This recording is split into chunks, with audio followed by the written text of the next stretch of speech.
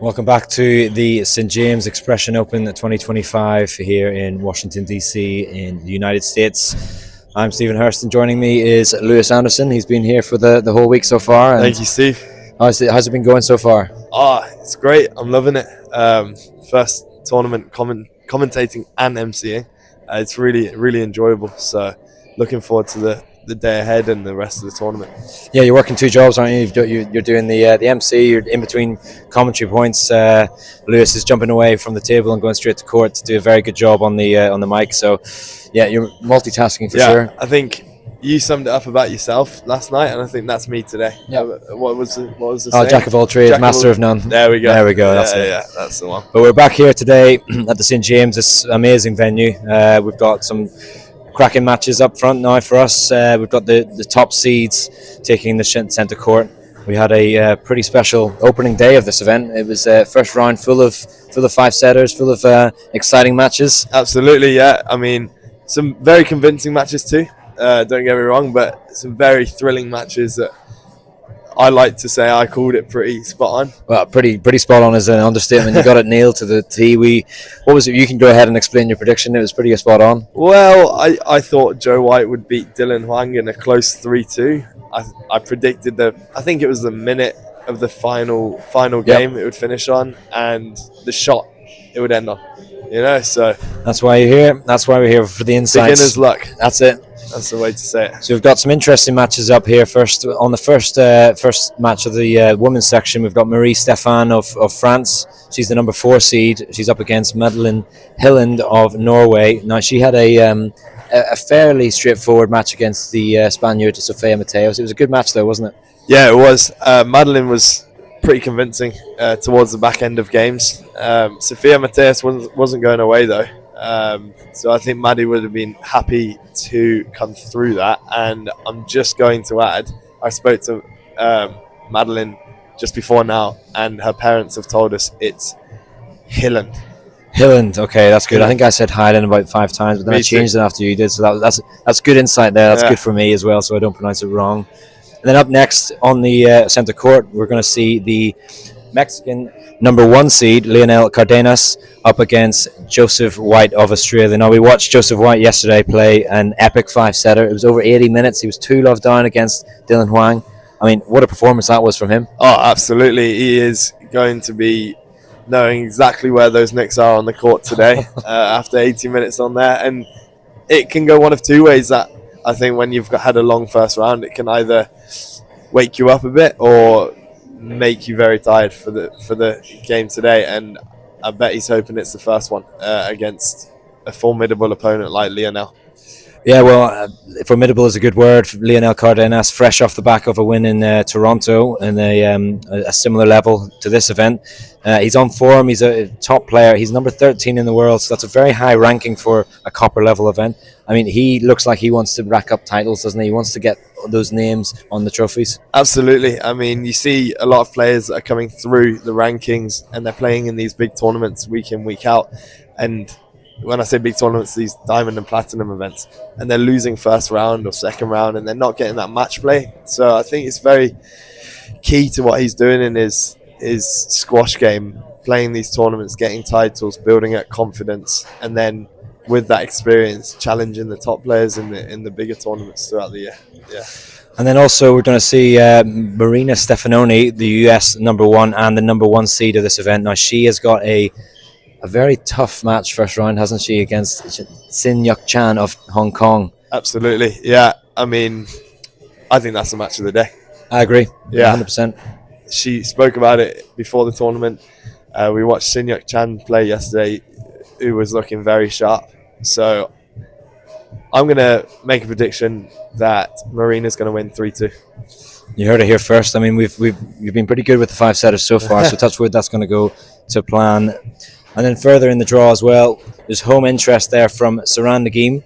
She is I'd say a home interest. She's very close to the B Squash Academy here and the St James coaches, Josh Taylor, of course. And she's got a really interesting matchup here against the Ukrainian Alina Bushma.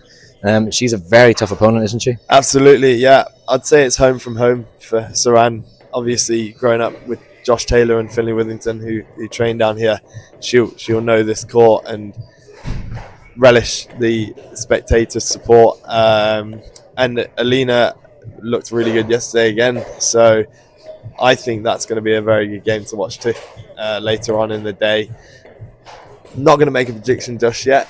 I want to see how they they are throughout the day. Yeah, get warmed up yourself then for the predictions. Yeah. Fair enough. And then we'll also see the number 2 seed, Mohamed El Sherbini, the Egyptian player. He's been around for quite a while now on the PSA Squash Tour, and he's up against a collegiate player, Omar Said. Now he had a good run out on a centre court with local wildcard Wajid Nassim. How do you fancy his chances against someone like Mohamed El Sherbini? I would say Sherbini, obviously on paper, is the favourite, and he is a very classy player, looks sharp from what I've seen in practice. Omar Said, who knows what he's made of. I mean, he'll be so up for this game. He'll look at it as a big chance in his career starting out. So yeah, don't write him off. I think we'll wait until that game. Could be close, couldn't it? Yeah, could be close. Yeah. Well, we're going to be moving to the centre court very shortly. It's about 21 past now, 6 o'clock here in the United States. No, sorry, I'm looking at the UK time. My laptop's back in the UK. You think it's 6:20, don't you? Yeah, I do think it's 6:20. So it's 1:20. I can confirm it is 1:20 here US time. And obviously Marie Stefan, she's up against Madeline Hilland. And then after that, as we've said, is Lionel Cardenas up against Joseph White. At 3 o'clock, we've got Malaysian Sin Ying Yi up against the number 2 seed Hana Moataz of Egypt. Following that, at 3:45, we've got Finley Withington, the local hero here, up against Ryunosuke Tsukue, number 6 seed from Japan. After the break, that's the into the evening session of today's play. We've got Laila Sedky versus Lucy Beecroft, the number 3 seed of England, followed by Omar Said, Mohamed El Sherbini, number 2 seed. Alina Bushma, Saran Nghiem, number 5 seed of England, following that. And the final match of the event's evening session is Veer Chotrani, number 5 seed, up against Mohamed Sharaf. Can I just say, I think that last game, Veer versus Sharaf, is going to be a blockbuster. Nope, that's a good prediction here. What are you going to give me the score, though? That's the main thing. I will for this one. I'm going to say Veer in 4.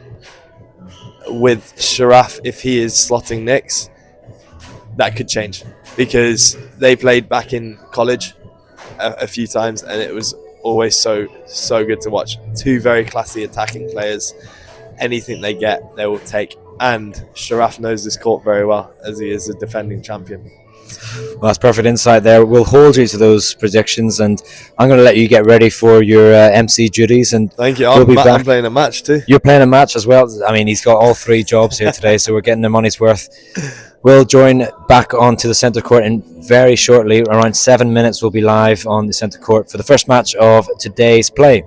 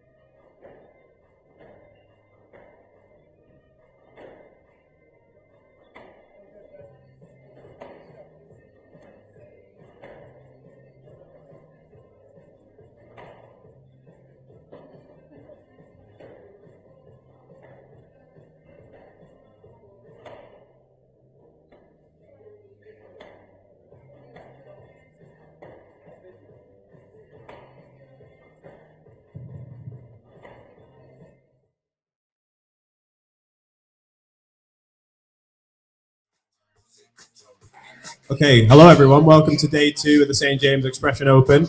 We're going to kick off on the show court with our first match of the day in the women's second round. So the first player we'll be welcoming onto court won her first round yesterday, representing Norway's Madeline Hyland.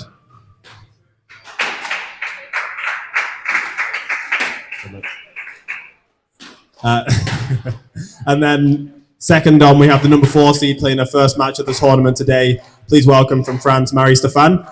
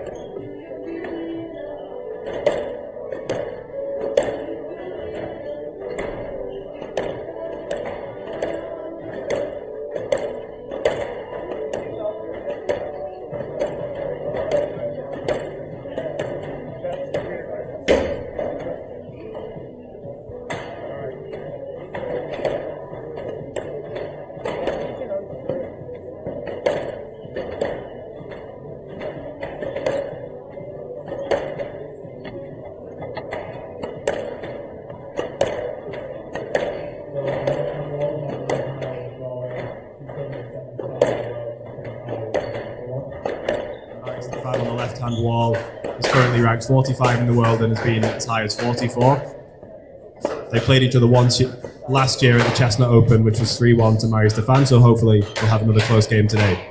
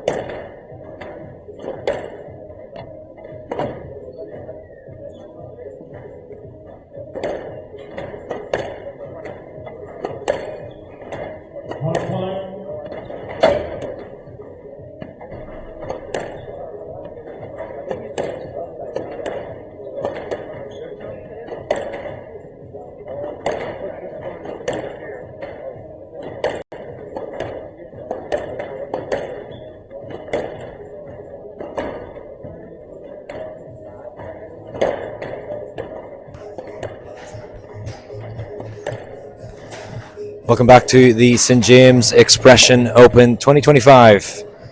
It's day 2 here in Washington, D.C., United States. And we've got the first round match here, the second round and the first of today's play with Marie-Stéphane, the number 4 seed of France, up against Madeline Hyland of Norway. I'm Stephen Hurst, and joining me in the commentary box is Oscar Beach. How are we, Oscar? I'm good, thank you. Yeah, it's good to be here. Excited for the second day of play today. We've had a really solid day of matches in the first round so far. Obviously, we've got the top seeds coming in, like Marie-Stéphane, for today's play. But I think even with those higher rankings, there's some really great performances that we saw yesterday, and Madeline Hyland being one of the kinds of players who will not be being phased by the seedings here and be hopefully looking for an upset. 100%, and it's always quite exciting, isn't it, when you get into this stage, the I guess you can call it second round proper, where you've got the top seeds making their first appearance of all. We're going to see the number 1 seed, we're going to see the number 2 seeds, we're going to see really who are the challengers, and what is the thought process, do you think, for someone like Hyland, who's up against a higher seed, going up against them? Is there nothing to lose, or is it more of a pressure? I think it's probably a lot of encouragement, a lot of momentum that you try and take from that first win you've already had. You have the advantage of understanding the court, knowing how it plays, especially for Madeline, as she was on the show court yesterday as well. So, she can take that confidence and take that advantage going into it. Obviously, with that higher ranking, Mary won't be phased by playing in the second day, not being used to that first round of play. So she'll be experienced and been in this position before, so she'll just be trying to play her game and impose herself early on in the match. And are you familiar with Marie Stefan's game, her style of play, and how that might clash with someone like Madeline Hilland, who's quite a traditional, I guess, up and down the wall kind of player? Yeah, I mean, her game's really exciting, right? She likes to shoot, she likes to go for a lot of winners. I think that's something that always builds exciting rallies. As you said, we saw yesterday, Madeline's got a really brilliant structure to her game. She's really consistent. She likes to take the ball early and establish some really nice straight lines. I think that clash of styles is going to be the story of this match, and we'll see who gets to successfully impose their game on the other player. Yeah, and we've seen Marie Stefan play quite often on SquashTV. She's been as high as in the top 50 in the world, and she's quite a fiery player. It's quite exciting to watch her, and I'm hoping that we get into a really competitive battle here. Yeah, I think so. I mean, I think the last time they played, Marie won 3-1, so there's definitely competitiveness there. That was in 2024 now, so last season, and Madeline's rising up the rankings so quickly. You'd like to think that she thinks she can build on that 3-1 result and maybe get an upset this time round. Well, we're going to rejoin the centre court action here now as the referee kickstarts this match.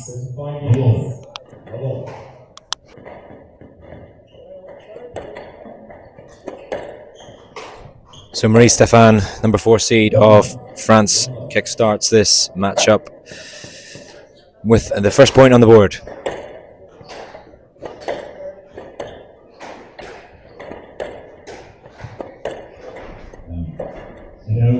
Madeline Hilland, one of those players that is definitely on the rise, I feel. She's moving up. She's getting some really good results, getting quite far into some of the smaller events. Do you think this is a breakthrough season for her, potentially? I think it has the makings of it, doesn't it? She's got off to a great start. Her rankings continually rising. It's always quite interesting when you see players coming out of the college setup, and then they, it really feels like the time is now to make that charge up the rankings, really try and establish herself on the tour. In comparison, Marie's very established in her position as you said, as a top 50 player. She's been around that 50 mark in the world for a few years in her career now. That is obviously a very difficult ranking to keep, and it shows her quality. Also for Highland, it means that it's a very good benchmark for her. If she wants to break into the top 50, this is the kind of match she needs to be able to convert.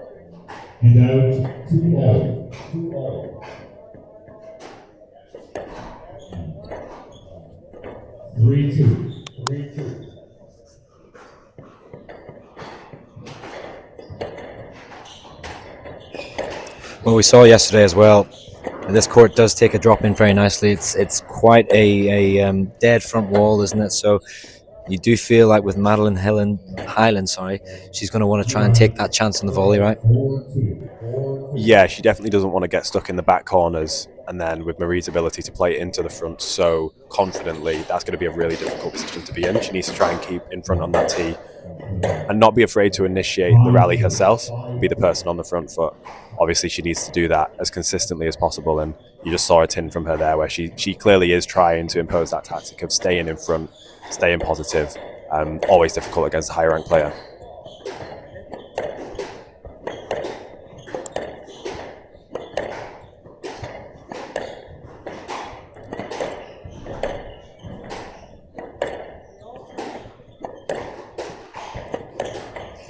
Patient play now from both players down this backhand side, trying to get a little bit of a foothold in this match.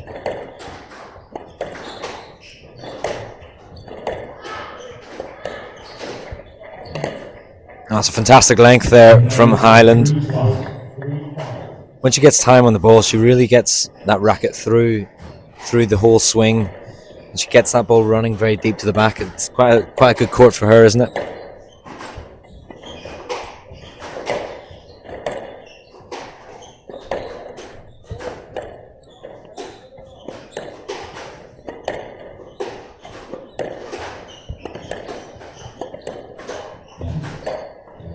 Yeah, I think both players are finding their back corners really quickly here. There's just been a few mistakes from both as they've been trying to capitalise on that first loose ball. It's always hard, first game, trying to settle those nerves, but still play positively and hit winning shots. They've definitely found the back corners. They just need to keep playing with a lot of positivity and confidence going forwards. And that's something we've came to expect from Stefan. She's such a confident player, and she's really, really comfortable shooting.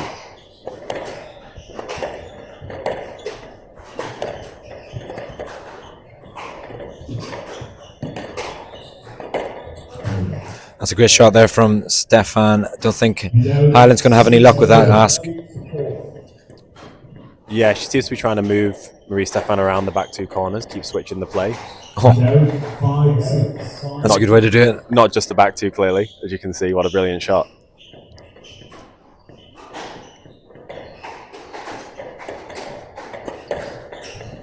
Obviously, the risk when you're trying to move somebody around like Marie is that she has so many options.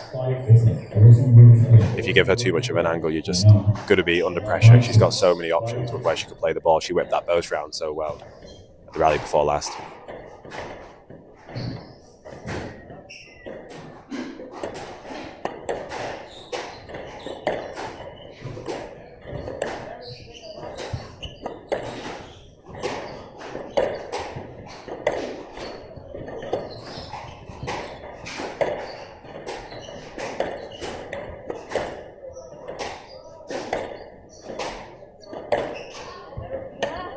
Yeah, it's good width there from Stefan. Really had to inject a lot of pace to get that across the front wall, deep into the back left.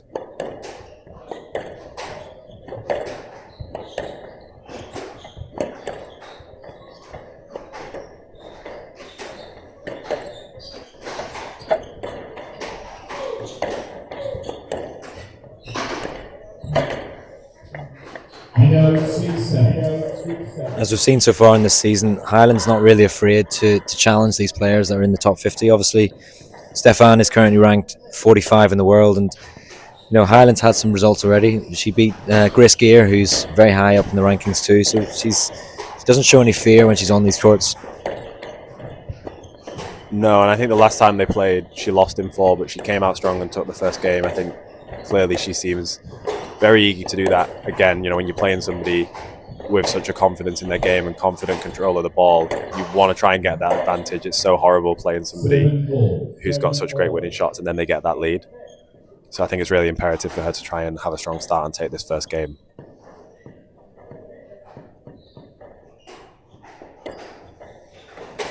Well, definitely regaining control now, the Norwegian player. Very steady squash at the moment. We'll have to tell Lewis Anderson, our co-commentator, that there's another nick on the back left because he is keeping a tally throughout the week.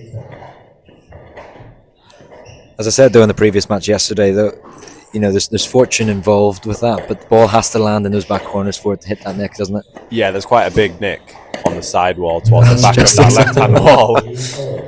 But if you play a perfect length, you're basically very likely to be rewarded with a slightly unconventional bounce.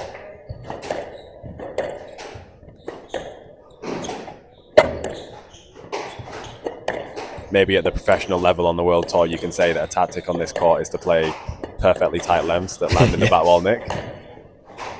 I've played on it a few times, and that's not always a guarantee. That's not a guarantee.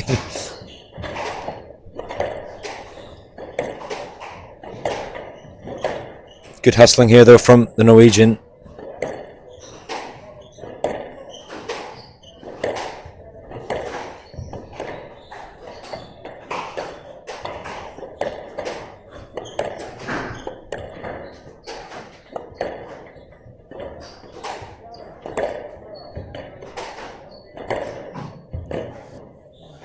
It's a good finish there, and you can see the fist pump from Stefan. She knows that was an important point, 8-0 in the first game. Really feel that both players are now settling into this match, aren't they? They've got comfortable with their weight of shot. I'm sure we're going to see quite a lot of longer rallies as we proceed through this match.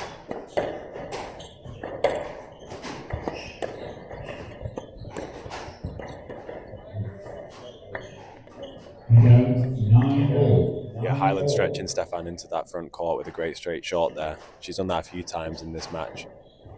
Seems to be a clear tactic that she wants to disrupt her movement off the tee, but not open up too many angles. That straight ball into the front is a good way to do that. And she's absolutely cleaned that one to the back left. That gives her one game ball to take this ever important first game in this match.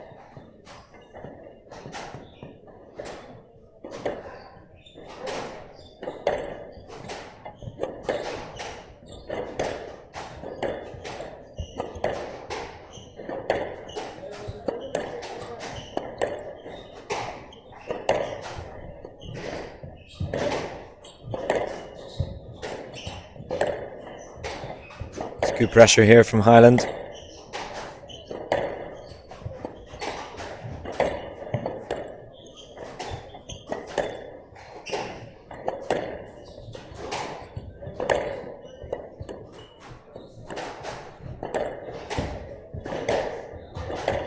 This is tough work now for both players.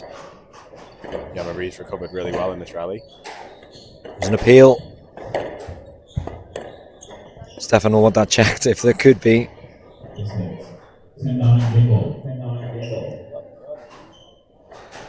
There's 2 times in that rally there where Highland straightened up from the front really well into the back of the court. Marie did really well to get those back. She's doing a lot of work here at the back end of the first.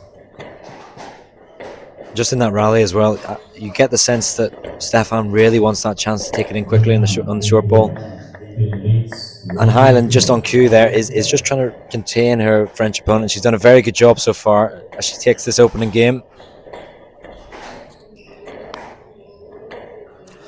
11-9 in 10 minutes for Madeleine Highland to take the first game against the number 4 seed, Marie Stefan.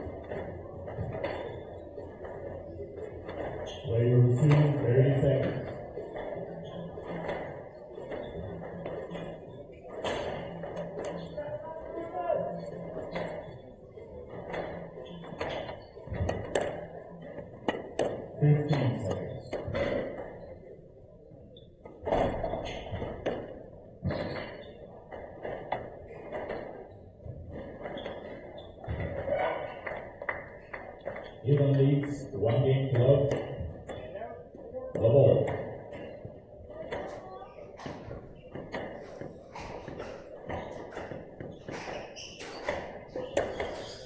Very tightly contested opening game here between these two players.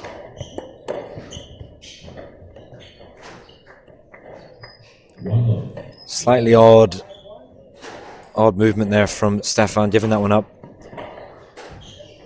But it feels like Highland has been in control. Although it was very close on the scoreboard, she's felt very, very, confident in her game plan. Yeah, well, I think Stefan raced off to a 5-1 lead in the first, so she's really not been in the ascendancy for quite a lot of time on court in this match. And as you said, Highland's had a really strong run of play. I think she'll be very aware that she won the first game in their last meeting and then didn't convert the match. So she seems like she's came out for this second really eager to keep this momentum going and keep her energy high. That's an example of what Stefan wants to do. We mentioned it in the previous game. There's a real sense that Highland is trying to restrict Stefan's ability to be creative. Just there as well, you can see that she's not interested in having these long exchanges, is she? No, I think you can see how busy Highland is being around the court, and she's really trying to punish any balls that are a bit cheap into the front. Attempted winners from Stefan that open up the court slightly. I think that's just putting an added amount of pressure onto her short game, and we're starting to see that in a few tins.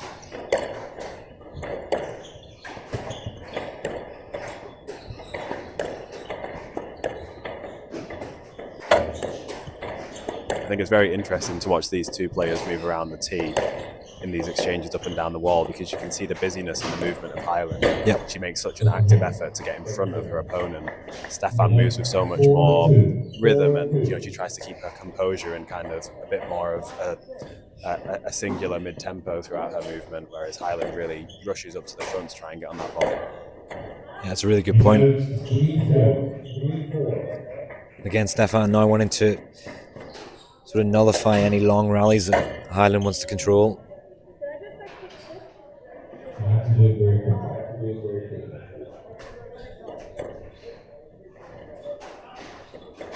It's always interesting when you get these two matchups.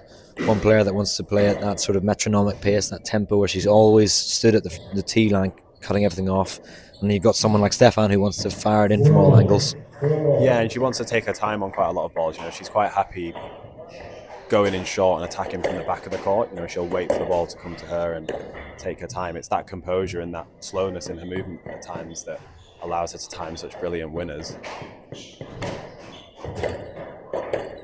It means the tactic for Highland is quite clear that she needs to rush her and get her out of that rhythm and that tempo.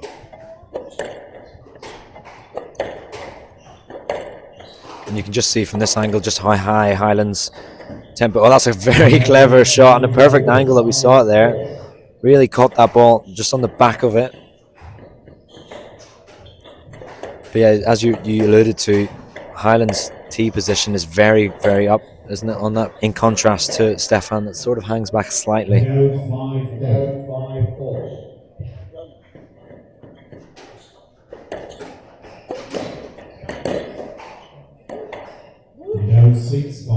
Yeah, it's such an interesting clash of styles. You know, I mean, I think Stefan's movement and her rhythm on the ball does remind me quite a bit of Al Tayeb in the way that she would build up her swing slowly and then cut through the ball. And you just can't tell if she's going long or short. 7-5. And I mentioned it's quite a fiery opponent in Stefan. She does get quite worked up, obviously, and it works to her favour as well when she gets into that mode of really fired up. But at the minute, Highland's doing a good job of just containing her opponent.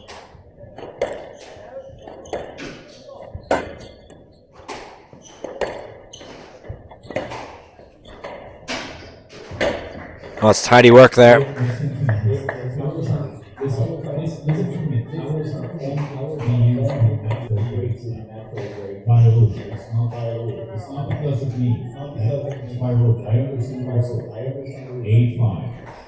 So the referee just indicating that the rule has changed, that a tile break is only allowed in a natural break, i.e. a long tiring rally or lots of sweat on the floor.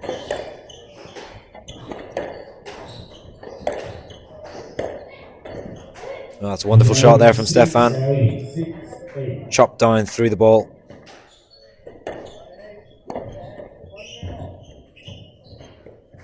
Oh, that's such a good shot there from Highland. 9-6. And I quite like that pattern of play there from Highland. Instead of trying to extend the rally, she did a quick fire shot there, off the serve, into the post. As you said, just not giving the French woman any rhythm. Yeah, Madeline's switching things up so well, isn't she? The variations going across the front of the court have been really successful. And then, if she does get onto a ball into the front from Stefan, throwing in that counter drop really quickly, she has just clipped the tin there on that variation across the front. She needs to be careful not to go too attacking herself here. These lengthier rallies seem to be favouring her. In a blink of an eye, suddenly Stefan is very close now on the scoreboard. Yeah, she's not the player you'd want to be in these tight situations, end of game with, because her ability to hit winners is really, really strong.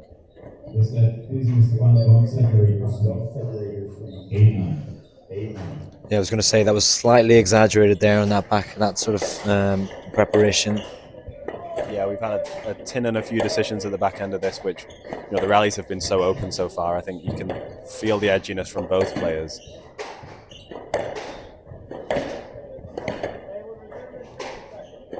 Both players trying to find that width to get it to the back corner, and they're both causing quite a lot of loose shots here.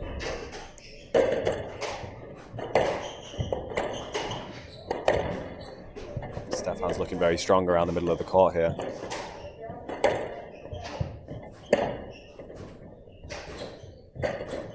She's in control of this rally. She's got her under pressure now.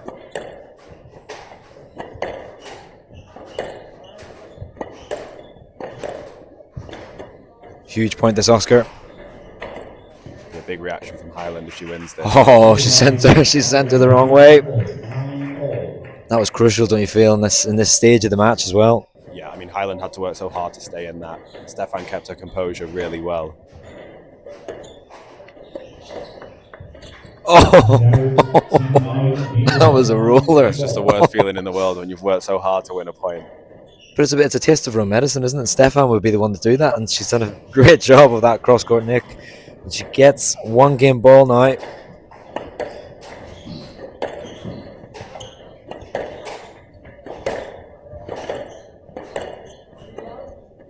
Chance now.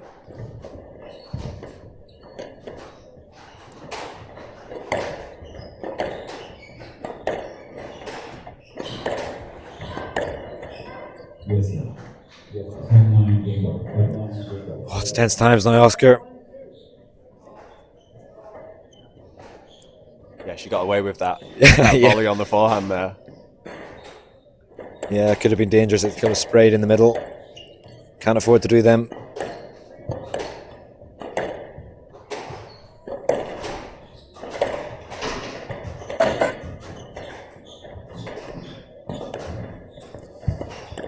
Island scrambling.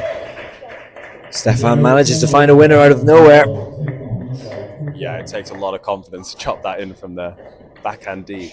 Game ball down.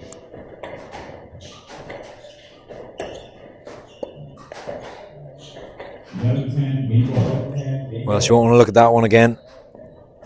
Just slightly miscued that shot off the serve, off the side wall. All of a sudden, the French woman has turned the tables. She's got a game ball now.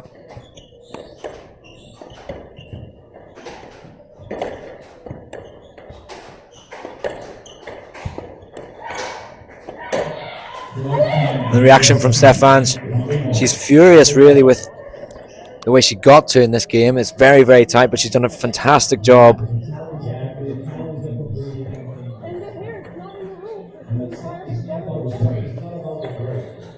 And Marie Stefan, she's not happy with the decision not to allow her to use the tile box, but referee standing his ground at the moment.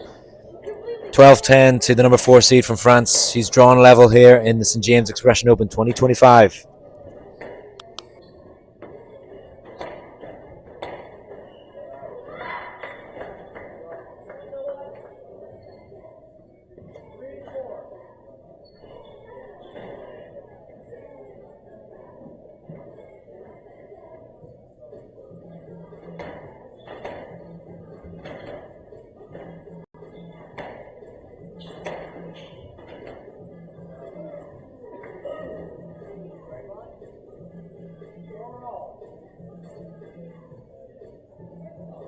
We will resume in 60 seconds.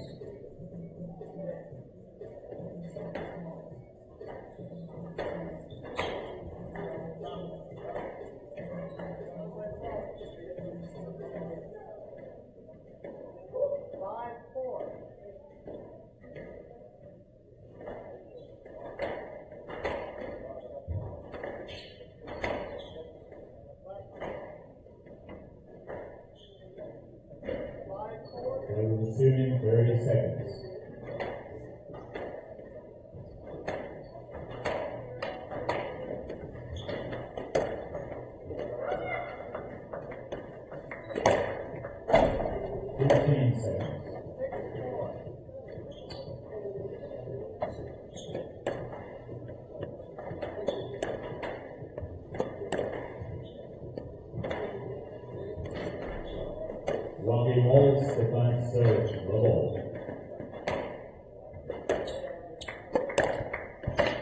Well, Oscar, it really did feel like Highland was on her way to a 2-love lead, didn't she? And it was all credit to Stefan just digging in deep and finding a way out of that. Yeah, I think she was 9-6 down. 1-love down, and it was quite easy to see how Highland could have ran away with this in 3, but I think she got a couple of points go her way and then just really dug in, managed to pull out some outrageous winners, considering the pressure she's under on the scoreboard. That was it. It almost felt like she got to very close to the sort of finish line of that second game and started to play Stefan's game, you know, that fast stuff, and it worked a couple of points, but it just wasn't balanced enough, was it?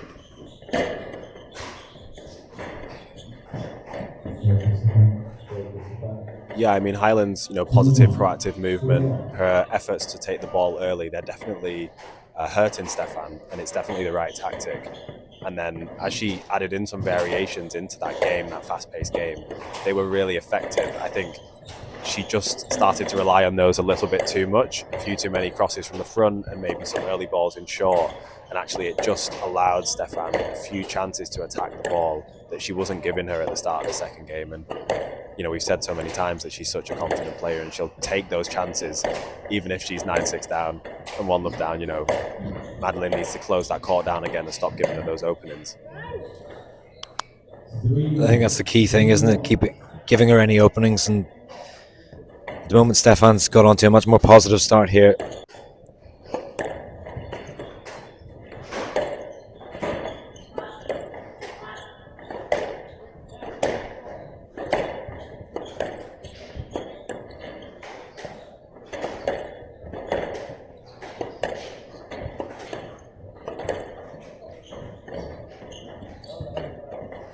It was a good boast. Plenty of deception there. She held that one for a good period of time. She's not used quite a few of those attacking shots, as she's used them as sort of reserves, catches her opponent off guard. Yeah, or counters from the front. I think, you know, initiating those attacks when she's in the right positions is still the right thing to do. I think attacking in straight lines is been working well for Highland because it's not exposing the court and giving Stefan too many options.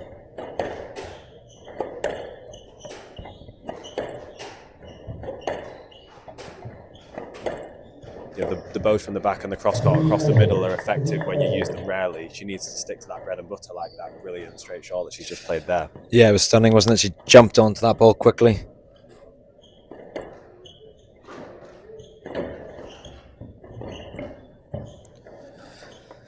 Stefan not reading that one. And this is positive signs now for the Norwegian. Super squash so far, really, to start the day off in this second round.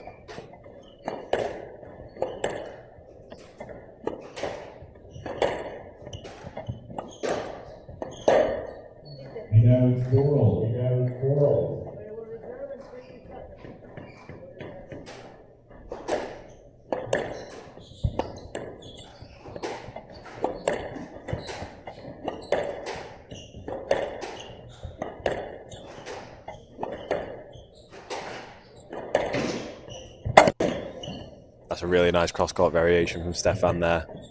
It's wonderfully finished as well. Just carved that one into the front left.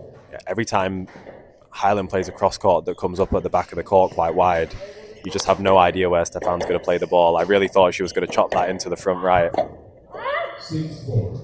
And just as we were saying, the Highland was in the ascendancy in this match. Stefan's now up 6-4 after being down 6-3. She seems to be able to win these points really quickly.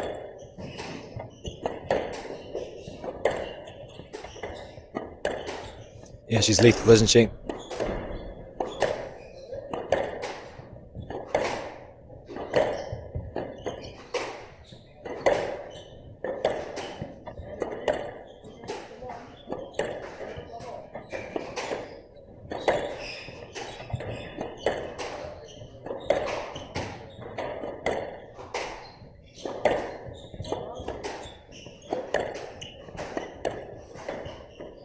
It's a nice cross court. Oh, it's well tidied up again. Highland very strong on that forehand side, isn't she? As soon as there's time on it, she just doesn't panic. She just plays that accurate shot. Yeah, she uses her movement so well. You know, she was up on that ball so early. Stefan had to cover the deep option, which made that counter so difficult. She's found her width again on these straight lines, and she's managed to pull herself back into this after losing 3 on the bounce.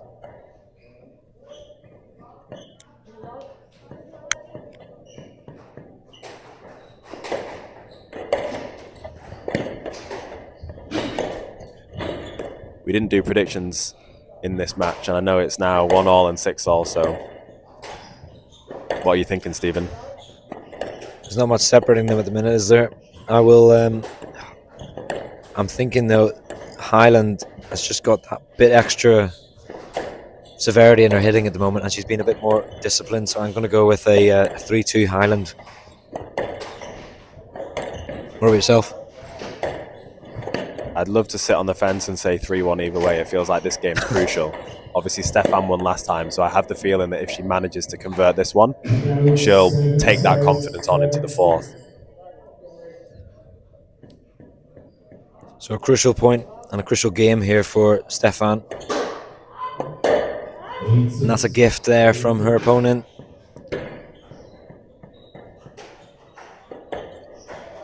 Yeah, we've commended Highland for pressing the game forward and not being afraid of taking the ball in straight off serve, but I think because she's trying to force the pace so much, she has made a few errors. We've just seen one from Stefan there as well, but it feels like Stefan seems to know when to tidy up shop now that we're at the back end of this game. She seems to cut out the errors as she knows how crucial it is to not give away any free points at this stage.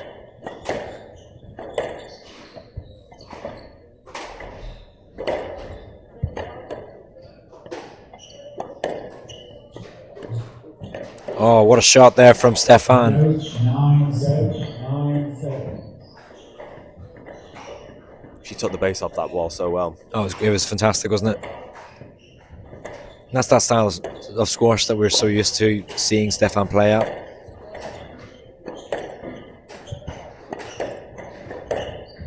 But equally, Highland's up to the task there. That was a great kill there on the forehand.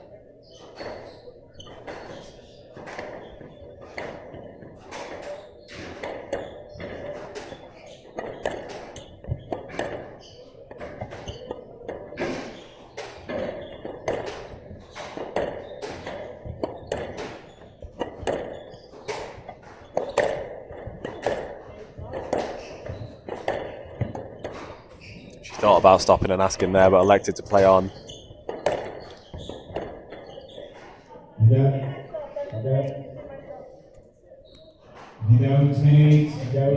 Well, it's ended in a stroke there. It was pretty frantic stuff, but Stefan comes up on top. She's got 2 game balls now to take a 2-1 lead.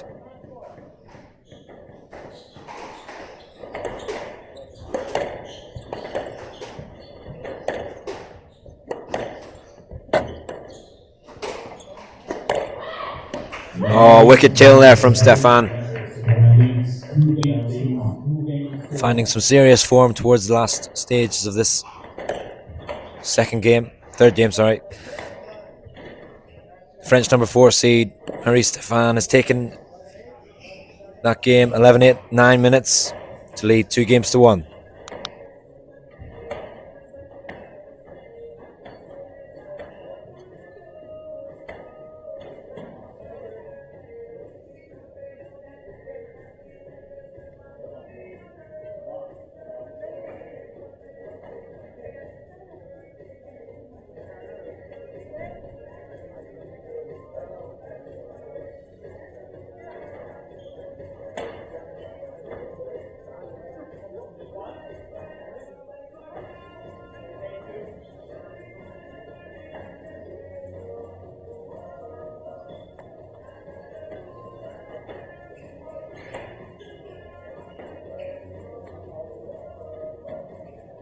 Player receiving 60 seconds.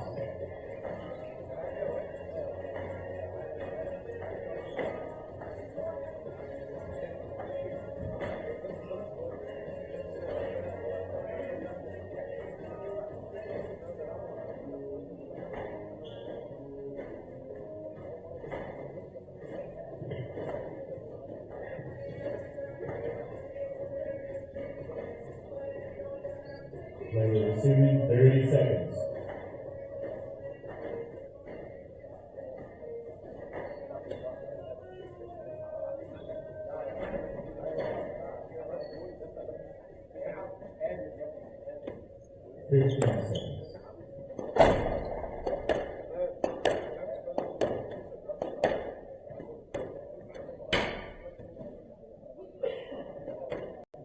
Stefan leads 2-1. Stefan serve low ball.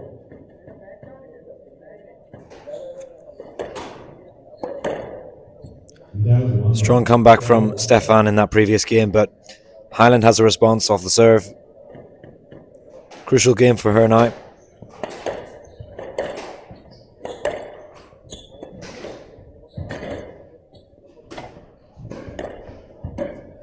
I mean, immediately there's a shift in her tactics, isn't there? Taking everything in short quickly.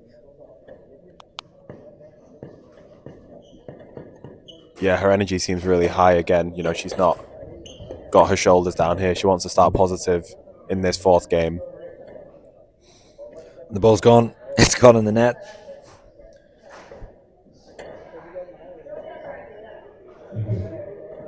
It's a good job that a member of the crowd there had a racket to throw into the net. Yeah, I'm glad there's a racket at the squash club. Does feel like her coach has clearly told her, you need to take this home quickly. Obviously, it's stating the obvious. Yeah, I mean, you can see how dangerous Stefan is once she settles into that rhythm. Clearly, there's an effort from Highland here to get as far out as possible. Not let Stefan settle down. So far, it's working. She has been in this position before and let her come back into the game, so...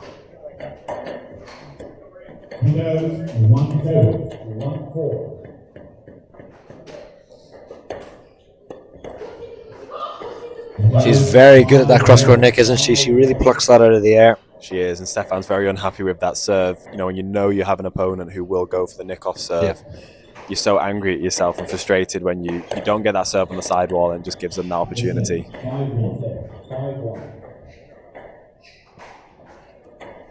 Yeah, and it's an interesting one, isn't it? The serve, a bad serve it's not necessarily, you know, bouncing at the front wall or front sort of the tee. It's just not hitting the side wall, isn't it? That's what makes it hard to return.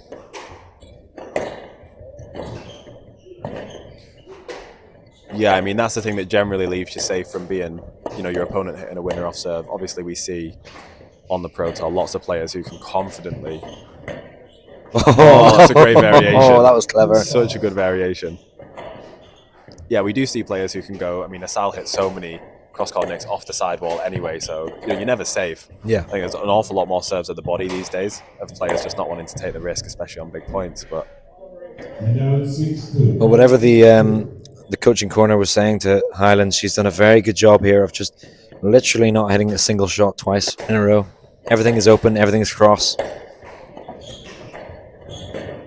Oh, she's got the ball, but she's fallen. I'm telling her, you got the ball. You got the ball saying. I've been saying 7-2. 7-2. A slight bit of confusion there from Highland. yeah, she was very proud of her pickup. She didn't want that point taken away from her, but I think Stefan hadn't elected to ask. Wasn't quite there. It was a brilliant pickup.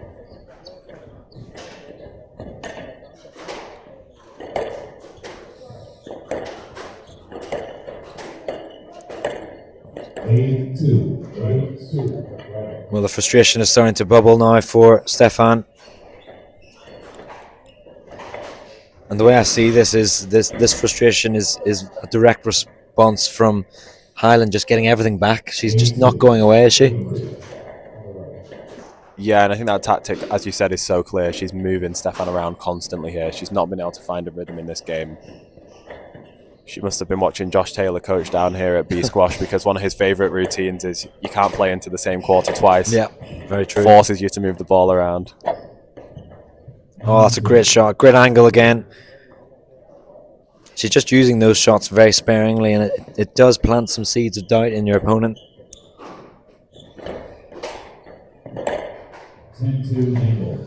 What a response here from the lower seeded Madeline Highland of Norway.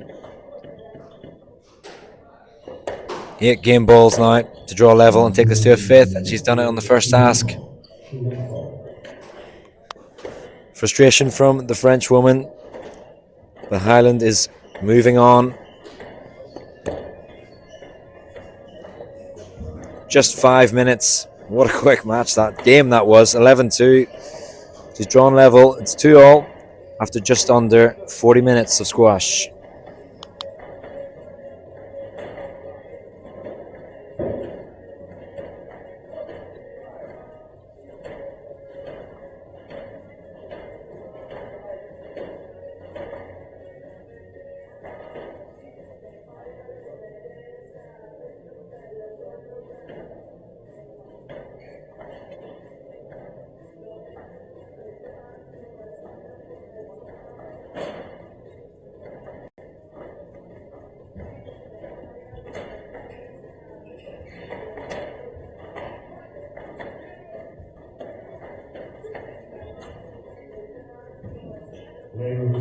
60 seconds.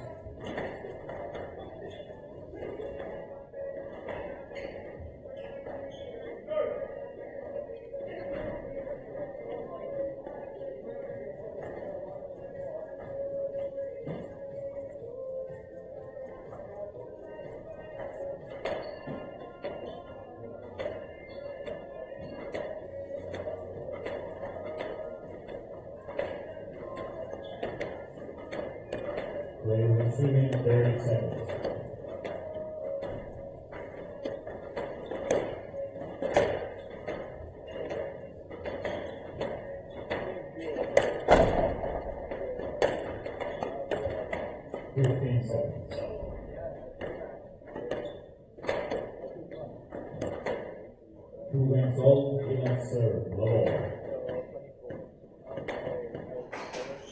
Well, the dream start for us squash fans for today's second round, going into a fifth.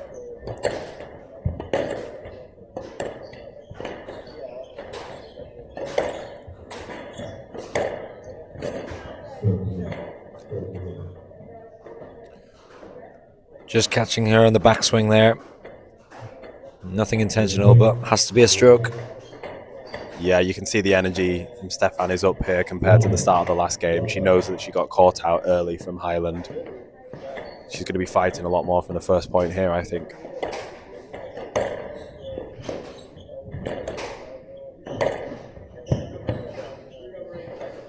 Yeah, Stefan just opening up the court slightly. Punished by the Norwegian player.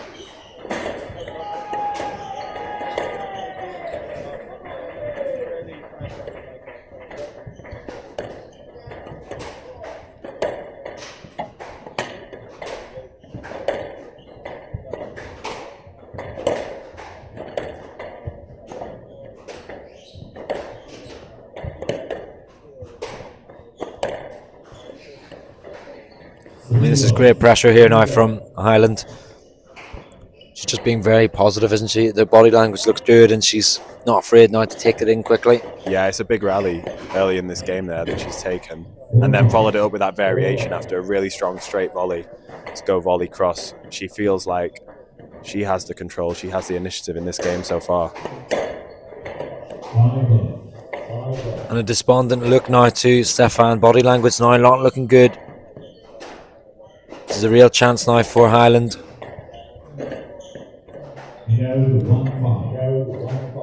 Yeah, it feels like she just needs to keep her composure here, right? Stick to that game plan that's been working. It's always hard when you know you're getting near a potential upset, beating a player that you've yet to beat on the tour who's ranked higher than you. But it's just starting to feel like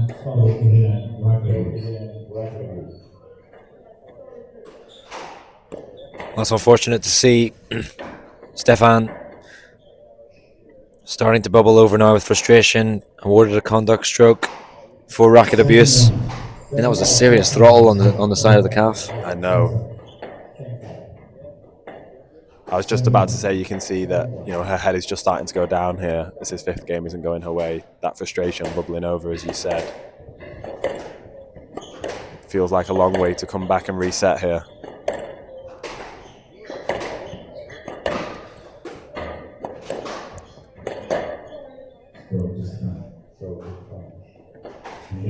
Well, there was a racket contact there from Stefan's backswing. Again, that cross-court nick. I mean, Stefan has just put that serve just slightly too loose every time, and Highland is in that mindset where everything is going in with real positivity.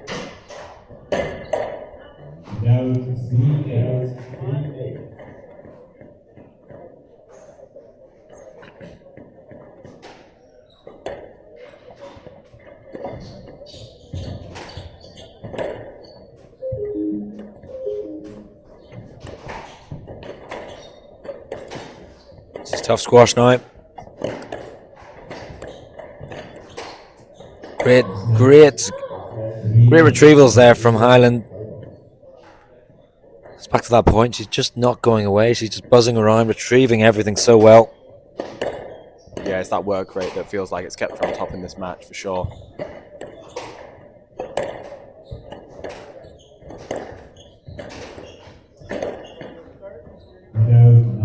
and that straight ball from the front has been so effective. I think every time Stefan wants to cover that cross court, it's the expected shot when you've got somebody running into the front, but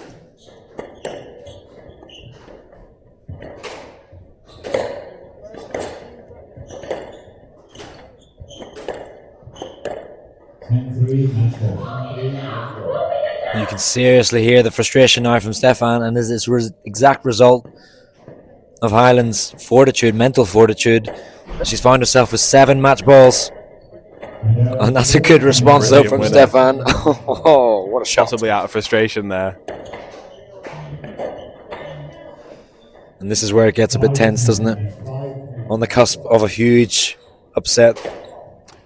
Yeah, I think especially when you're going for the upset, you always want these match balls in reserve, and there it is. There's the reaction, a deserved reaction. Huge upset here at the St. James Open. Madeleine Highland has managed to cause a huge upset, taking out the number 4 seed from France, Marie-Stéphane. 46 minutes of squash, high quality from start to finish.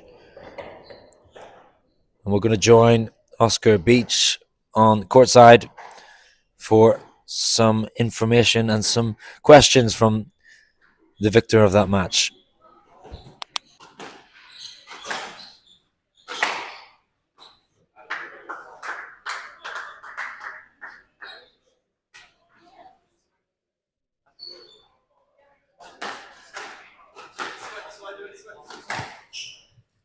What a great match to start off day 2. Let's give it up for both players there, Marie-Stéphane and our winner, Madeleine Highland.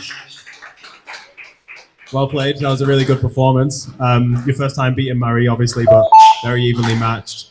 What were you thinking going into that game, and how did you manage to stay composed and play just perfect squash in that 4th and 5th?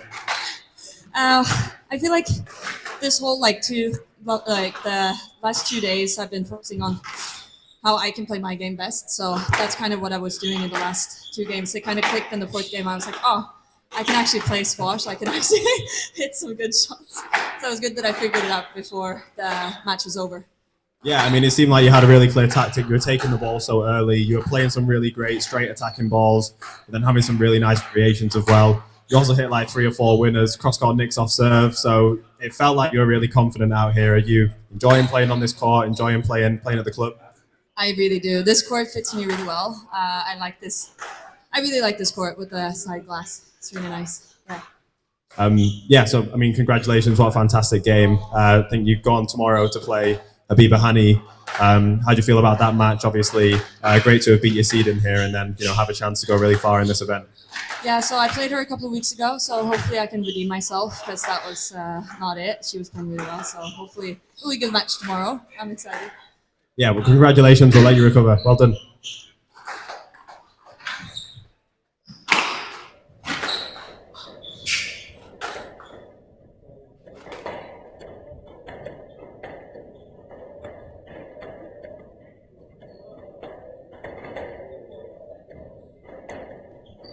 Huge upset here at the St. James Expression Open 2025. Madeleine Highland taking out Marie-Stéphane, number 4 seed, in a 3-2 thriller. We'll be up next very shortly with the number 1 seed, Lionel Cardenas of Mexico, up against Joseph White of Australia. Join us very shortly for that one.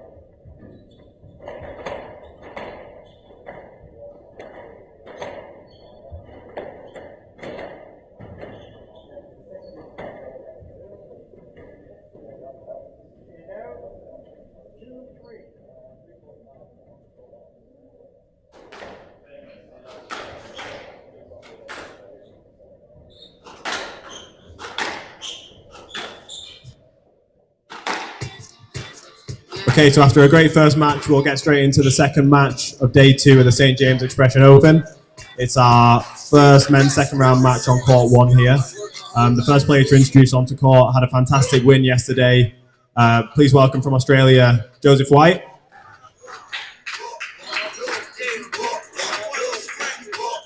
And then also onto court playing his first match in the St. James Expression Open, the number 1 seed this week from Mexico, the world number 13, Lionel Cardenas.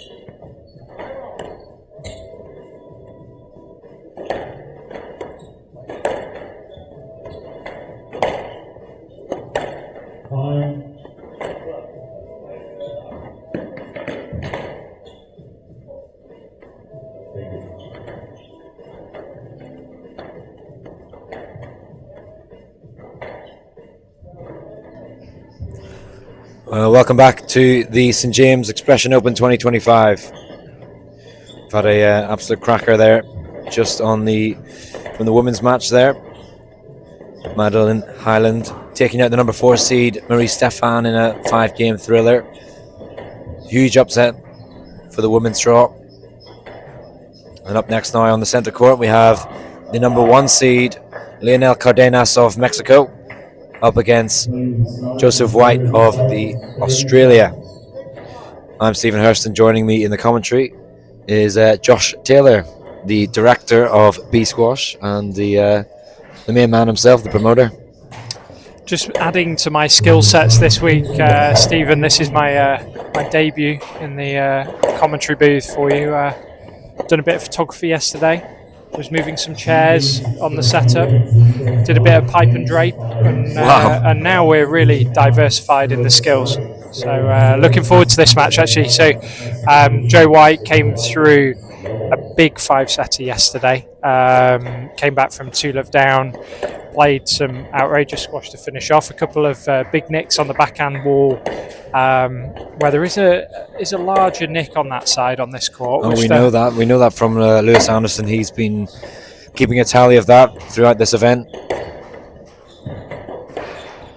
I'm really excited as well to watch Lionel. Obviously, a big 1 seed for this tournament with a highest ranking of 13 in the world, and on top form, having just won the Copper in Canada, just gone last week. He's good friends with Sergio Lopez, who's one of our coaches here, who knows him from his time growing up in Mexico. So excited to see this kind of matchup and the level that we potentially have got on show from Lionel to come potentially if Joe isn't the one that's going to be a stumbling block for the course of the week. Well, Joseph White's going to have a real tall order at the minute. He was pushed to the limit by Dylan Huang of the United States yesterday, coming through over 85 minutes. So it'll be interesting to see just how the physical effect will play a part in this match. They both got to kind of a standstill at the end of the match yesterday, Stephen. It was an interesting one where Dylan looked the smoother of that was a big shot there. Looked the smoother of the two for the majority of the match, and then just seemed to completely stop in his tracks when the 5th game come. And Joe was looking definitely the better of the two in that 5th game, but the score didn't seem to part as I thought it would, and it stayed very, very tight to the end. What would you say the trademark, Steve, of Lionel's game are? What would you say that our spectators should be looking out for from the number 1 seed here? Just look at how consistent he is around the tee. He's very fast on the ball. He likes to cut the ball off early, keep his opponent stuck right behind him. And he's a real battler, isn't he? He's a tough player. He's physically on top shape. And it's going to be something required of high level of skill from White here to challenge him. He's going to have to beat him, isn't he? It's interesting. I remember watching Lionel in the British Junior Open. Actually, the first time I watched him play, he played Nick Wall on one of the traditional courts in the under-19 category the year that Asal won, actually, in Birmingham.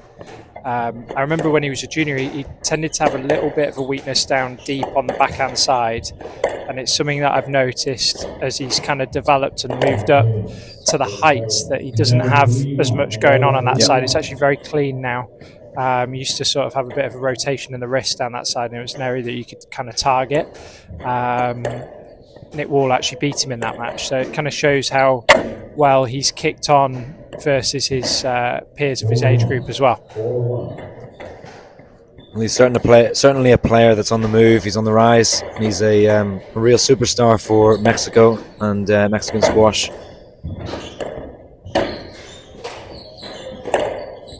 Good start here though for Cardenas. Joe's a fairly typical kind of Australian player, I'd say. Like if we were going to be stereotypically, kind of fairly textbook swing, has a good level of energy around the court, definitely looks to kind of get on stuff quickly, use his movement to get on, try and keep a fairly consistent swing and use hold at times. Kind of comes out of that kind of Rodney Martin kind of school of technique for sure. he's based in Connecticut now.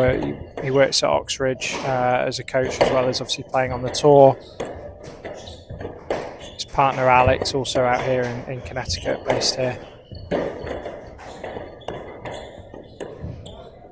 She was actually due to play this event but pulled out last minute due to injury, unfortunately.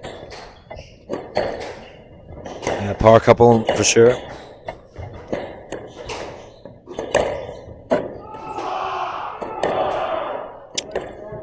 Oh, some big noise coming from the side court there, right? Yeah, the side court is just on the left of this, as you see the screen. So there's another match going on at the moment. I think it's Nathan Lake and Salman Salman Khalil that's the going one. on at the moment, which I think could shape up to be a really attractive match as well to watch. In terms of squash, of course. Well, at the minute, it's one-way traffic so far. It's been a good opener for Cardenas. 5-1 on the scoreboard, but that's a great shot down the side wall from Joseph White. Just very impressed with him yesterday. His basic foundational game is incredibly high standard, isn't it? What was interesting as well was how he came through the match yesterday. He got better as it went on, and stayed very, very solid towards the back end of the match, kind of playing very sort of, if anything, better squash as the match progressed rather than falling off. Just to give context to that side court, I've just got a little update from our production team here. There was 11-9 to Salman Khalil the first game on the side court on court 2. Not that you want us to switch over from this match and us, but you know you can stream. That is streaming as well. Yeah, all available. YouTube.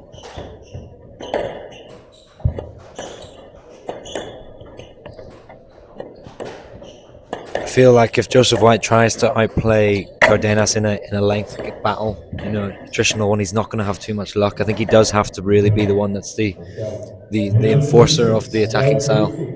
Yeah, I just.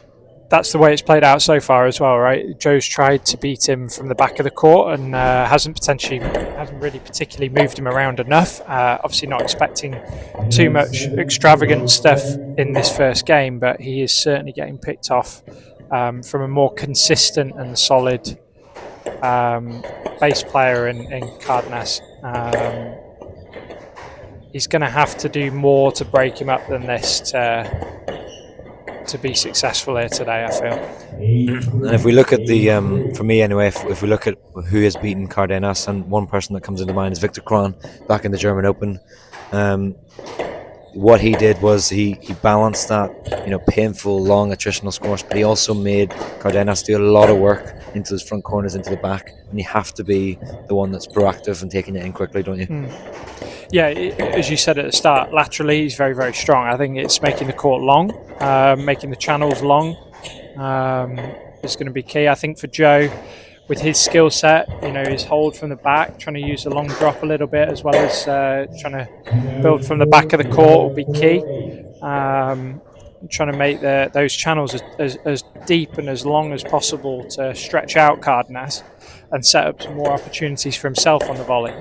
Almost maybe potentially playing a little bit in reverse and running some stuff in to get onto and look to try and volley, rather than just exchanging largely from being stuck behind here in this game so far.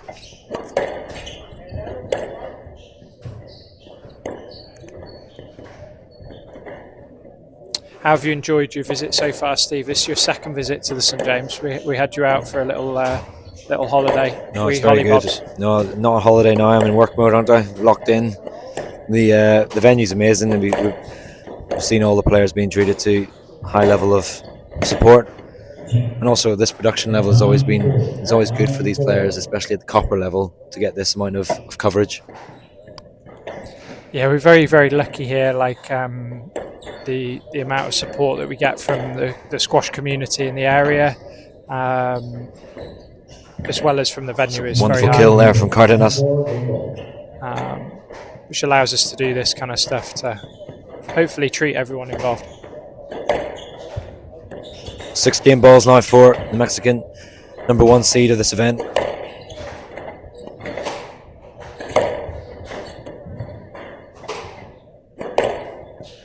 he's looking very much at ease here in this game so far, Steve.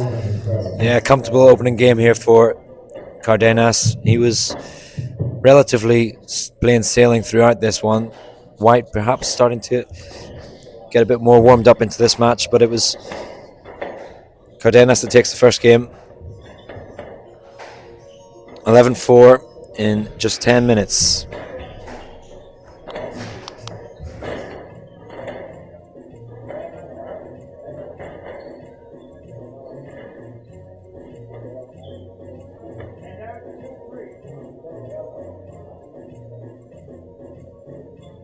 Hang on.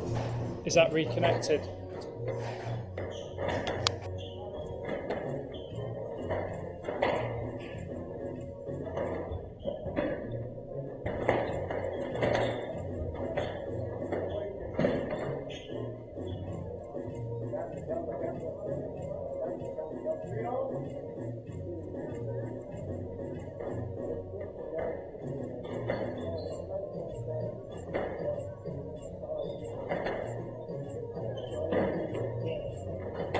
Player receiving 60 seconds.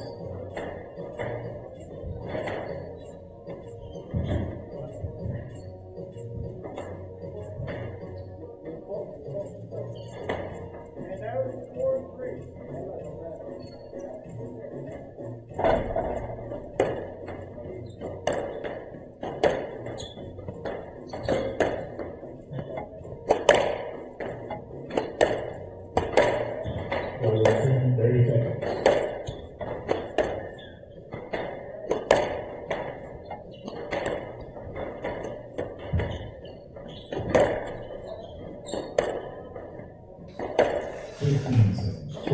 So 1-love now to Lionel Cardenas, the number 1 seed from Mexico.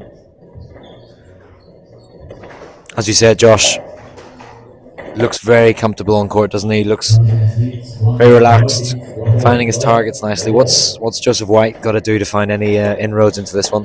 Absolutely. I mean, that first game was kind of one-way traffic, really, to be honest. It was Lionel controlling proceedings to the back of the court. Length quality was higher. He was able to pick him off from around the middle of the court, as well as some of the loose stuff. I just feel like Joe's got to break him up here from the back. I think I'd like to see him use more hold and be a bit more disruptive. Interesting first rally here. He's looked to get in front a little bit more and sort of force himself up there with his physicality, which we saw a bit yesterday as well. So I'd like to see that too. I don't think he's going to be able to do this just through brute force of pushing up and just energy. I think he's got to do a bit more with his squash though. So Yeah, you can't afford to be passive in these situations, can you? yeah, it's a tall order, Steve, I think this, but I love to see this turn into a tasty match for everyone involved. Well, as we said yesterday on the commentary, the first 2 games for Joseph White up against Dylan Huang, it was unrecognisable compared to the latter stages of that match. He was a different player. He was more positive in his, particularly his short game. And these kind of rallies are what he needs to do more of. This is what we saw towards the second half of the match yesterday as well, Steve, isn't it? He started to show more energy, and the energy picked up the level of the squash, and everything kind of came from there versus his opponent. The difference here is that I don't think we're going to get a fade off from Lionel or a quality drop off quite as high as we saw with Dylan, who was obviously a player in around Joseph's ranking. We've got someone of a much higher level here today for him. But good early signs here in this second game.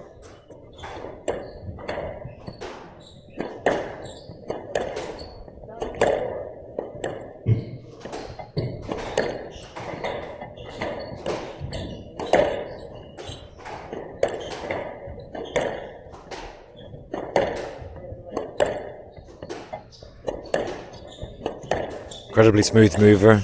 When I watch Cardenas, it's always interesting watching his feet. He just sort of glides around the court.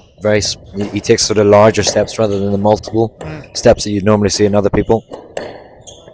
Yeah, and I think that's, again, it's actually something that he's got a lot better at. He used to get a little bit slow off the ball, actually.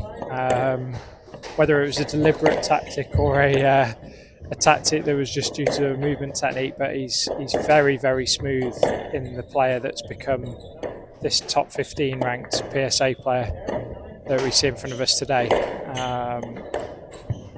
Actually more characteristic of a kind of Mexican player, if, again, like using the stereotypes we were talking about earlier about Joe having some characteristics you would expect to see an Australian player. I often think of the Mexican players as being very smooth, great movers.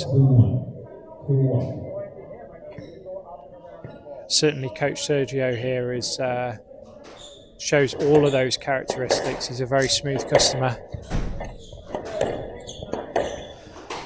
Well, it's the first time really that White's been on the positive side of the scoreboard.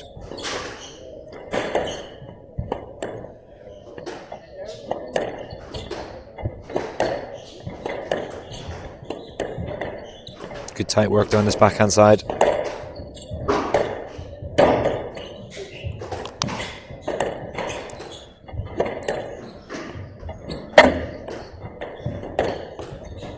Definitely feels like there's a new sort of replenished urgency about White's movements.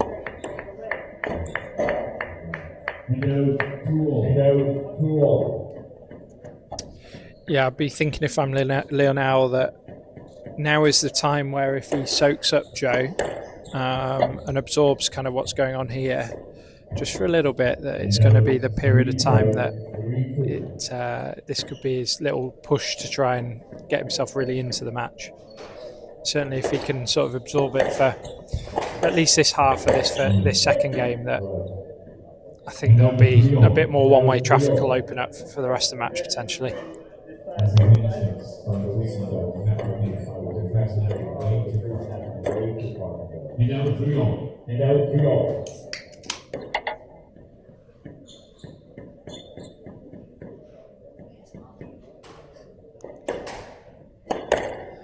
Cardenas, obviously top 15 in the world. He's a very high-seeded player for a copper event now.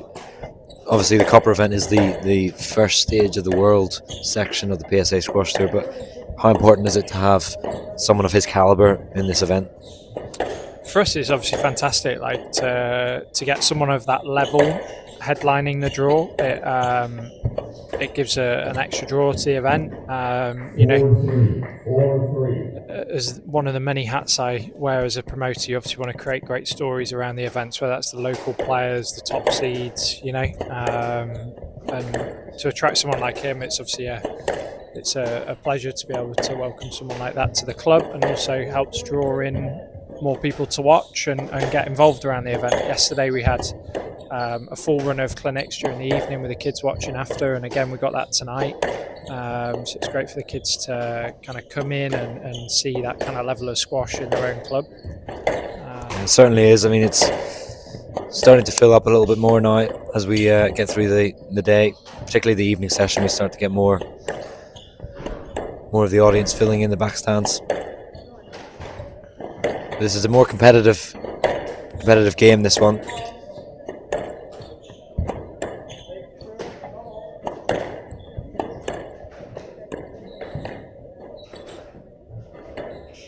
That's tidied up beautifully there by Cardenas.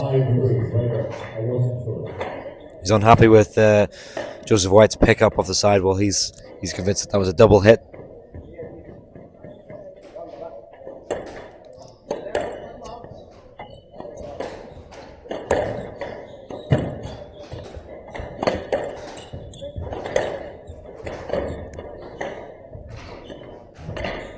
Just noticing a drop off here, Stephen, in Joe's movement again. So this is, as I said earlier on, it's that initial pickup to try and really get himself in the match. Lionel's absorbed it, soaked it up, and you can see that the speed of the movement and the recovery to the tee has definitely started to subside from Joe. Yeah, Cardenas will sense that. That won't make him want to be, reducing the length of the rallies. He's happy to extend that, make it more painful for his opponent going forward.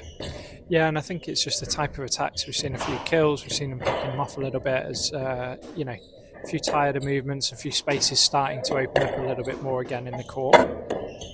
Obviously, if he makes this particularly tough, it will do the majority of the battle potentially for that third game that he needs to get across the line. It's a great shot there from White. Good pressure now from the Aussie.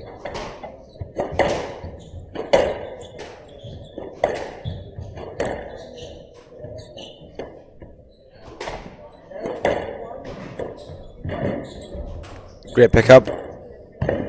Oh, it's well executed by Cardenas. That cross-court fade across the front is very difficult to execute.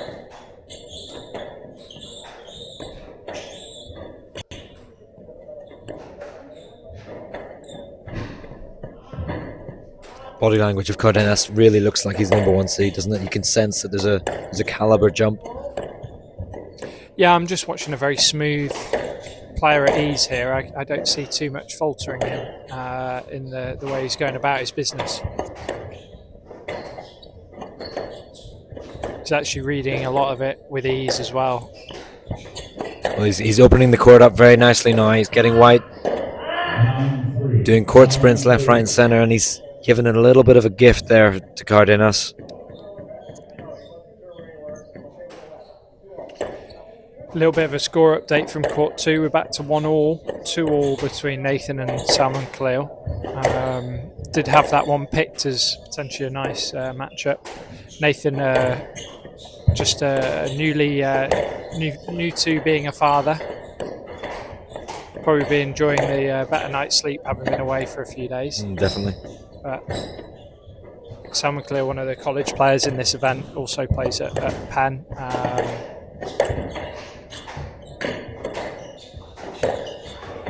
Serious pressure now here from Cardenas. White is on the ropes. Oh, it's a wicked boast. Oh, what a finish. That was a stunning shot there into the front left from Cardenas, giving him 7 game balls.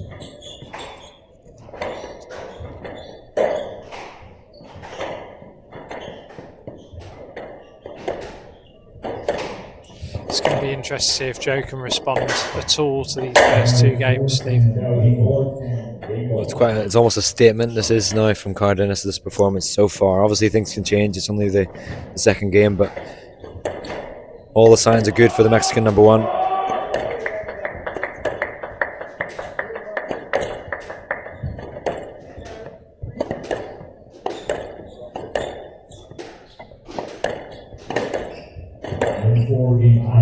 That's a good way to finish it. Executed there by Cardenas with ease. He's 2-love up here now in this second round of the St. James Expression Open 2025. 11 minutes, 11-4. Parity on the scoreboard now, so it's 2-love to Lionel Cardenas.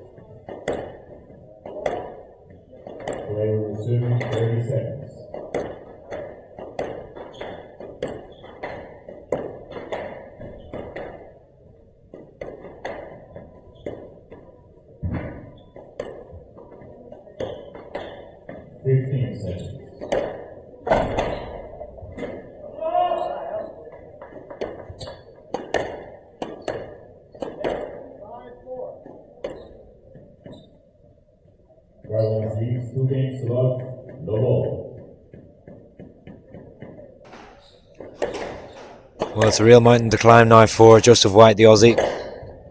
Cardenas has put on a bit of a masterclass so far. Yeah, we've had one-way traffic here, Steve, and I'm not sure we will see much different. What Joe's done here from this first rally is exactly the same as the second game, where he's come out at a bit of a pace. And what we saw in the last game, I think we might see again, where we see a flurry for the start and a fall off a cliff as we get to the mid part of the game. But let's see. I really hope that he's got a bit more to offer. Oh, that's exactly what he needs. That's the kind of That's stuff. the one, isn't it? That'll do. That's the stuff we want to see.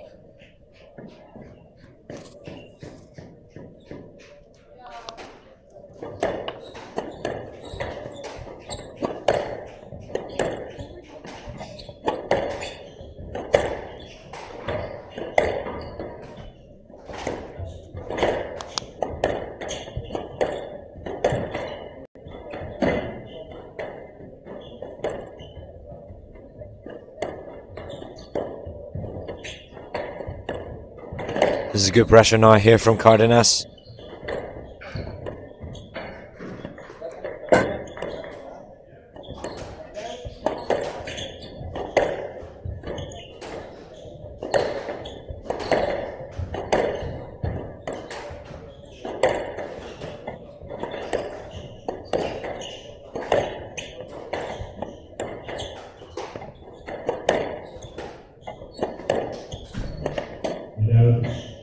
Just squeezing him there down the backhand side.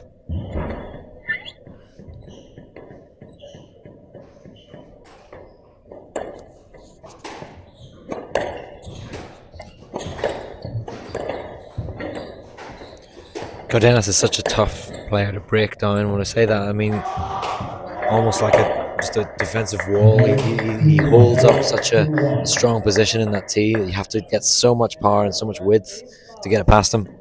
Yeah, I think in Lionel what you get is someone that moves well, absorbs well, contains very well, and picks people off. Like, he does the basics very, very solidly, and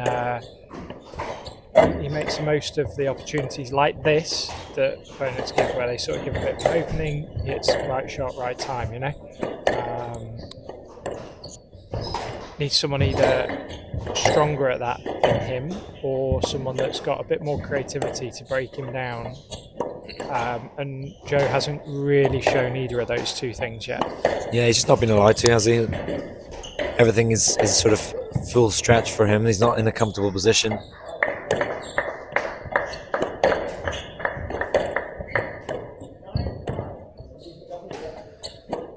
That's a real strength area for me, is Cardenas' lob, defensive lob, particularly when he's stretched into the front.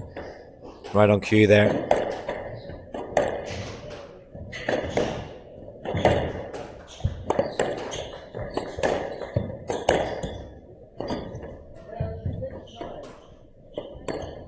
Oh, it's a great shot, and plucked out of the air by Cardenas.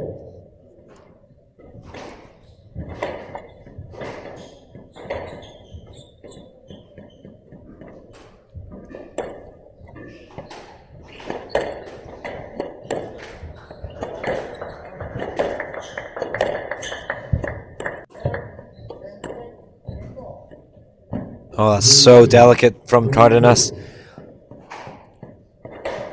Just manufacturing that shot. Carving it into the front left.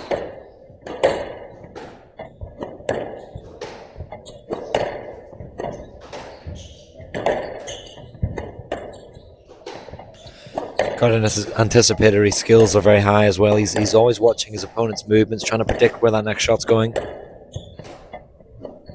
Yeah, it's something I've really kind of noticed this match, is just, I think he's been at ease with his movement. He's been floating around the middle, like covering off, recognising where the passages of play are going, and he's got that kind of like floating tee position that we talk about, Steve, where kind of hovering to one side, where he can see that the patterns of play are opening up, which does allow him to get on the ball quicker and put Joe under a lot more pressure here in this example, you know.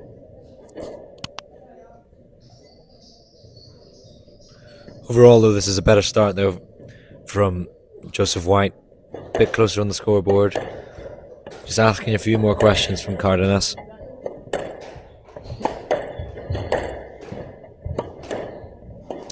Yeah, I'd say if I was Joe, there's no harm in starting to attack a little bit more. We saw that straight kill on the forehand side that you got some joy from. You know, he's tried this approach for a couple of games. Like, I'd like to see him sort of try and fire off a few more shots, try and catch Lionel out of these kind of fairly rhythmical patterns that he's been playing in so far. This is good. Yeah, sort of not be afraid about taking something that's slightly out of his comfort zone.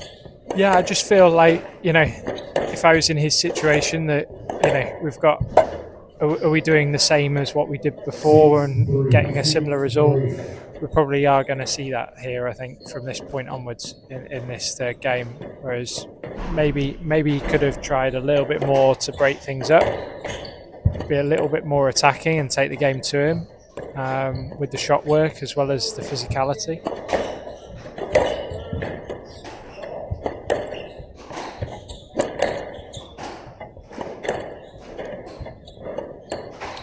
It's interesting though, Steve, it does show the level difference. Someone ranked kind of inside that top 100 kind of bracket, a little bit higher than that, obviously, for Joe. And then someone ranks top 15 in the world. That's a huge gap in rankings.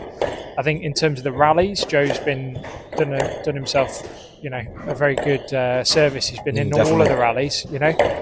But in terms of the scoreboard, that's shown a different side so far, you know. Yeah, it just shows that the weapons that Cardenas possesses are just that bit sharper. It's the weapons and the ability to deal with what weapons someone has as well, right? You know, he's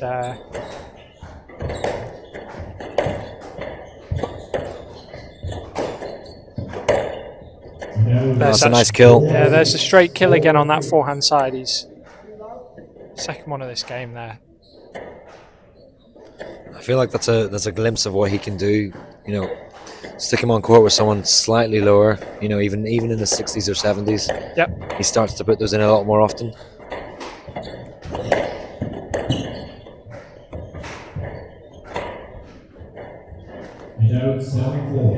You're up against someone like Cardenas, who's got that, obviously, that tremendous defensive ability, that control of the tee, but he's got serious skill, particularly around the hands there. Yeah, the dexterity at the front's been very good. He's left, you know, as he's brought the drop in more and some of the options up front, he's had good touch as well as the quality of what he's done and the weight of shot to the back of the court, Steve. As I say that, he clips sidewall on a short ball, but yeah.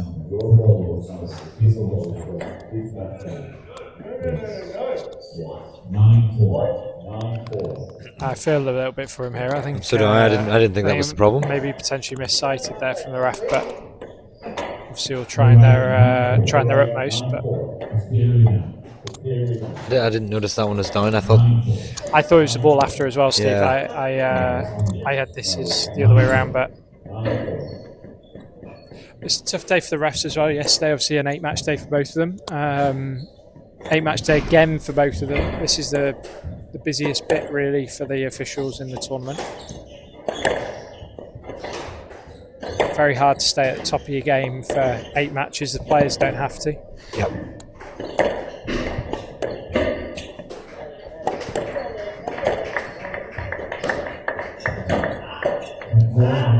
Very tight stuff again from Cardenas, the number 1 seed of this event.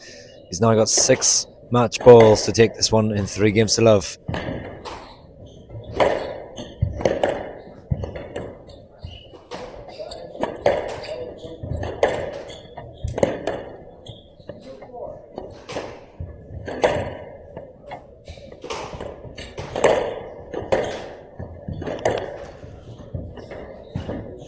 Looks very confident there, but that's a great response there from White. He's firing himself up now. He'll be happy to have broken the 4-point rolling score from the match. He's now on 5. 1 point the better than the first 2 games. And to be fair, I think the performance in the third here, Stephen, has been better. Yeah, far better, for sure.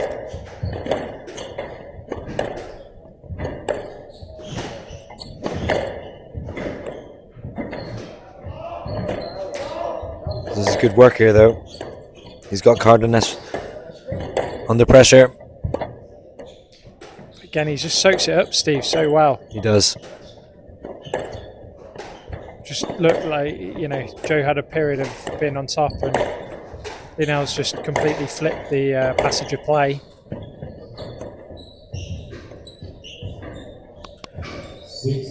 Again, it's a good touch there from White.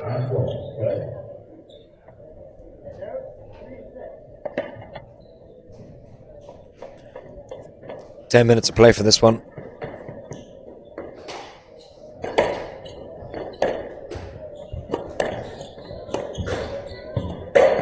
He's put it in the tin.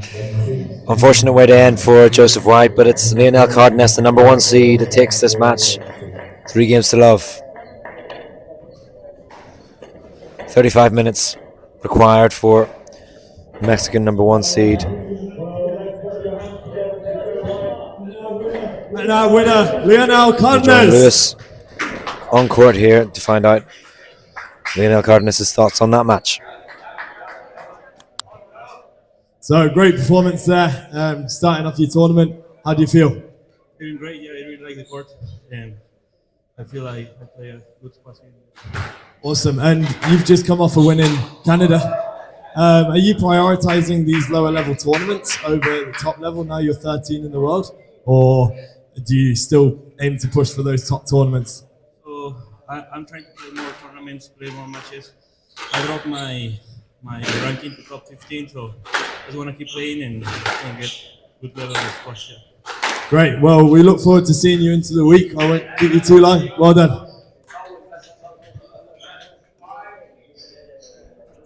Very strong performance there from Lionel Cardenas, number 1 seed from Mexico, dispatching Joseph White, the Aussie, number 1, 3 games to love in 34 minutes. Up next on court 1, we'll have Sin Ying Yi of Malaysia up against Hana Moataz, the number 2 seed of Egypt. Join us again very shortly for that one.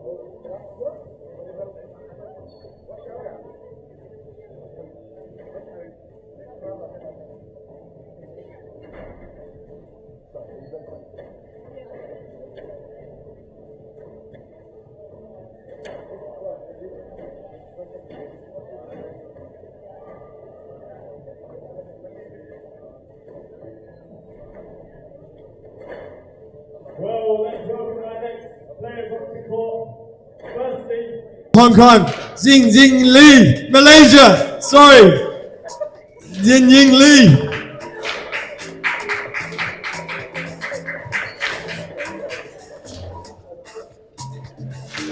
And from Egypt, Hana Moataz.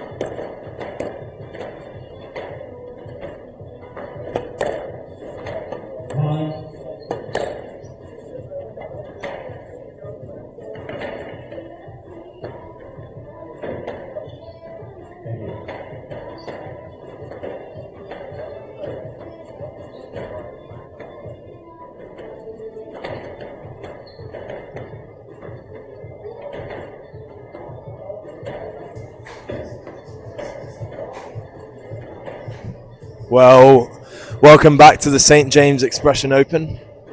We are here for the next women's match on court 1. Xin Ying Li from Malaysia versus Hana Moataz from Egypt. I'm welcomed in the commentary booth with Oscar Beach and I, Lewis Anderson. Welcome, Oscar. How are we? I'm good, thanks. It's good to be commentating with you. We played a lot of matches together, so it's nice to be talking about one together. I'm excited for this match. It's exciting to see Hana Moataz on court for the first time at this event. I think, this women's tournament, we've talked a lot about how there's quite a few contenders to win this weekend, versus the men's, where you would say that Leo, strives forward as quite a strong favourite. I think the women's game and this competition this week feels a lot more open, and Hannah's definitely one of the players who'll be entering this week thinking that she's got a very strong chance of winning. Yeah, from what I've seen recently, she's looking very solid. A lot of these players are actually around our age group, aren't they? We grew up with them in juniors. They are, yeah. I think it's really great to see, you know, lots of players who've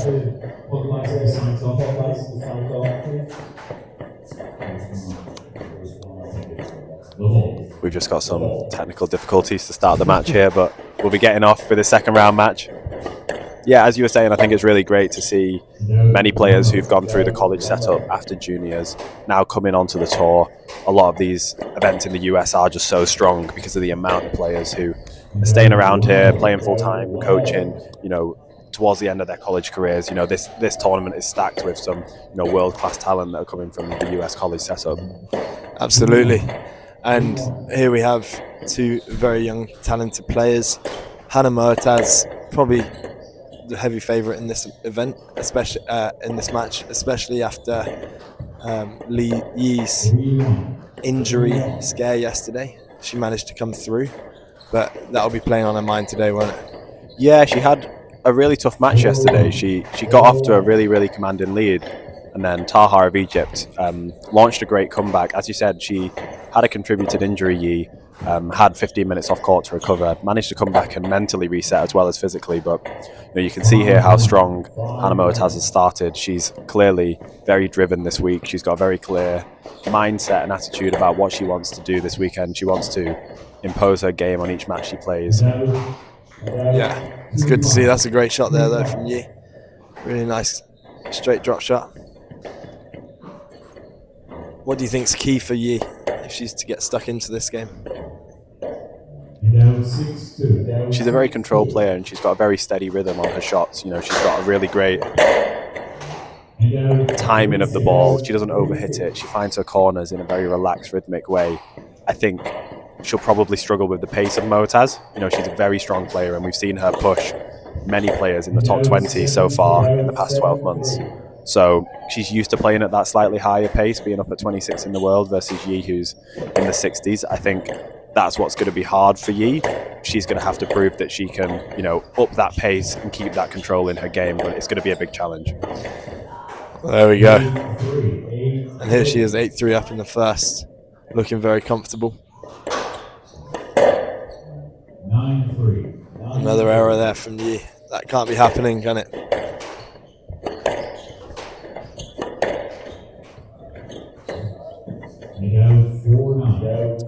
No, when you're playing a high ranked player, especially somebody where you've not played them before, you do really want to just settle into the game. Hannah's doing a good job of not making that easy for Yi. She's taken no time in attacking that ball in short. Yeah, it's either been an outright winner or an error from both of them to win most of the points. Yeah, there hasn't been many long rallies with a necessary tight shot. No, we spoke a lot about how well this ball takes in a positive winning shot into the front of the court. Obviously that encourages the players to go for it, but you can just see that tin there from Yi, giving Moataz 5 game balls now to take a very rapid 1-0 lead. Oh, there we go. Hana Moataz opens up her tournament with a 1-0 lead. We'll be back for the second game shortly.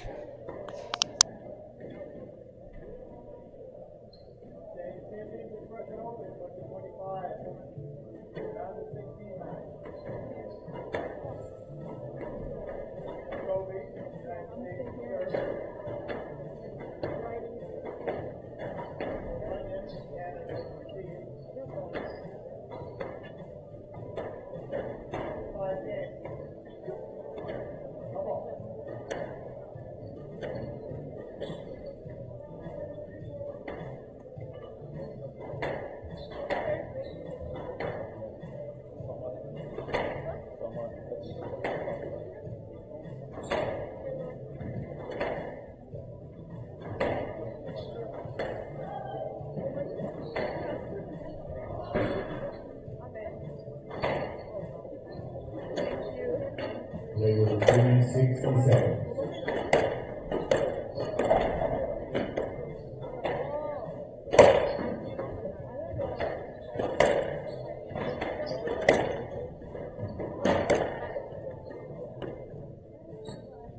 Warmup leads 1 game to love. The ball. Wow, very convincing first game from Moataz. She'll be looking to stretch this lead even further. Yi looking for answers, but could prove difficult with her injury from yesterday.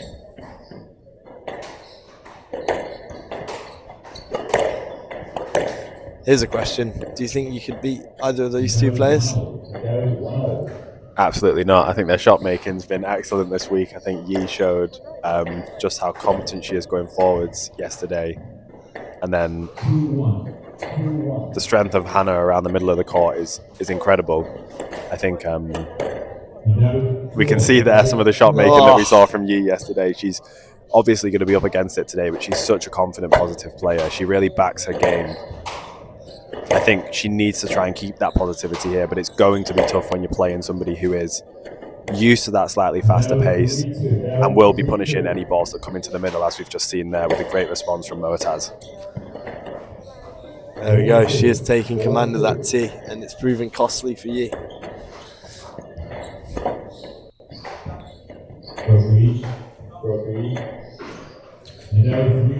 She's using that drop shot a lot, isn't she? That straight drop seems to be hurting Yi.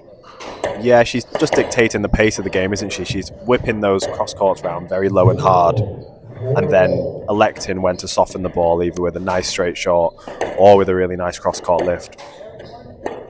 One of those short balls just going into the tin there, but she just seems very composed on court currently, and it's squeezing quite a few errors and loose balls out of Yi.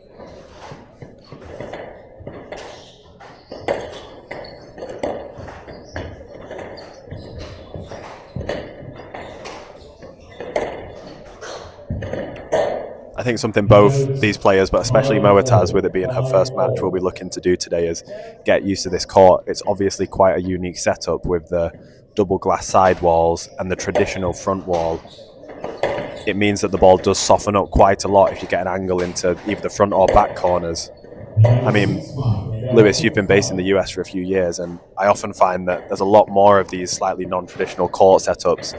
As you're traveling around on the squash college scene, how do you get used to it when you go to a club for the first time and there's a court with one glass sidewall or two glass sidewalls? Yeah, it's interesting. We never had these in England, did we? These you just don't see it, do you? No, we had either traditional courts or an all glass court. But with my university, St. Lawrence, actually had this setup with that solid front wall and two glass sidewalls. So I had to get used to it quick. Subtle brag, I didn't actually lose on the court there, so this must suit me. Moataz seems to be used to it very quickly as well here. It's her first match on this court, and we've not had a lot of game time here, but she is firing in those boasts very quickly.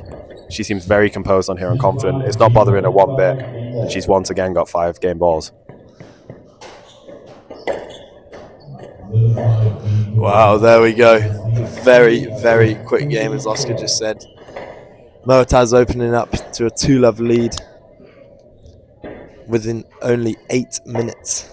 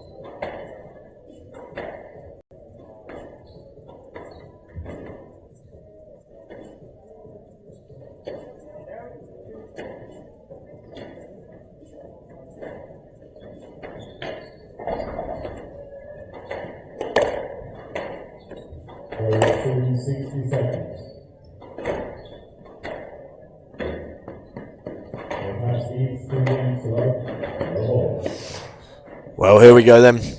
Moataz with a 2-love lead, looking very comfortable. Do you see your way back for Yi in this game? It's looking very unlikely as we sit here at the start of the third game. It does make you wonder whether the slight injury she's got, as she just guesses for the ball there from yesterday, is playing on her mind, either physically or mentally here. She has been attempting to rally her way into the match with Moataz, but just hasn't had the pace to keep up with her. it seems at this point that she's accepting that and is trying to play the rallies quite quickly here. But Moataz is very happy to do that as she's coming off better in the majority of them. Yeah, we just see there, just not running to the ball as much as she did in the early round yesterday. 5-1. 5-1. It can be a disadvantage for the higher ranked player to come in cold, having not been quite as used to the conditions and not had a match the day before. Obviously, that seemed to favour Madeline Highland in the first women's match of today, but I think we can see here that that match has taken quite a lot out of Yi yesterday. 3-5. 3-5.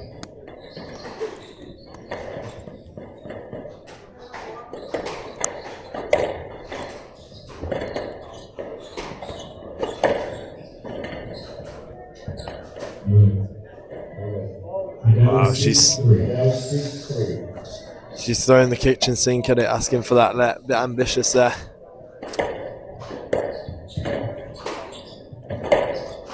It looks like it's either going to be a winner or an error for Yi. She's not really looking to lengthen these rallies too much. No, you can see how strong she is as a player in this rally here when she does establish herself on the middle of the court, but Moataz is just doing such a good job of moving her around. She's just not been able to get settled at all here in this match. It just shows that extra level of pace and that extra level of width and tightness that those players at that slightly higher rank can have.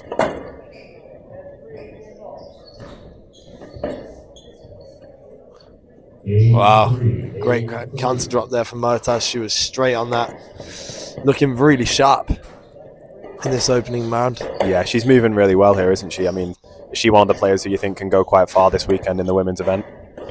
I think so. I definitely think she's got a weaker side of the draw, you could say. I think there's a few in that top side that could spring some early round upsets.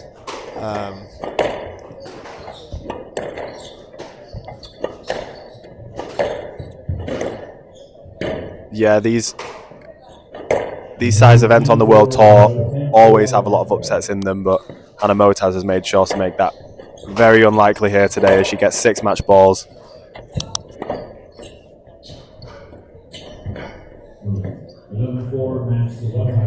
And she'll close it out on the first one there. That's a brilliant performance from Hana Moataz, establishing herself this week at the St. James Expression Open with a very, very confident 3-love win over Ying Yi, who had a great match yesterday, perhaps was slightly impaired today with the leg injury that she sustained during her first round win yesterday, but Hana Moataz will not be worried about that. She's got off court very quickly there in under 15 minutes.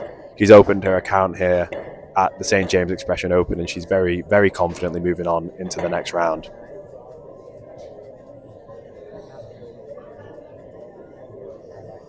We'll shortly be hearing from Hana with Lewis down on the court to get that reaction to her first round win and hear from her. Well, let's give a big round of applause to Ying Li and our winner, Hana Moataz.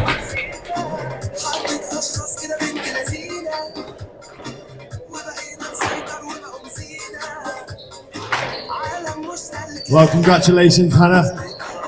Very convincing 3-0 win there. How are you feeling? I think I'm feeling pretty good. And I watched her yesterday and also your entries and I hope she's okay. But yeah, but I think I played pretty well. So I'm happy. Wow, very good stuff. And yeah, I hope she gets better very soon. We've got a question from someone in the crowd. How do you keep your hair so nice? Alicia up there. Yeah, it's pretty hard. It's a whole workout before the match, honestly, because it's huge. So like to get it all in there, it's a tough thing. Well, there we go. There'll be more of those questions throughout the week. I won't leave you too long, but well done. Thanks.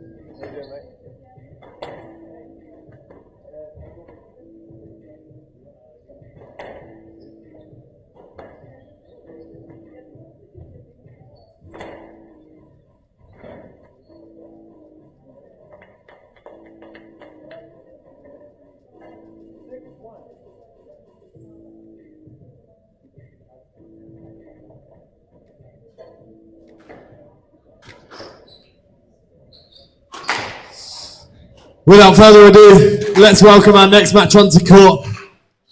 All the way from England, Finley Withington.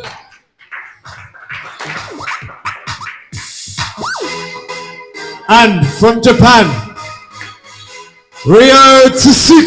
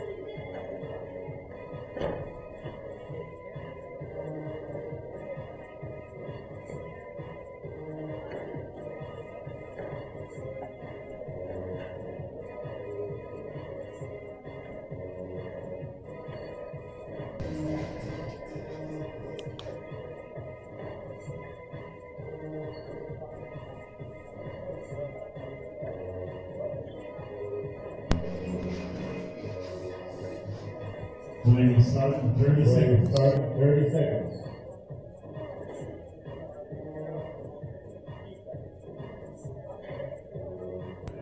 Welcome back to the St. James Open, sponsored by Expression Networks 2025. It's the final match of the first session, the afternoon session today. We've got home interest for Finley, Withington of England, based in the St. James facility, versus Ryunosuke of Japan, the number 6 seed. I'm Stephen Hurston, joining me is Lewis Anderson. How are we doing? Thank you, Steve. Yeah, good to be back with you. I've missed you from yesterday. It's been a while. It's felt like too long. Yeah, but no, glad to be back for this exciting match, actually. Two very attacking players. Don't think it's going to be a long one like we saw yesterday with Joe White and Dylan Huang. So looking forward to seeing them chopping it in. Well, they're two very skillful players, aren't they? They're very smooth around the court. Like to take it in short. But I would have to say, when we watched Finley Withington play yesterday, he obviously had a 3-love win, but it was tough. It was tough for him, I think, physically. Yeah, I think it could be a good thing for him just to get the cobwebs out. I mean, before a tournament, it's always good to have that lung burner. But Ryo will be coming into this fairly fresh. He's just got back from a tournament in Canada, so the travel won't be too bad. And he'll be wanting to go pretty far in this tournament, I imagine. We were just talking about his win rate on the PSA and how we think he should be kicking on up the rankings. Yeah, 70.13% on the PSA Squash Tour career. So he's always been one of those players that obviously you don't see too many Japanese men's players at the top of the game, but he's always been around bubbling that top 50 mark. And I do feel like it's his time to sort of start to make a jump. Yeah, definitely.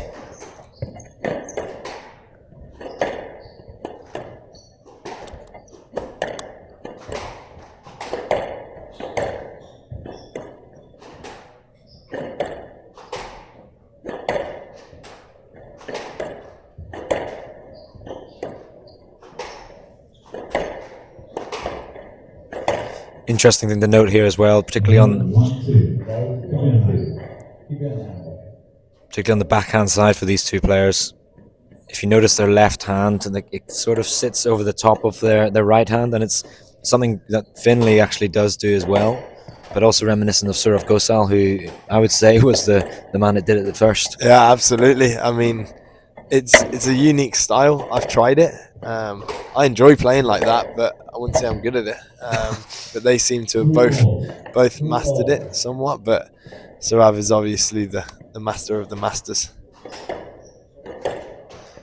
Yeah, just watching them, even just the first few points, they're fairly similar in style, the way they play.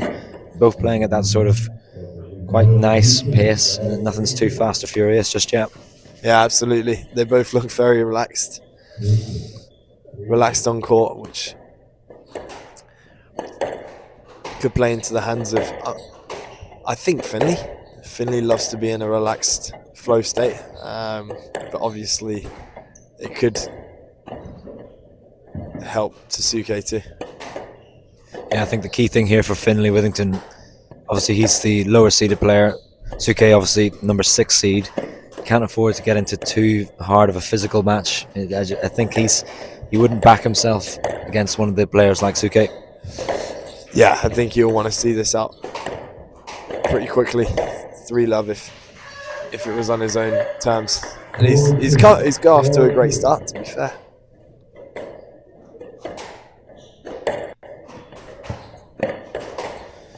And he's a former British Junior Open champion and a World Junior Individual runner-up. So he's had a pretty stellar junior career, hasn't he? Yes, and you talk about experience as you get older, but I think he relies on his experience from juniors a bit too much sometimes. Rather than really embracing the world tour, I'd like to see him push on a bit further, really understand what he's trying to do in the next few years on the Pro Tour.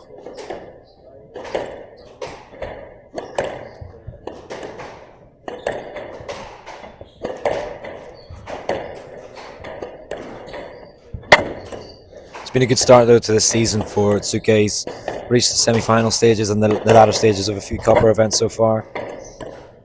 And as you said, this is one of those events where he can really go for it. Yeah, definitely. There's no reason why he can't. And he started off this game looking sharp. Very tight exchanges on that backhand side. Finding his weight straight away. And I think he'll go all day at this pace. I don't think there's any signs of him slowing down. And he'll want to make this go on as long as possible to test Withington.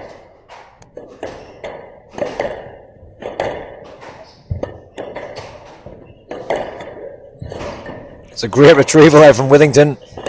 Oh, the speed! What a rally! Unbelievable stuff from the Ginger Ninja there. That's a great nickname for Finley Withington. He did look like a ninja in that back right, didn't he? And that's a glimpse into what he can do, but he needs to make sure he doesn't do this too often because it's seriously tiresome.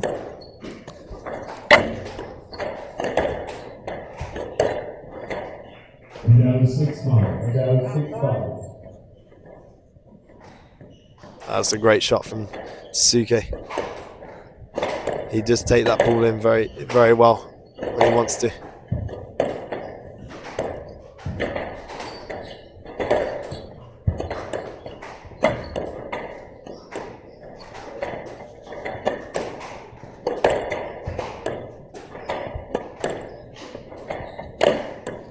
It's a great length. Just got their length a bit better in this rally. Well, look, I mean, that is as tight as it can get. There you go.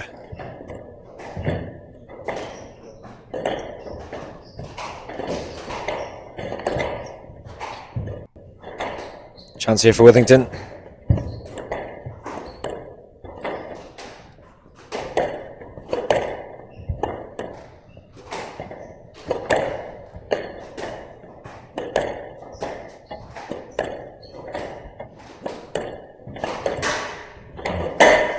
It's a well-worked rally there from Withington. It was an unforced error from Tsukue, but I'd arguably say it was forced due to just the patience that he was playing at.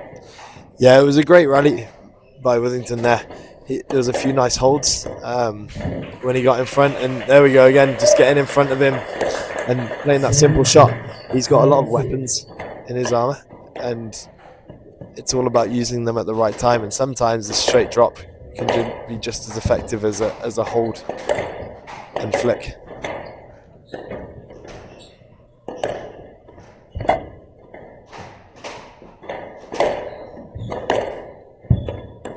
Yeah, he's reading Tsukue very well at the moment. Oh, he can't read that one, no. That's one for your list. There we go. 7-0. That is another one for the list. That must be over 20 now, and we're only on day 2. We said over 30, over 100 we predicted. Over 100, yeah.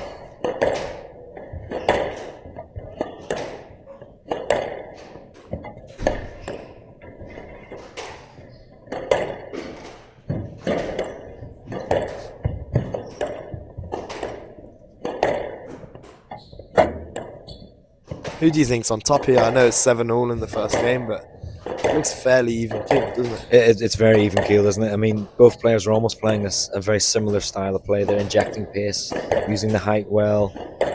It's going to be someone that has to pull away and be a bit more, I think, patient in these kind of rallies. Yes, That's a great fantastic rally. shot. 8-7. Finn will be looking to get this first game under his belt, giving that bit more confidence going into the second.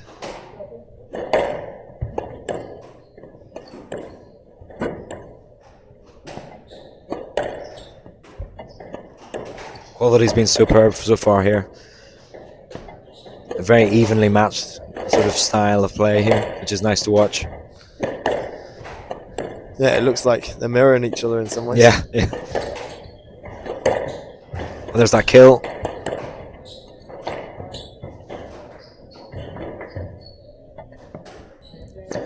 The more Tsukue takes that kill in from behind Finn, I think Finn's going to enjoy that because Yeah. it'll give him time. It'll give him opportunities when he does miss his target to take advantage of that. Finn's very comfortable in that front area of the court. And just that shot, I think it's worth noting is that this game he's had a lot of success just lifting it very high onto Finn's forehand because it tempts him to jump, and when he jumps, he just loses the accuracy. He does love that jump, doesn't he? 9-8, 9-8.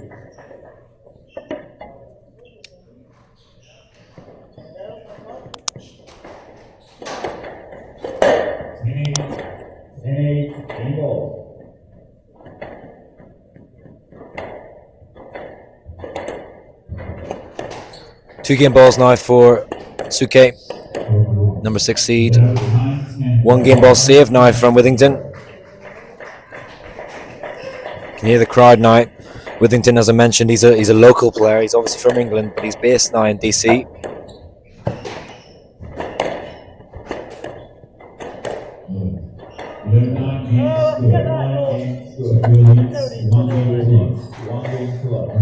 Tsukue closes it out.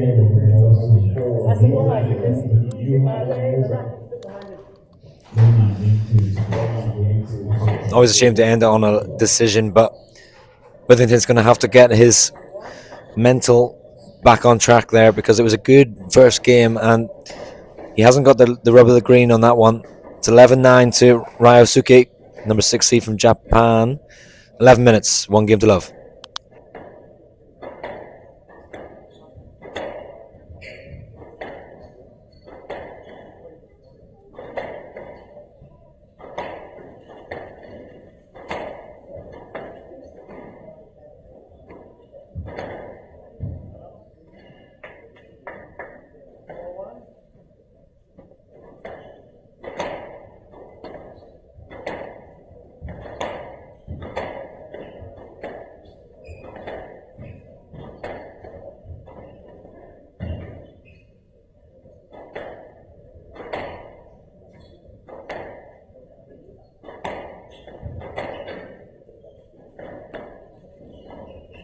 We're assuming 60 seconds.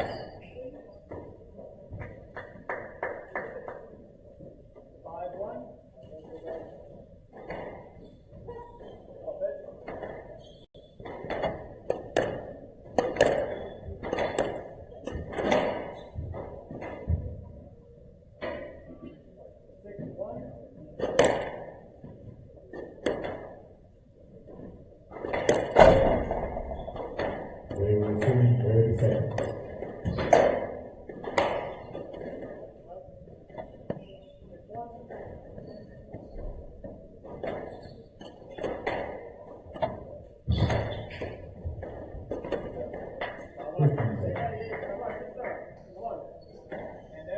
Release, 1 game glove, 1 game glove, no.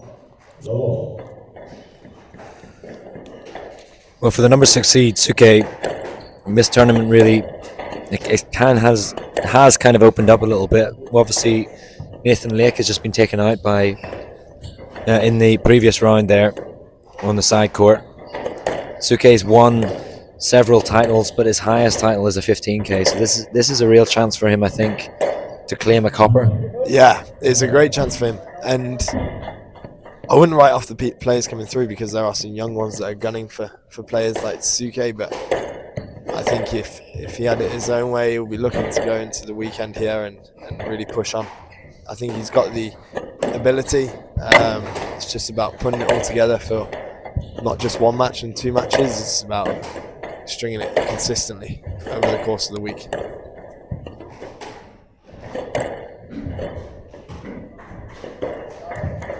But he is playing, the winner of this match does play Lionel Cardenas, which is going to be a very tough opponent who's looking on fine form. Yeah, he was on fire. He dispatched the Aussie, Joseph White, in 3 games to love, and both these players will have to be on their A game. But at the minute, Finley Withington has to find a way of causing those issues, really troubling Tsukue. Yeah, he looks like he's playing the wrong sport at the moment. He's kicking the ball everywhere. Just needs to get back into it. Needs a pair of Alina Bushma's shoes. Was it the T90s? The T90s. The T90s.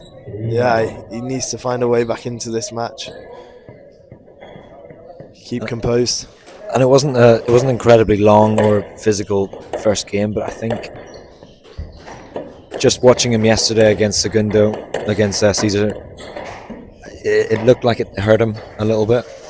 It did, and if he looked back at this first game, I don't think he shouldn't be unhappy about it. I think he's put a bit of work into Tsuke's legs and should look to challenge him in the second game.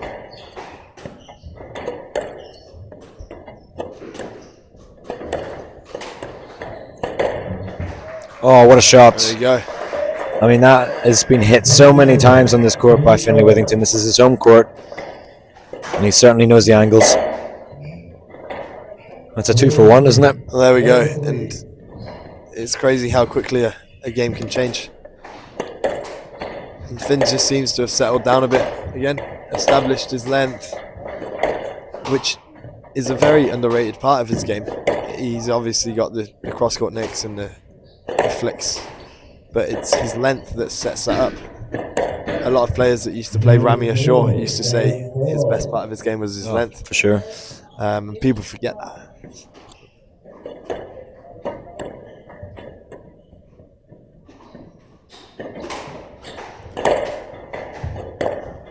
Oh, it's a great kill again from Withington. And you can hear I don't even know what they are, kazoos or horns in the crowd, but the crowd are getting interested for this one. The baby vuvuzelas. Baby vuvuzelas.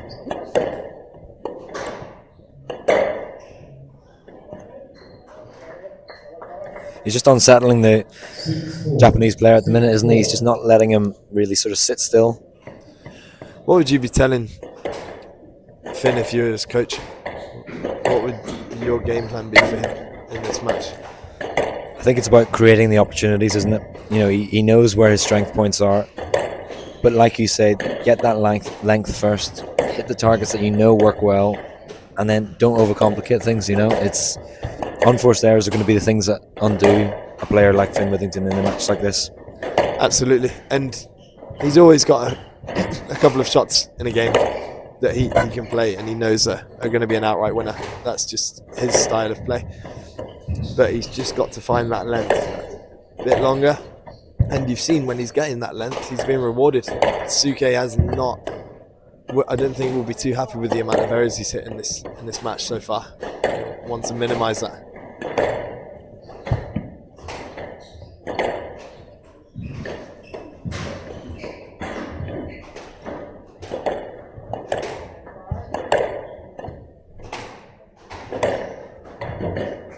I mean, I was just about to say, what's been sort of mesmerising watching Tsukue play is it's a very simple expression, but you hit into space, and he's so good at just seeing where his player isn't and just firing it in a really nice pace into those corners.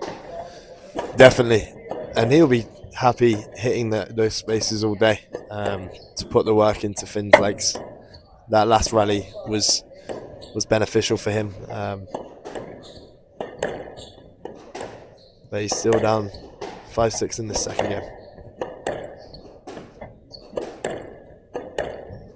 It's good tight work here from Withington, taking control of the tee.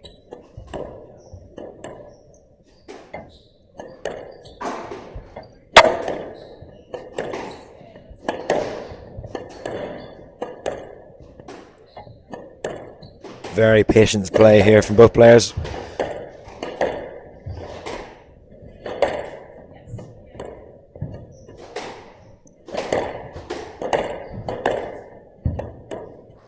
It's a very good rally here from both.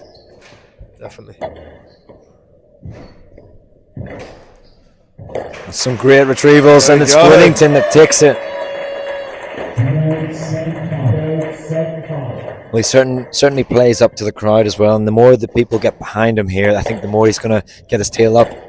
Ever since juniors, he's always loved a crowd. And it's having an effect on Tsukue, isn't it? That's about 5 or 6 unforced errors. Definitely. And Finn's going to relish that.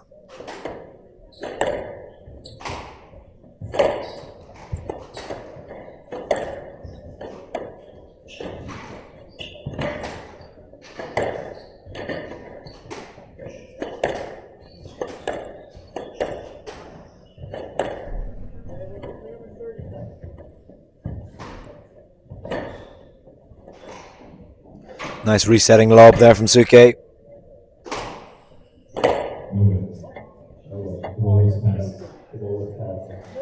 I think that was a fair decision of a no-let. I think so too.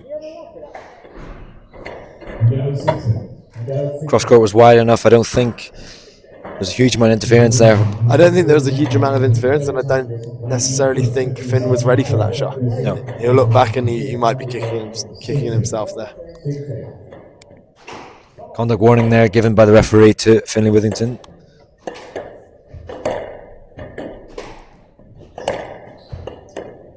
He's been doing the right things in this game, I think. Just reset, rally, straight back into it, and build on this lead he's created.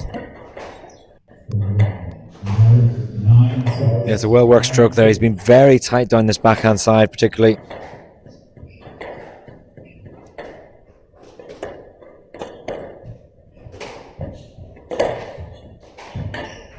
Oh, it's a wonderful length there from Tsukue. He's just keeping within touching distance of his opponent.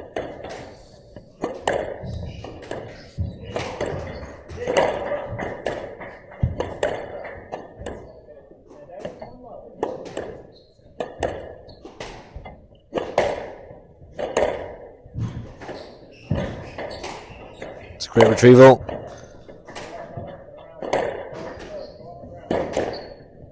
Well, I mentioned Withington's tight work, length, but Tsuke's just as good. He's matching him point for point. Totally is.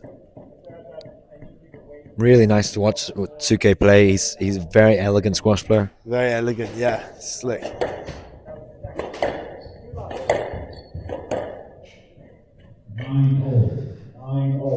Withington's not going to get much luck there. That was a good kill shot there from the midcourt. But again, it was opened up, wasn't it, by Withington? It was loose on that right-hand side. It was. Crunch time now, 9-0.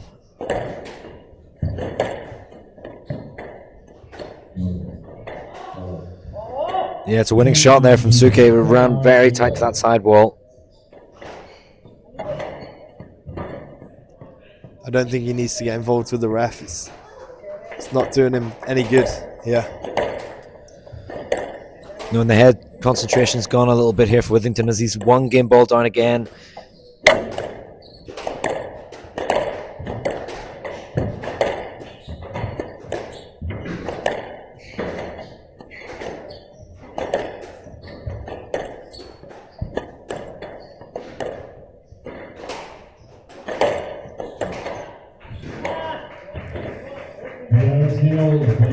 Fist pump there for Withington.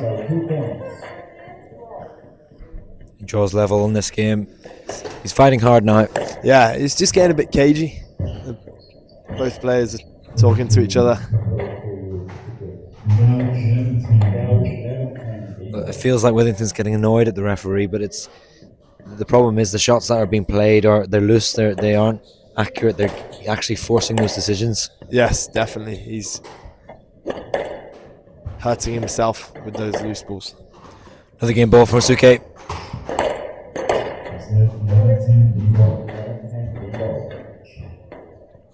Cagey is the word, isn't it? It is getting a little bit tense between both of them. Yeah, just both getting in the way just a bit too much.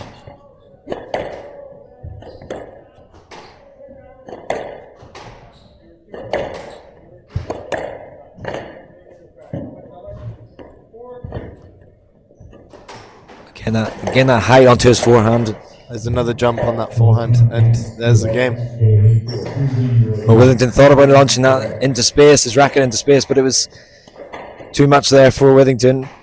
Tsukue takes the second game for a very important 2-love lead.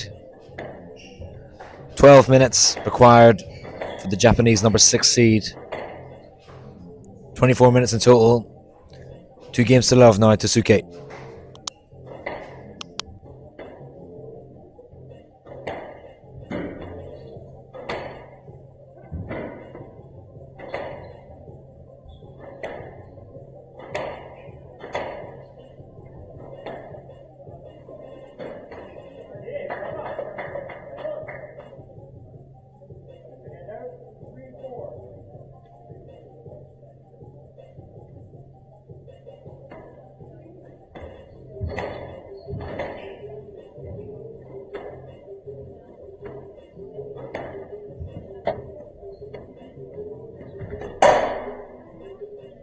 resuming 60 seconds.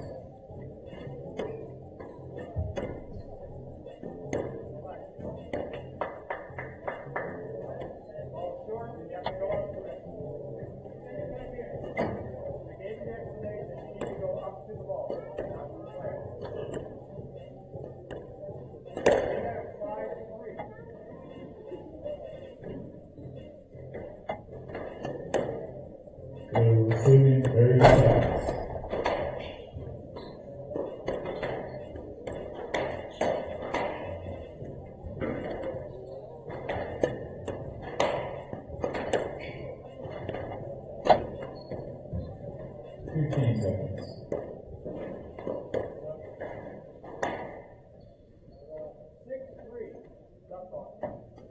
Tsukue leads 2 games to love double. Well, it's the number 6 seed here from Japan that, to me, feels like he's unfazed by all of the, decisions or interactions. Yeah, he's looking solid, even though he's been down in these games for the most parts. He's done well at closing it out, and that's just going to play into his hands a bit more in this game. Finn looking for a lot of referee calls, not going his way, trying to find a few seconds, maybe getting a bit fatigued. Oh, that's a wonderful shot there, right from the back of the corner. The bull has died off by the looks That of was it. it. And there we go again. It's just 4 love. Oh no, sorry, 3 love in what are we talking about? about 30 seconds. Yeah, we're flustered.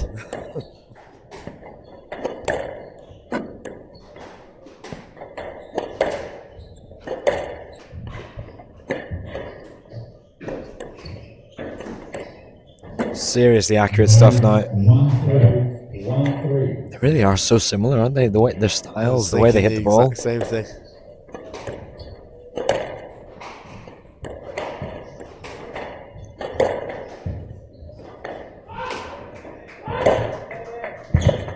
It's a great get from Withington. If Finn can just push through these next couple of rallies and establish a bigger lead, that'll give him more confidence. It was a tough movement there for Withington. He really had to put a lot of effort into that rally.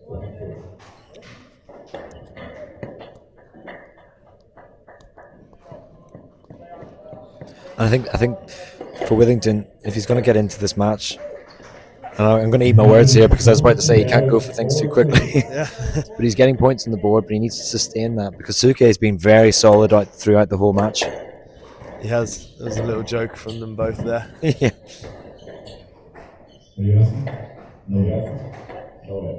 Oh. 5-2. Was that a no let you just got given? It's difficult to say. I mean, I wonder whether the ball was so far up to the front wall, maybe, but no complaints from Tsukue. Yeah. 6-2. And he's done just as I said.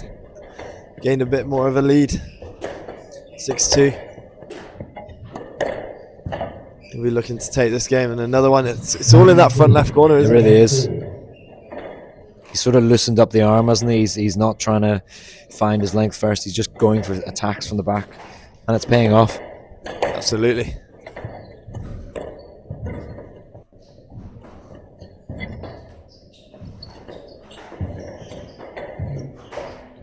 That was a great retrieval there from Tsukue. Just high enough to get up on the front wall, but it runs tight.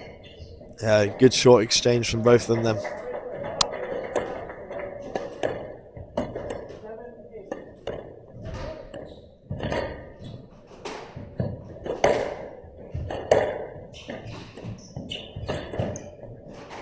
Great lift there from Withington.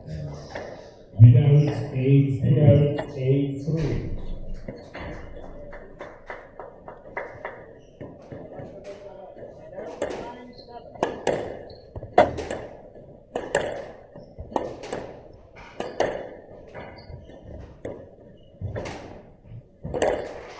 Oh, that's a clever shot.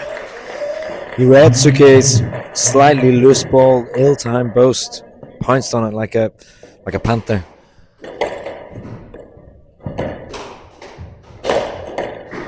Oh, that's also well read. Whoa. It's that second ball, isn't it, from both of them? When they put them in short, it's not a case of what that ball does. It's kind of like a working shot. It's a combination. It's the And then 1-2. The second shot has been crucial. Oh.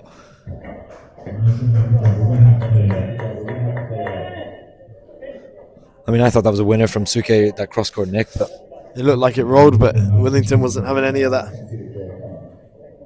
5-9. oh, well, there you go. Withington's actually conceded the point. Being on a conduct warning, I don't think you'll want to get into much with the referee anymore. No. He's in a good position in this game. Can't get any better than game ball, and he's 5 points, 5 game balls to play with now to get on the scoreboard.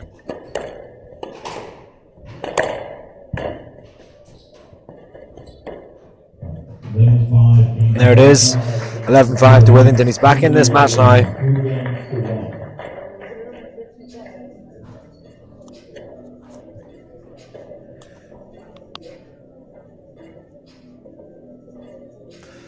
Just 6 minutes required for Finley Withington to get a game on the scoreboard. He still trails now by 2 games to 1. But it was positive squash all the way through there.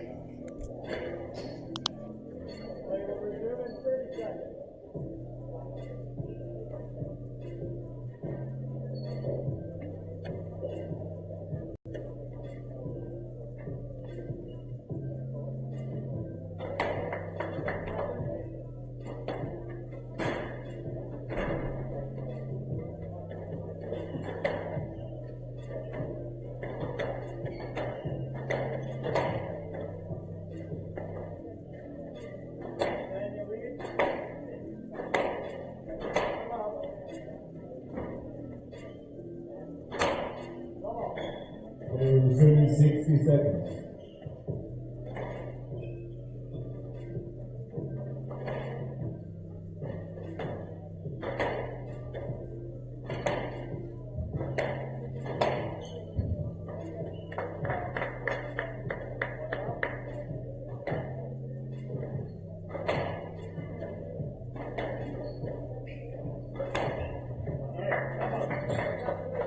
Resuming 30 seconds.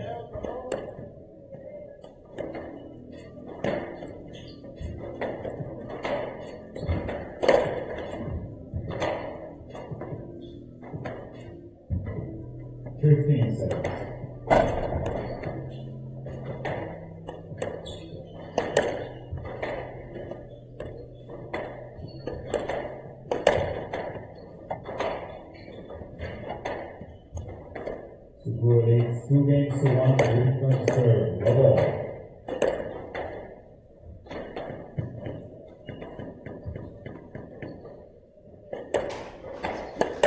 Well, brilliant response there from Finley Withington. Started off that previous game with a barrage of attacks, and he's played an absolute scorcher of a taxi.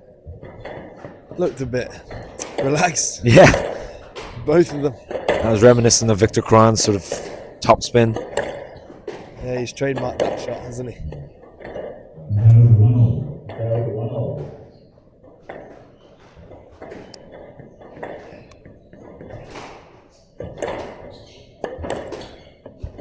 Just 5 minutes in that last game as well, which is going to favour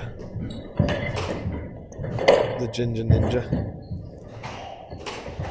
Oh, this is brutal squash now.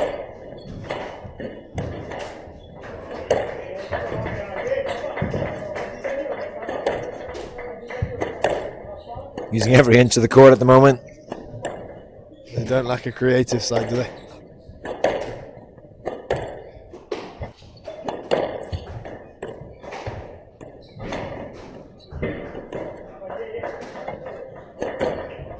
Oh, that's clever. That is so clever. Wow. You can thank me later for teaching him that. I don't think any of us expected that one, did we? No.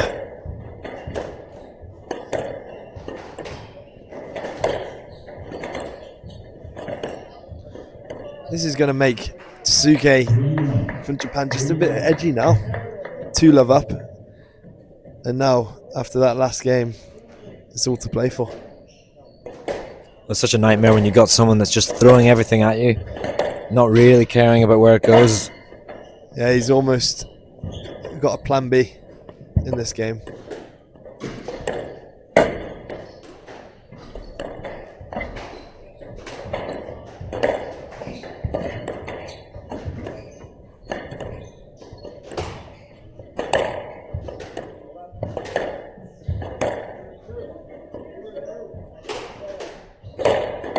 Oh, he's read it. He's anticipated it.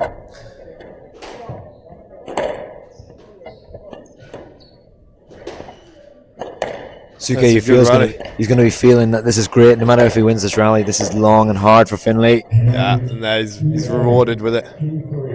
Finn won't be wanting too many more of these rallies in this match.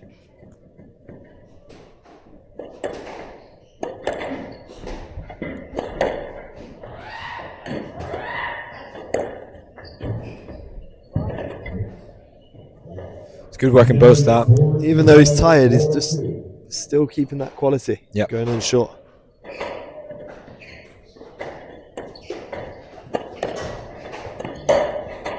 Oh.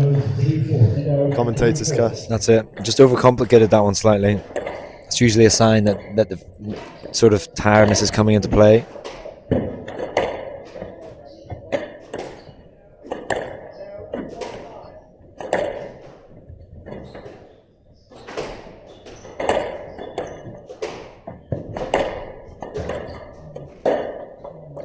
But he's just buzzing around Tsukue, isn't he? He's just not letting him get settled still. Tsukue isn't settled at all here. Another couple of errors in this game.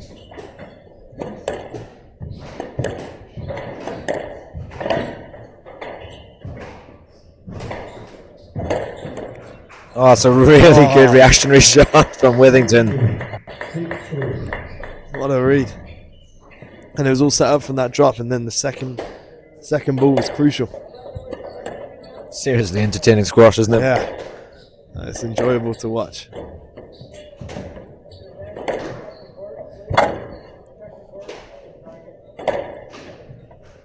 This is tough work now for Withington. It's that cross court just fading away into that corner, making Finn scramble back there every time. It's gonna be hurting him. You feel like Tsukue now just has to lock down the court, just play a bit more patient and stuff, not trying to win the rally outright too much.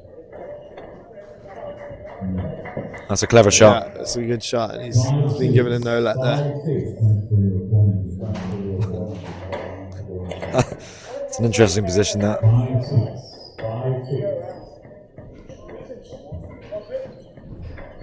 He got sent the wrong way, full stop, didn't he? He did get sent the wrong way, and I think he did want to hit it, but he should have just forgotten about it. Yeah, we got there. There we got there. Yeah, 6-3 up. Momentum was with him. But Tsukei's doing really well now. He's just a bit more battle hardened at the minute, isn't he? He's just not giving an inch. He looks up for it. He's still bouncing around, even though Finn's coming back into this. That's a great shot there. Very tight. 4 points on the bounce now for Tsukue. Real momentum shift.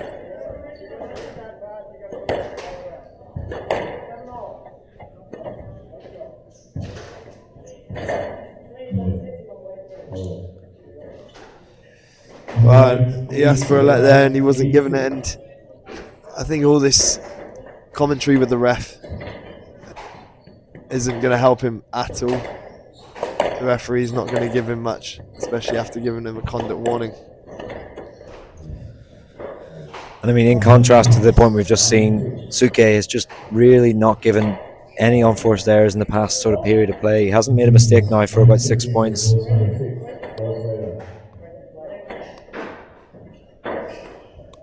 Well, both players making the decision that this is a natural time to get the tile. Yeah, they've changed the ruling on that apparently, haven't they? Yeah, I think they've done it for them.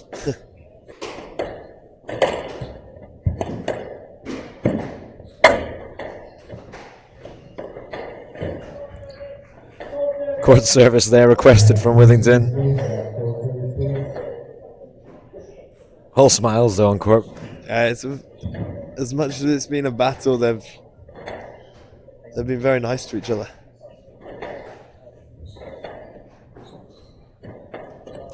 It has been really interesting to watch how Tsukue has just managed to. I think it's maybe a bit more maturity on court, hasn't he? He's sensed his deficit and he said, I need to change my tactic here. I need to lock in and not give anything away. Absolutely, and even when he's been under pressure from Finn, he has just absorbed it, and here he is now with a 4-match ball lead, looking confident, very confident. Well, Tsukue just demonstrating the perfect serve there, hitting the neck in the back wall.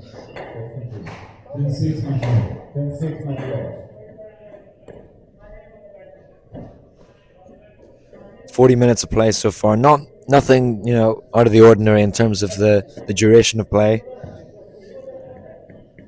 No, a long game in Finn's book for him.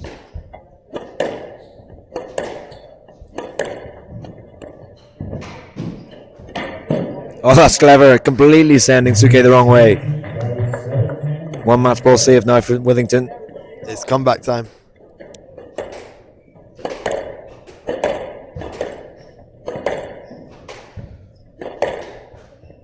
Real injection of pace now from the Englishman.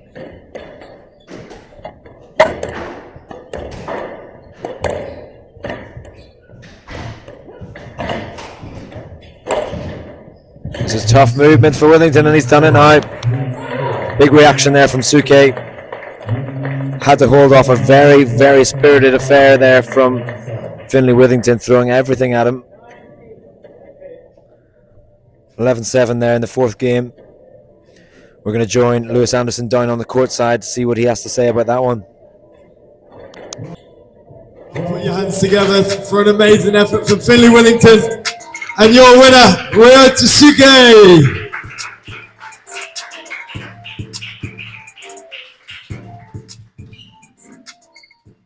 Okay, we've been told he doesn't speak English, so is there a... So, well done. Okay. We've got Finley, who's going to translate. How did you find that match? すごく嬉しいです。明日第一シードとやるので、明日頑張りたいと思います。Very easy. Yeah, that's all I got really from it. Well, there we go. Thank you very much for the translator. And your winner, Ryu.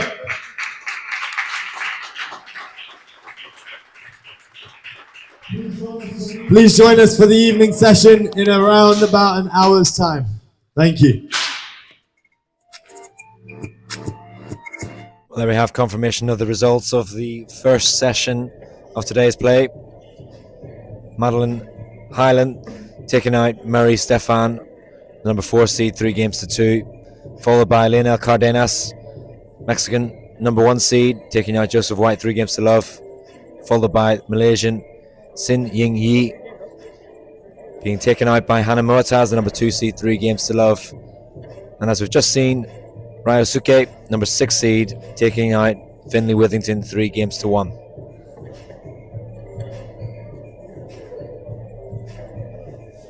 Well, Lewis, great start to this the second round of the St. James Expression Open. Can you give me a highlight from today's morning/afternoon session? Yeah, I think a highlight from that was definitely that match just then. Rio, I mean, he was up against the kosh for a long part of it when Finn was just going all out attack, but he found a way to re-establish his 2-love lead and see it out 3-1. I think that was very, very good from him. We've seen 2 of the number 4 seeds taken out, the men's and the women's. Nathan Lake was taken out by Salman Khalil, and then also We had Madeline Hilland taking out Marie Stefan. I mean, that opens up the draw, doesn't it? Yeah, absolutely. I was actually playing whilst Madeline Hilland won, and hats off to her for that match. That's an incredible win. She'll be very happy and really relishing that match tomorrow. And then looking into the next section of the courtside matches, any favourites you're going to look at? You did mention the men's match at the end, Veer, Chotrani and Mohamed Sharaf. Is that still your pick of the day? I think there's two. I think there's that match, Veer Chotrani versus Mohamed Sharaf, the 2023 college individuals final, and also Marina Stefanoni versus Sinyuk Chan, which is not going to be on court one, so we won't be watching it here, but I am very interested to see which way that goes. We've talked about it all week with Marina saying how tough of a draw that is. And Sinyuk Chan will be looking to go deep into this tournament as she has done in her previous 3 tournaments. Yeah, the event's starting to really shape up now. It's getting into the sort of nitty-gritty of the matches. I think for me, Alina Bushma versus Saran Nghiem is going to be an interesting one. Saran is obviously very close to the B Squash Academy here in DC, but I think she's going to have a real tough test against Alina Bushma. Absolutely. I mean, now we're going into the later round of the tournament. There's going to be no hiding spaces. Every match is going to be tough. Alina's going to be same old Alina, looking to make a match as tough as possible. They've played multiple times, and yeah, another good match. Looking forward to it. Yeah, we're being treated to some good squash here, and that's the end of the afternoon session. We'll be back on the airways at 5:30 p.m. And that should be a 5:30 start, all being well. And join us again there for the next set of matches.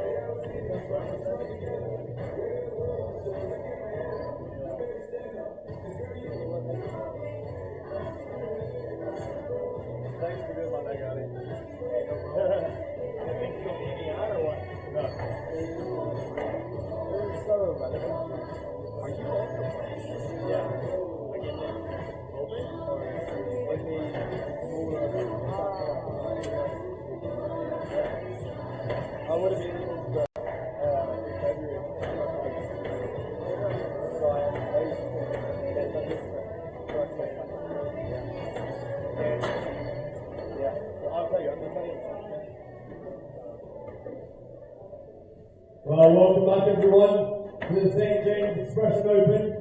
We're going to kick off our matches tonight with two very strong players.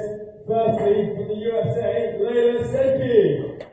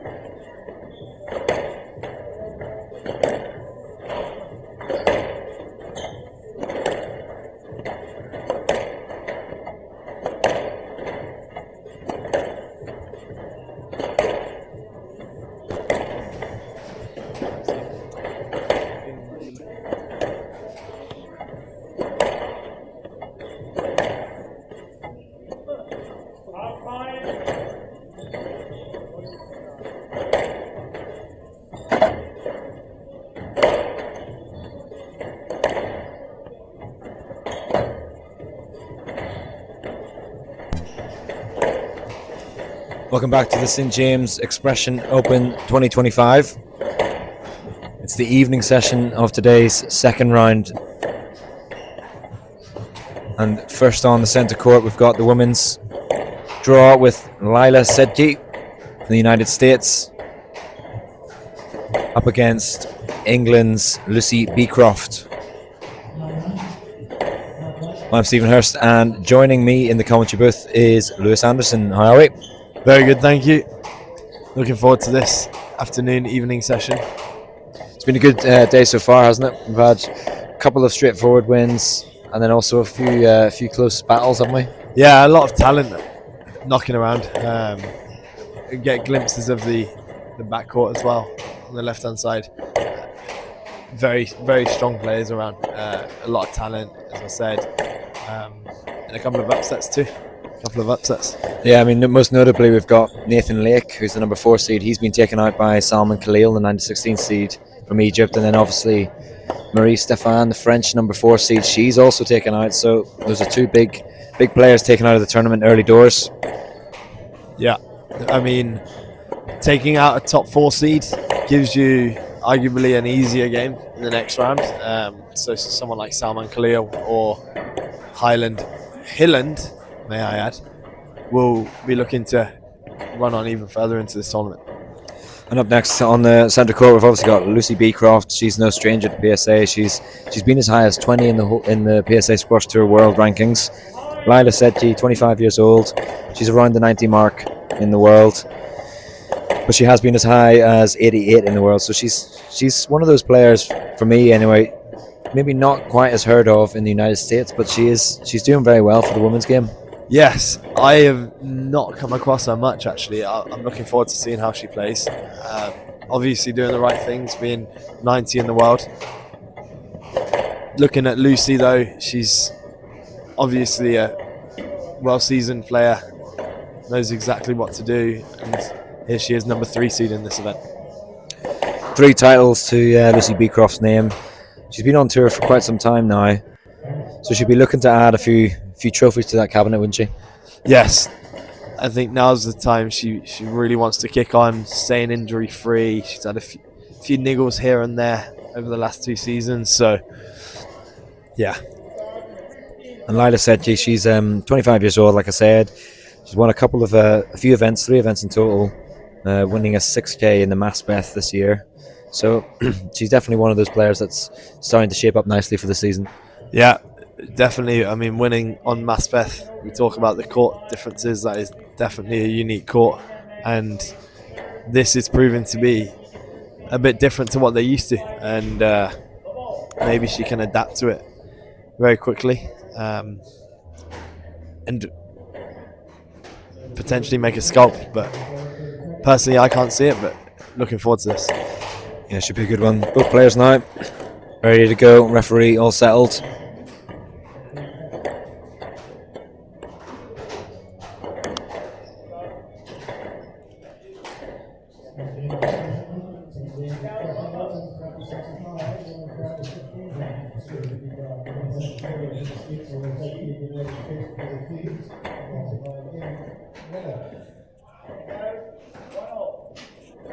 Beecroft serves to get this match started. Number 3 seed in this event. She'll obviously see that number 4. We mentioned it being taken out, Marie Stefan. Now obviously she's in the other half of the draw, but you got to feel like she's going to be eyeing up this title. Definitely, and she feels right at home in DC, staying at her partner's place. Knows the St. James very well. Does a lot of training down here when she can, so that will hopefully play into her hands. She'll be hoping. Well, the board looks like it's bouncing around on this evening with a few more people in here. Yeah, I've seen Sedky play a few times now, and one thing you'll notice is she likes a kill. She likes to hit very fast from a high racket preparation, I should say.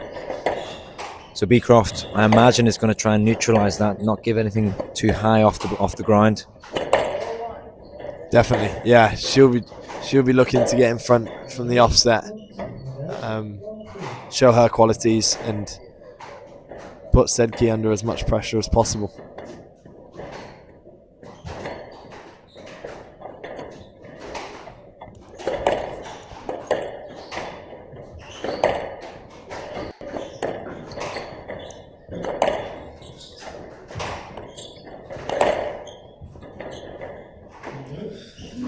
Finding the lucky bounce at the back there. Good length, good weight of shot though from Sedky.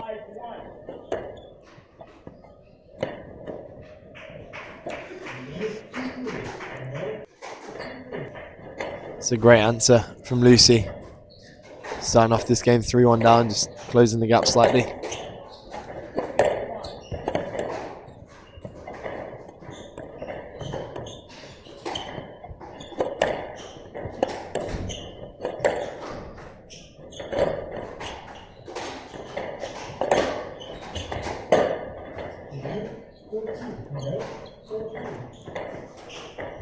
Quite an awkward player to play against, Sedky, because obviously with that high backswing and that really likes to get down on the ball, hit hard, it means you always have to be a little bit careful about where you place the ball. You can't be anything loose, especially around the midsection of the court?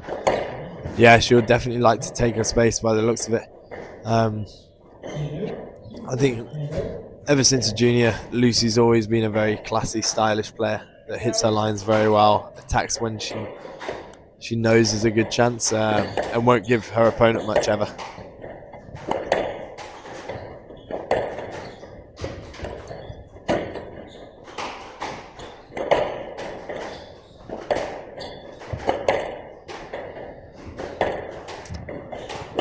I actually thought Lucy was the tournament stringer yesterday. Oh yeah? Yeah, she wasn't leaving that stringing machine all day.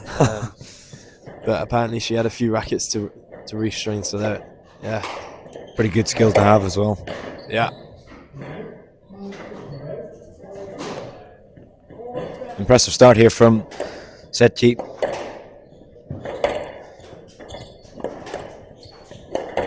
Just under a 60 place gap between these two in the world rankings, and it's not really showing that as we see on court. Not at all. She's come off to a flyer. Sedky has, hitting her lines very well, stepping up on the tee, playing with a lot of intensity as well. She can keep this going. Those 60 places on paper won't look the same in this match. No, definitely not.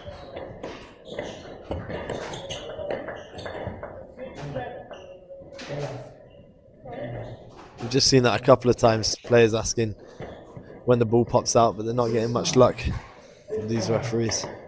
Well, it definitely seems that the referees are looking for, sort of displaying an effort to get round that ball. I think if you're not showing a lot of sort of intention, that's when you're not going to get much luck.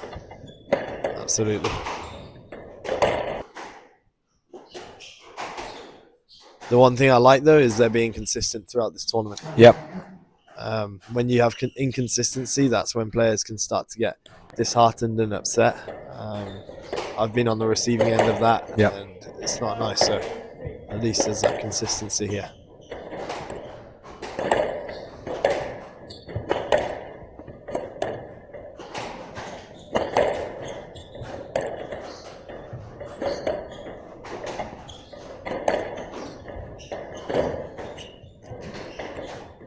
No, it's very tidy. Yeah, Beecroft really trying to over-exaggerate that width as well. Every time she gets a chance, she just doesn't want to put the ball on Sedky's racket. Not at all, and she's come into this game looking sharp now. 8-5 lead out of nowhere.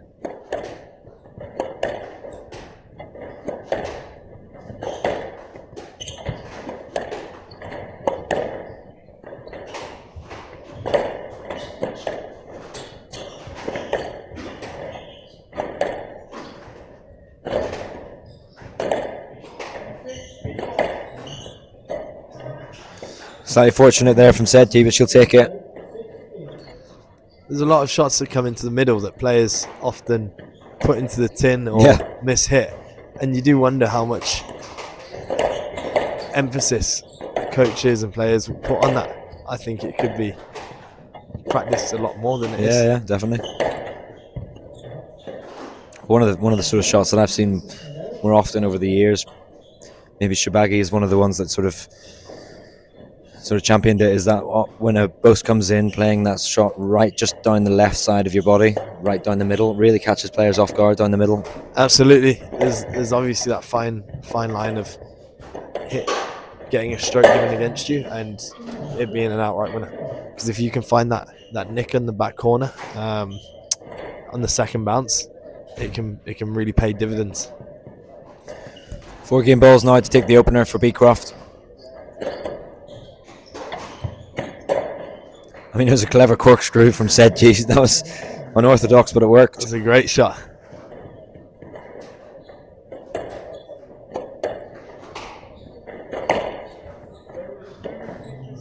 Oh, it's a lovely shot there from the back. Just chipping it from the deep within the backhand side there. First blood now for Lucy Beecroft, the number 3 seed of this event. 8 minutes required. She leads 1 game to love.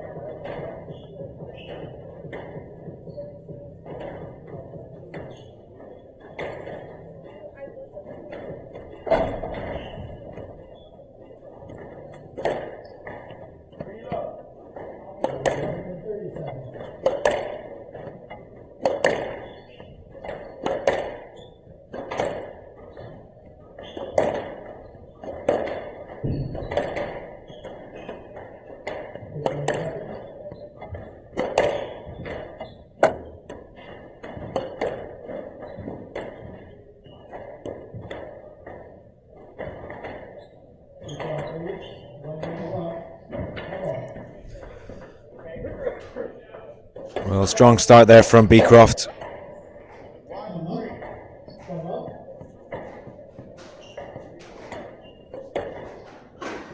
Feels like she's taken the sting out of Sedky in that game, didn't she? Yeah, I mean, Sedky got off to an incredible start, 5-3 up, and then Beecroft just went on a rampage after that, and she started off where she left off then. And it's just from hitting those corners. I've spoke about it since the start of the tournament. If you can hit those corners consistently and put your opponent under pressure to give you that opening, it's squash. Yeah, it's squash. That is squash.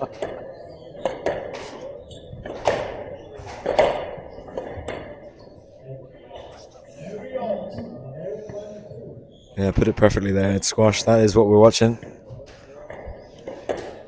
Yeah, at least it's not soccer. That's true. Alina Bushma's playing that sport this week.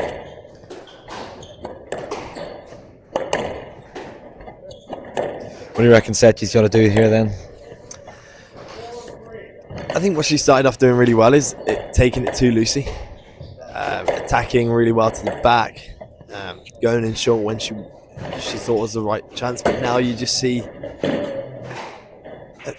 Lucy's getting a lot more opportunities. Like there, she put that counter drop up in the air, and Lucy got arguably lucky there. But Sedky's got to keep that intensity, really attacking squash.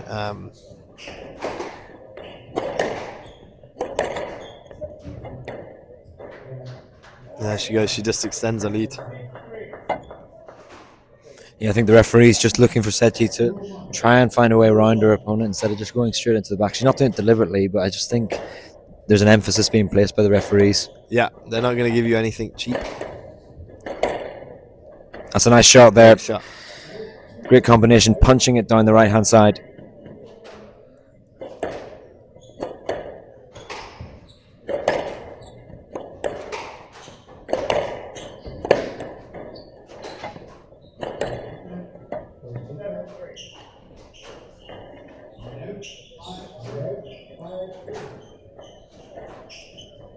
One thing I like about Beecroft is just the movement that she does around the court. She's very active, dynamic, buzzes around the tee line.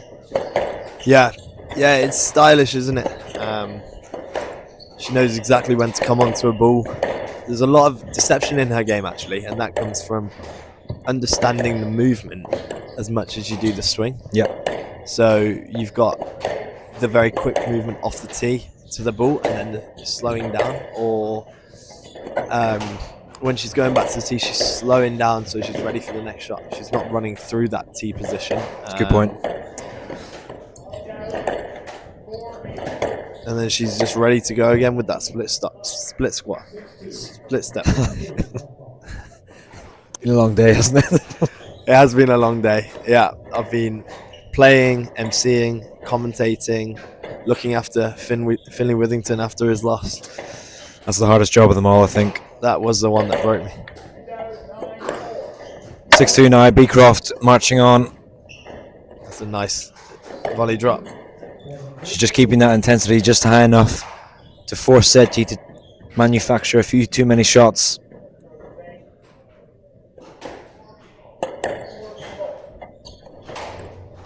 And she's anticipating that, isn't she? She's reading Sedky's movement now. And that's just, as you said, that's just making Sedky force it a bit too much.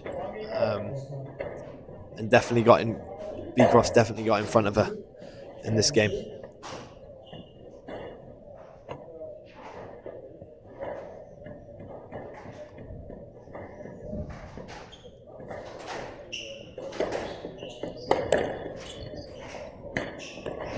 Oh, it's a lovely shot. We need to see that again. We can't because there's no replay, but it was an amazing shot. We'll imagine it. We'll imagine it, yeah.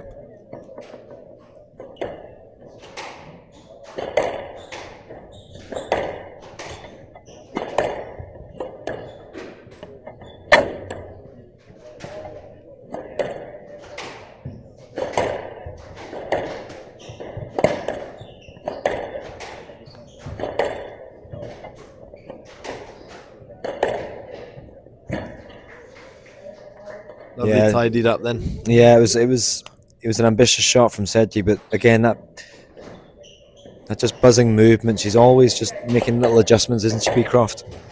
Yeah, and that's allowing her to have 3 or 4 shots every time. And Sedky's got no answers at the moment. Yeah, Beecroft looks like she's having fun on court now, and it shows now with 8 game balls to take the second.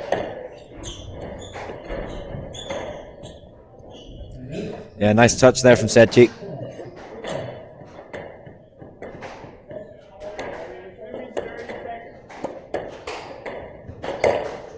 Oh, that's a bullet from Sedky. That's what she was doing at the start of the match, and it's a little too late in this game. I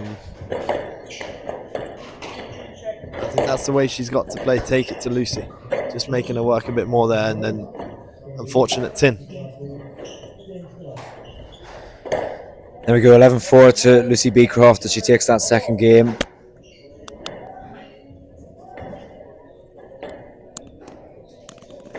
Straightforward stuff now for the number 3 seed from England. Just 7 minutes required, 11-4. She leads 2 games to love.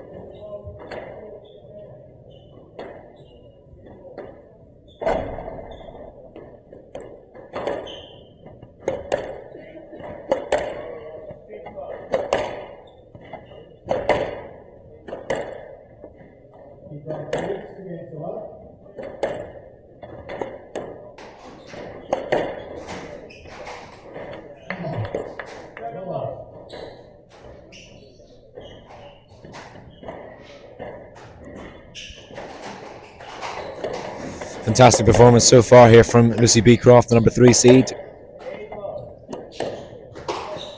We've seen glimpses, haven't we, from Sedky of just the talent that she possesses. Yeah, there's glimpses. I think she'd be looking for more glimpses than she has, and really establish a solid lead in this game like she did in the first, from what she was doing really well.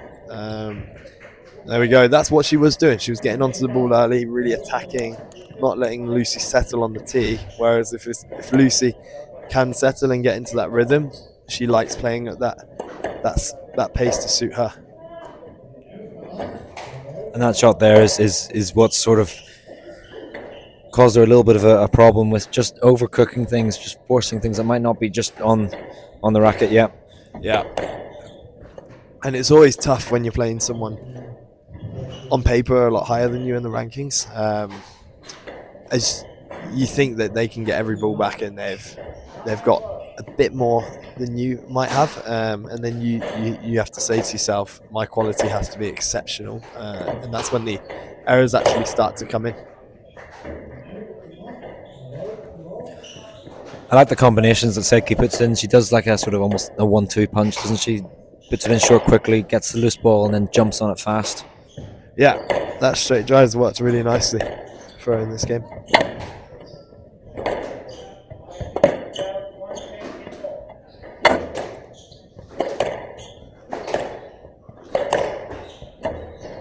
Oh, wicked shot there from Sedky. She really rolls the wrist when she gets the time and absolutely throws the racket head through the ball. Yeah, it's a good way to look at it, yeah. It's a bit of an unorthodox swing. Gets a lot of power generated from doing that.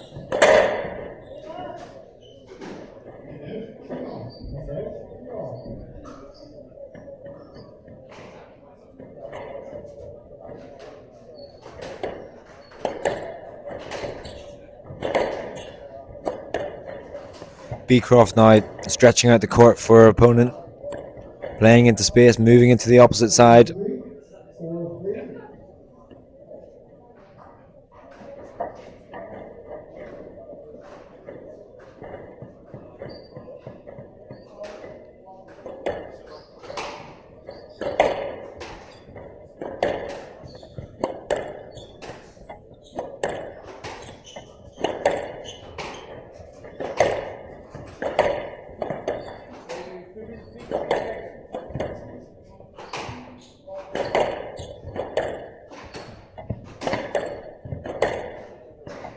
There we go. There's been a lot of cross-court holds, and there we go. An error from Sedky. And what Lucy's doing really well is moving the ball back across Sedky's body. Yep.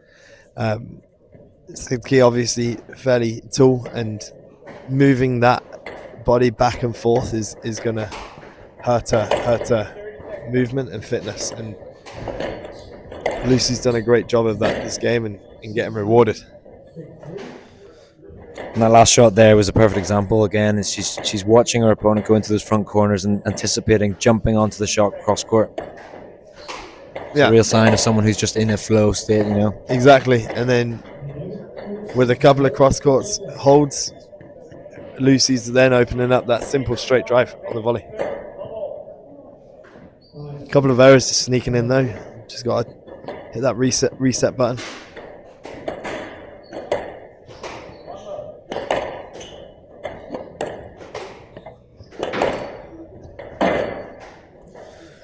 It's a real whipped cross court there from Sedky.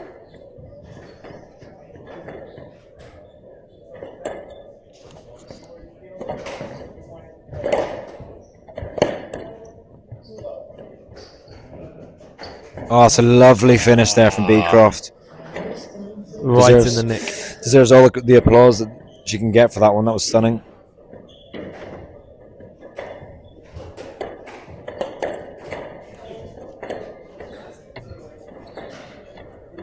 That is another one to add to the tally. We're at 26 now. That's the backhand nick, isn't it? That is the backhand nick we've talked about.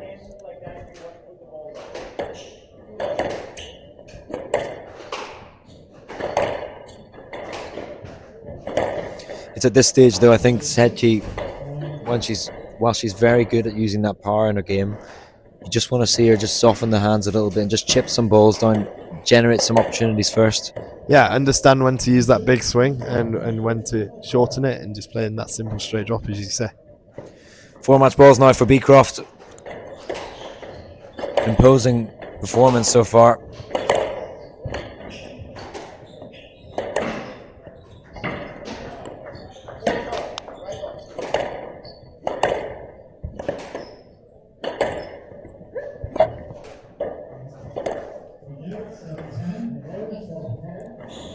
One match ball save now for Sedky.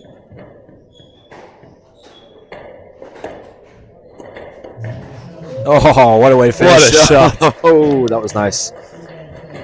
Fantastic cross-court nick there from Beecroft. Sums up the performance overall. Pretty stellar, and we're going to join Lewis Anderson on court and see what Lucy Beecroft has to say.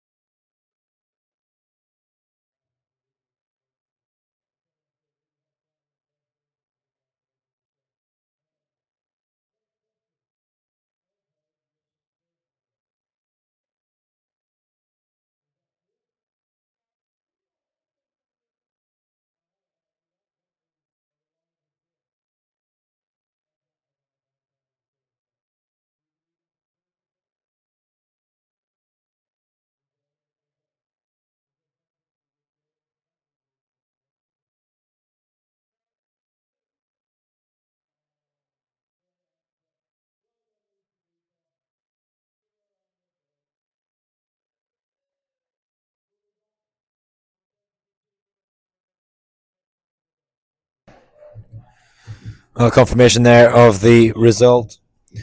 Lucy Beecroft taking out Laila Sedky 3 games to love in a pretty stellar performance from the number 3 seed. We'll be back on air in just under 15 minutes for an all-Egyptian affair between Mohamed El Sherbini, number 2 seed, up against Omar Said. Join us again very, very shortly.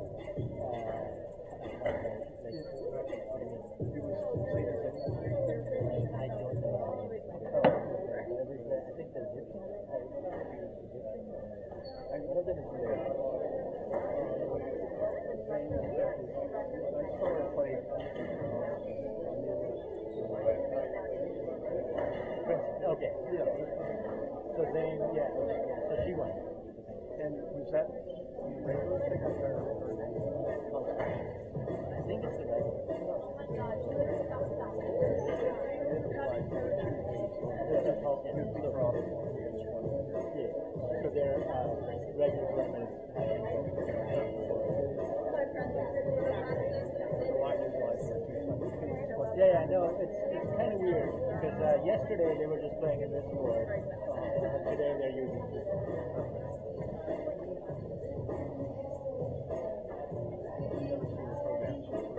Oh, really? How was it?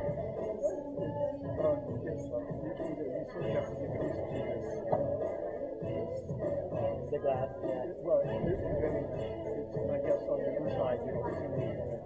I'm sort of looking for the, yeah. Well, that's true. From the side. Can I pay more for the oh, you sit out there because there's not that many people, so I don't think anybody cares. Yeah, I think you can blame it on that. So, what's your connection for me? Oh, this is just the Columbia, the jacket. Oh, yeah. Not the Colombian English. Oh, because Cindy Cam is playing this. Oh, and she's playing for Columbia. Okay. So you're a former squash player? You still play, or? I'm the lowest level. No, I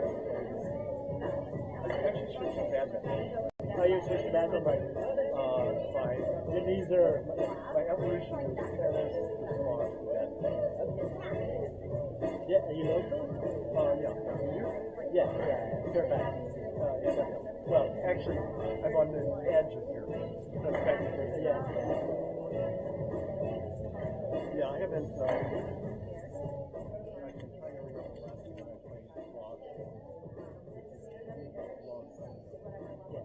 started playing that in 2000.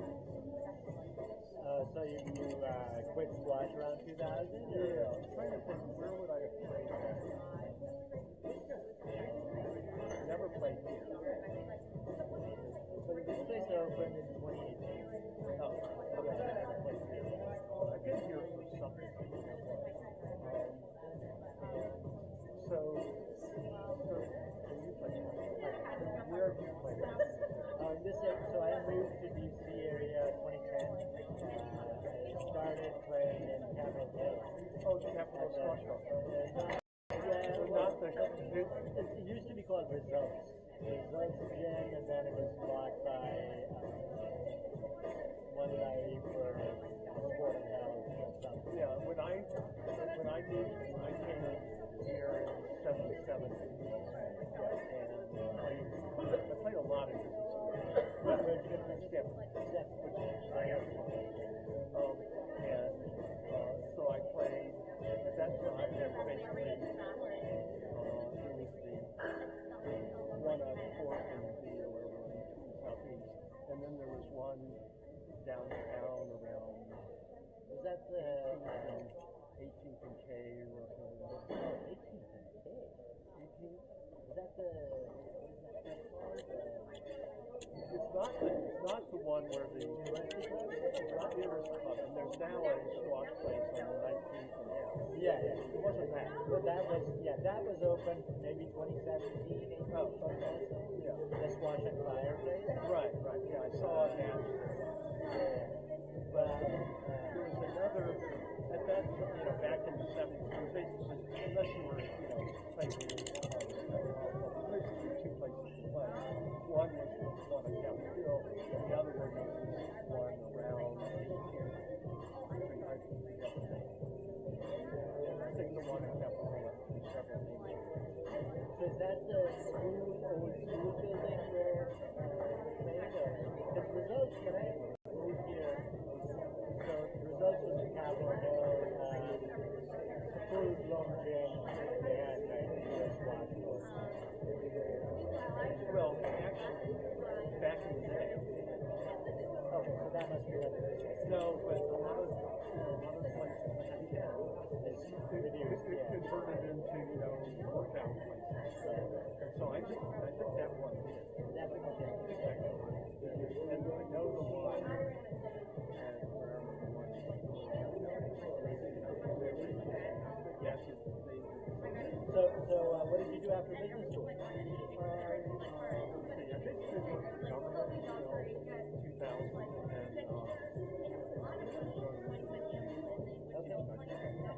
We live right up the street from where we college after.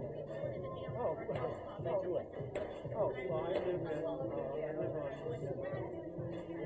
road, so it's on the other side of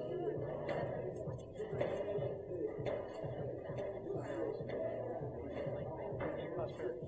So I'm east from Prosperity to west of Prosperity. But my best friend, their daughter, goes Thursday. And I'm in the bed. Oh, you are? Yeah, because it goes a little bit further from Prosperity. So you're like really close to CBS? Yeah, about 2 blocks. 2 blocks, okay. And we were two streets.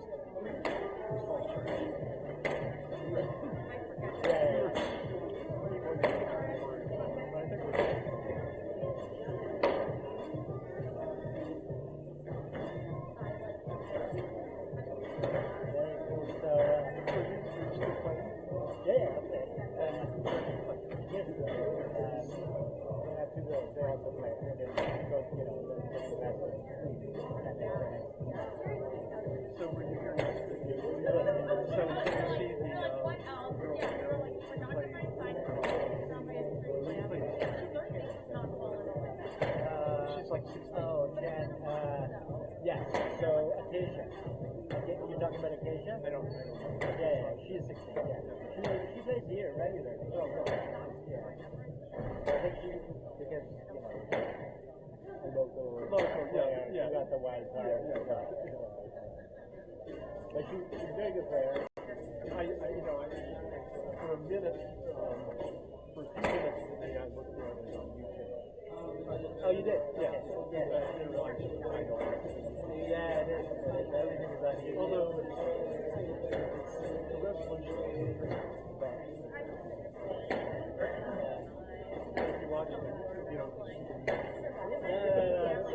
it's way better in person.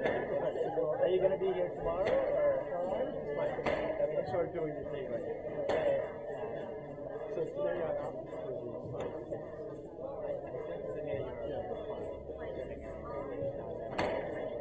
Tomorrow, maybe.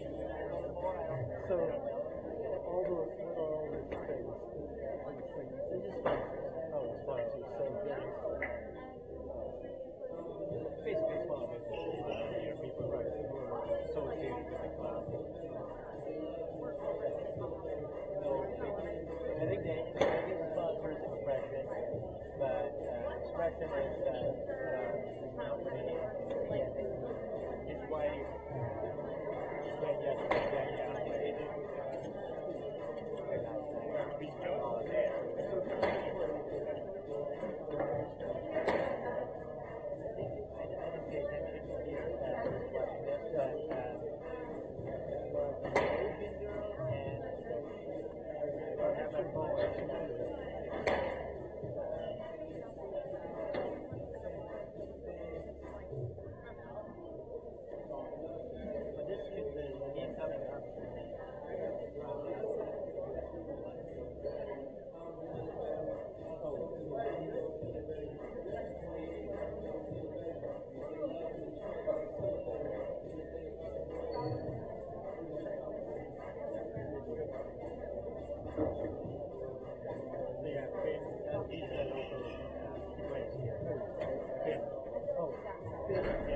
Finley. I don't know what time he came in, but he had a very good game. Oh, so he just lost.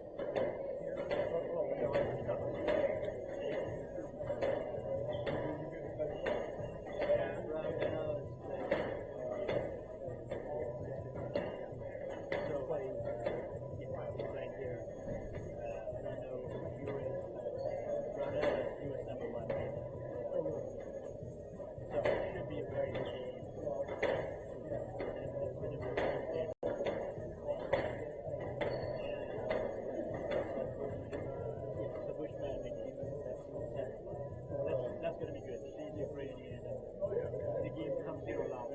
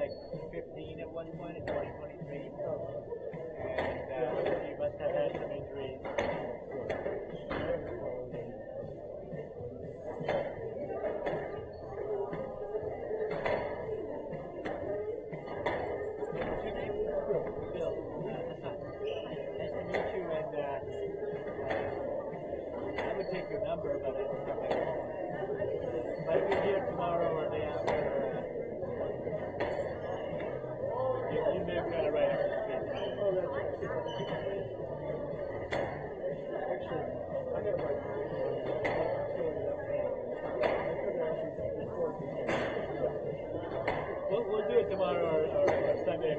Maybe I'll come. I'll be here tomorrow, Saturday, I'll be back Sunday. So what's wrong? Right now,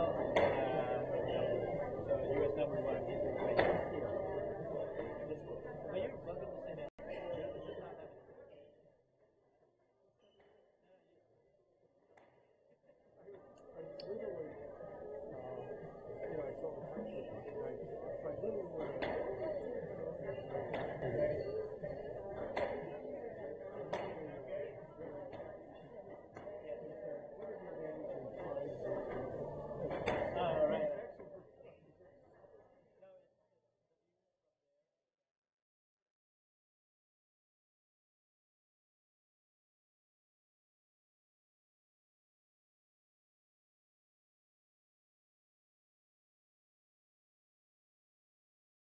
Okay, everyone, we have an all-Egyptian battle in store for you right now. Without further ado, let's welcome the boys onto court. Firstly, Omar Said.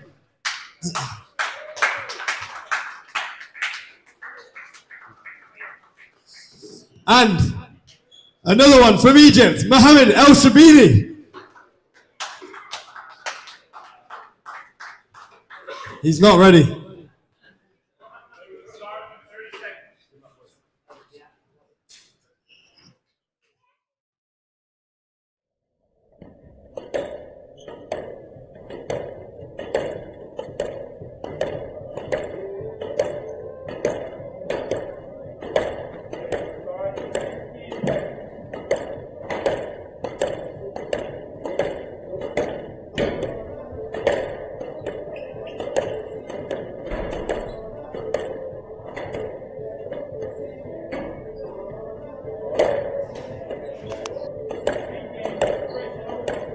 Welcome back to the St. James Expression Open 2025. We're back on the centre court. We've got an all-Egyptian affair between Omar Said versus Mohamed El Sherbini, number 2 seed. I'm Stephen Hurst, and joining me in the commentary is Oscar Beach. How are we, Oscar? Yeah, I'm good. Excited for this one. It's been a good day of squash so far. I think we'll be following that on with a really close match here between Omar Said and El Sherbini. Obviously, Sherbini, so established on the tour, already had such a good career, and then Omar Said, one of the strongest players in the US college squash setup, so should be a really exciting one here. 100%. We're into the thick of it now. We've got the number 2 seed now. We've seen the number 1, Lionel Cardenas. He breezed past Joseph White from Australia today, 3 games to love, in a pretty convincing fashion. Omar Said, he's already been on this court so far in this event. He played his first round match against Ryunosuke. He's the wild card and local coach here at the St. James facility. Wasn't entirely straightforward. There's some pretty close fought games, but it was overall convincing from Omar Said.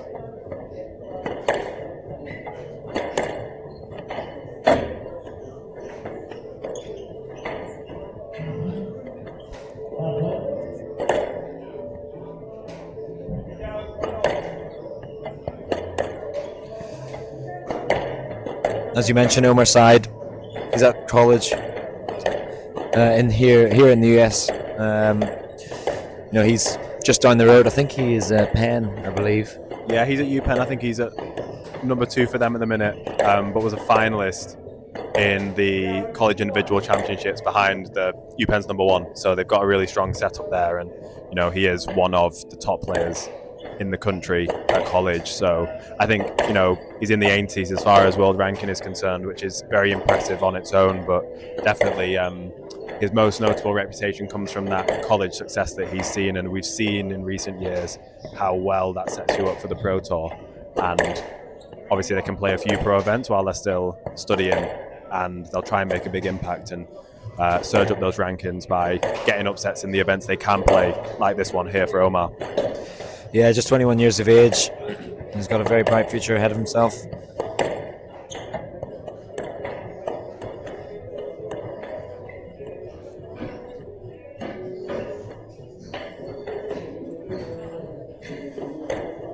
contrast there, you've got Mohamed El Sherbini in the grey top, 33 years of age. He is currently ranked 36 in the world, but he has been as high as 15, so he really has been at the upper echelons of the squash rankings.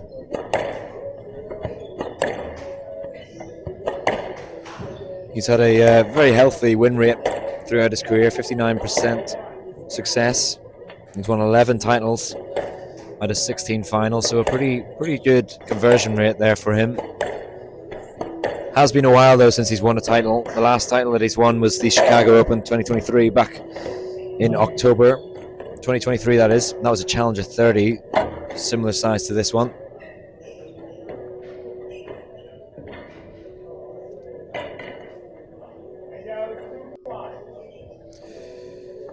No head-to-head on the PSA Squash Tour between these two, I believe. May have crossed paths in the past, but this is shaping up to be quite a nice, definitely a good test here for Sherbini on paper. Obviously not ruling outside at all, but obviously on paper, number 2 seed against Omar's side. This could be a real cracker, couldn't it, Oscar? Yeah, I think Sherbini would have looked at his draw this week and seen that he potentially had to play Omar first for his match, and definitely that would have been one of the stronger unseeded players that you could face in the main draw. He definitely won't be taking this lightly. As you said, Lionel, his compatriot in the draw, the fellow top seed, won really convincingly earlier, but obviously his opponent, Joe White, had a really physical affair yesterday that was probably affecting him quite heavily. Omar, comparatively, probably had the perfect first round yesterday, like you said, had some good rallies, good squash, but won't have been too physically affected by that match. So he'll be used to the court, he'll be feeling ready to go, and yeah, really up for making an impact from the first game here and trying to get ahead and put some pressure on Sherbini.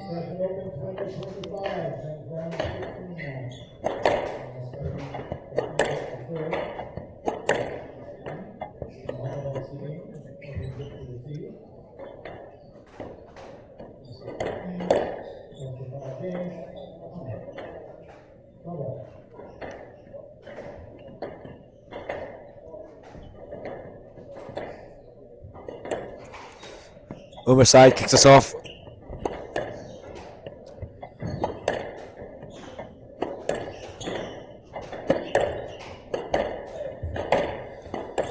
Definitely expect a high pace of squash between these two players. Yeah, it'll be really interesting to see how they square up against each other. Having watched them play various different opponents, they have quite similar styles in the way that they are both very efficient movers, very strong around the court physically. Both hit and move really nicely in a really solid rhythm. I think El Sherbini will obviously, with that higher ranking and more experience on the tour, try and up the pace here and make it physically uncomfortable for Sayed, but he is a very solid player himself, and he'll be backing himself to go with Sherbini right to the end of these games and feel like if he can keep it close into the late stages, he's got so much experience in competitive squash in his own right on the college scene, he'll back himself to win those big points and be competitive if he can get himself there.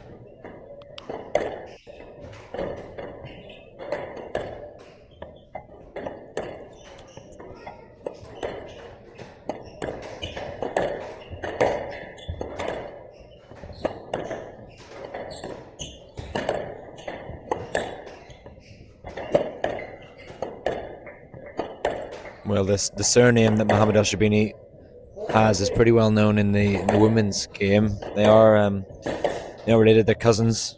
Noor El Sherbini, obviously world number 1, arguably the greatest female squash player.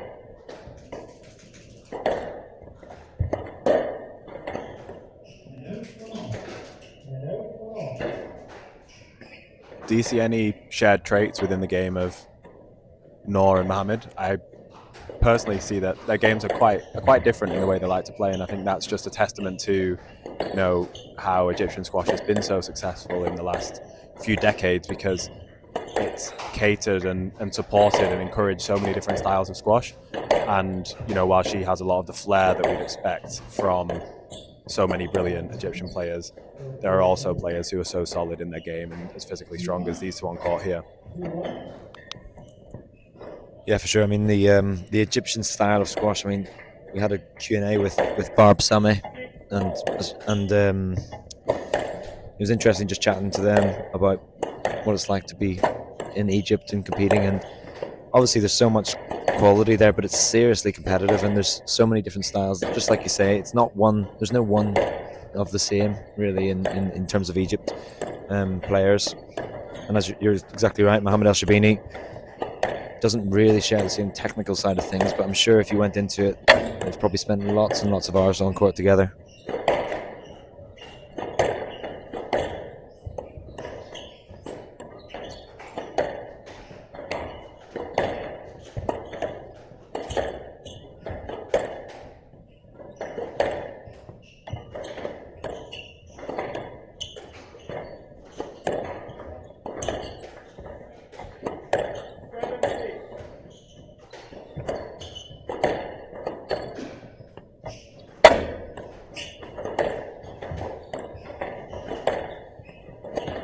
Some testing opening rallies here between these two players.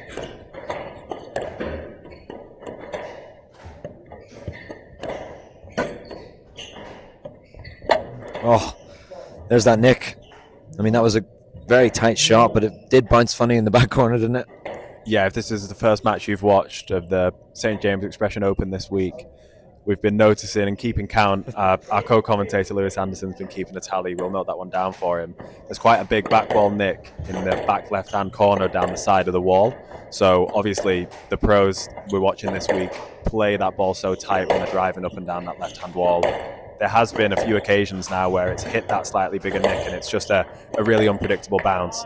It's obviously slightly fortunate, but it's also only going to happen if you really glue that ball to the wall consistently enough to catch that nick a few times. So you might see some of that in the match, but it's definitely not complete luck. No, definitely not. It takes a huge amount of skill to even get the ball anywhere near those back corners. It's a good start here from Omar's side.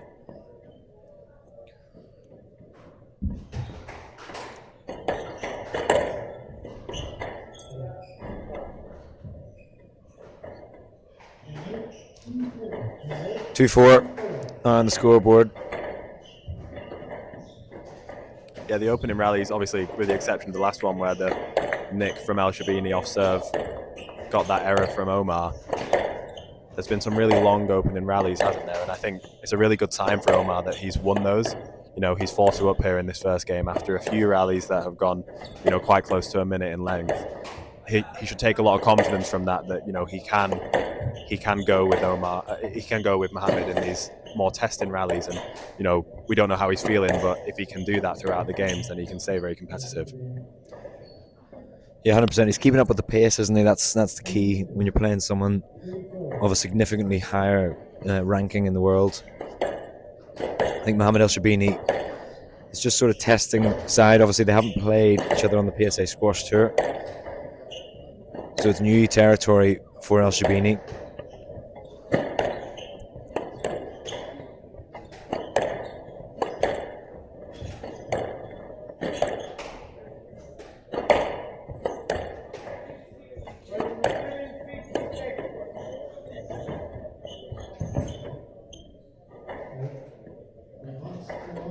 That's the second time that he's squeezed an error on that lift out of the left front corner from Said. He's moving him up into those front corners quite well, and he'll have noticed that he's got an error out of there twice.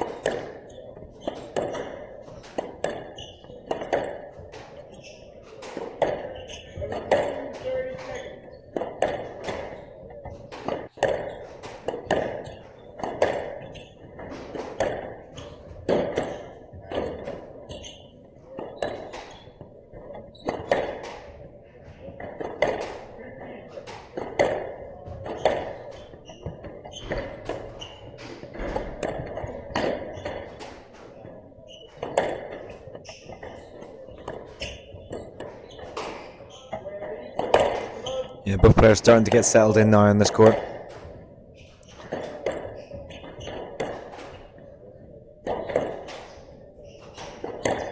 Patient stuff down these backhand sides.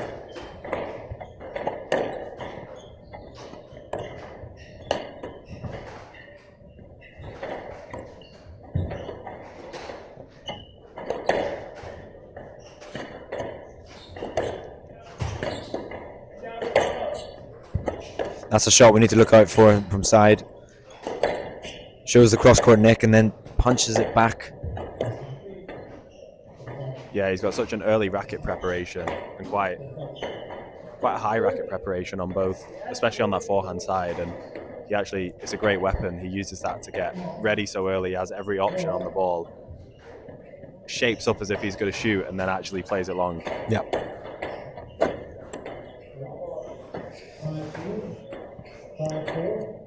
"5-4 on the scoreboard now, just as it updates. So Sherbini just taking a small lead in this first game. Yeah, he's not played many more winners than Omar. He's just not gave any unforced errors away, which is probably testament to the fact that this is a very fast pace, and even though we're only midway through the first game, it's already been some physical rallies. Maybe as a higher ranked player, he's just a little bit more comfortable at this tempo. He's quite happy to absorb, isn't he? He's not really being concerned about trying to force anything unnecessary.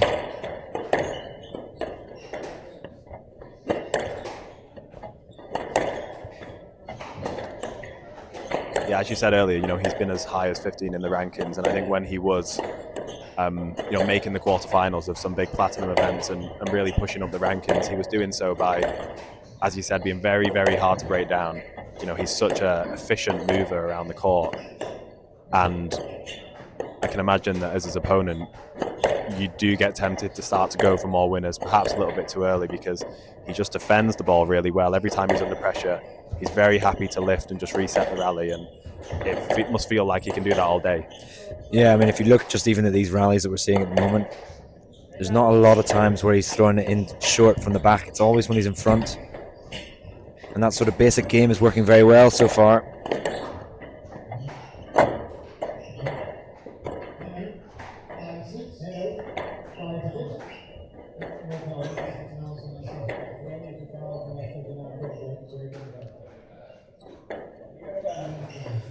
This is a rule that's sort of, well, to me anyways, appeared recently with the natural break in play. The referees trying to avoid players taking breaks, when it's not necessary or if it's not shared, effort, I guess. Yeah, there's been a few conversations with the refs and the players this week about that. The refs haven't been too harsh on the players like Omar there, who are just honestly unaware, in the heat of the rally and the match, that they can't just go to the towel anymore.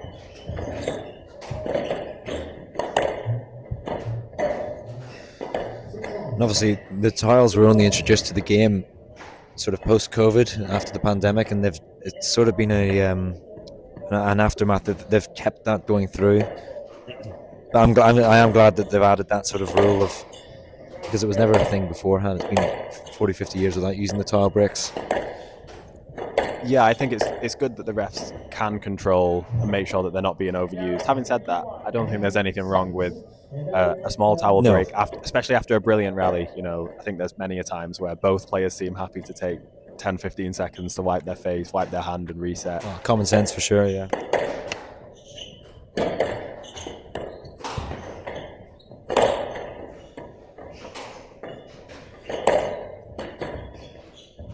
Wow, he's just absolutely gone for it from the back right. Yeah.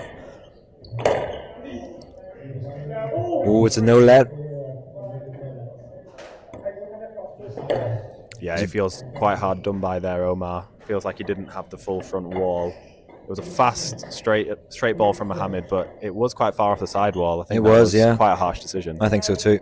The racket preparation was very fast as well. 11 minutes of play. It's been a fairly lengthy affair in this first game. Yeah, there's been a few traffic issues in the last few points, but I think both players they're so quick on court, they're onto the ball so early. If it's not really tight, they're going to bump into each other a little bit. It's definitely nothing intentional.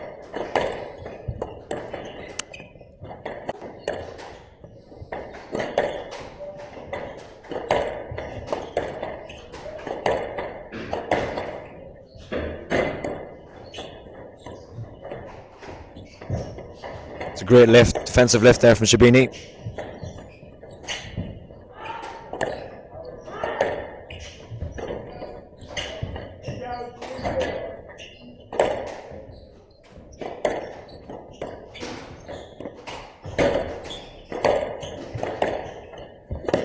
This is a grueling rally here. Yeah, and again, he just throws up that lift, takes the pace completely out of the ball, Sherbini. And that was a really well worked rally. Obviously, that was an unforced tin there from side, but I have to say it was pressure being built by Sherbini all throughout that rally. Yeah, I think he was frustrated there. He had some good opportunities to attack, and it just came back with interest from El Sherbini. In fairness, he did exactly the same after some good near winners from El Sherbini himself.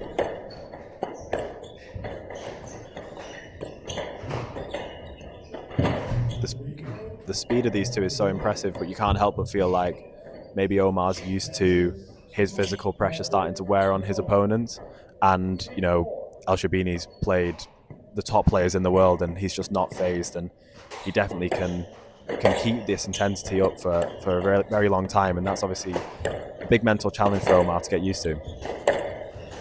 Yeah, 100%, and that last rally there gives Mohamed El Sherbini 4 game balls. 10-6 currently in this game.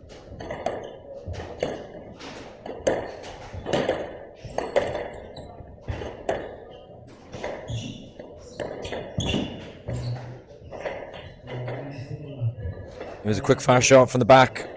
The referee deeming that shot a winning one. Sherbini takes this first game, 11-6. Fairly lengthy first game opener, 15 minutes. Mohamed El Sherbini leads Omar's side 1 game to love.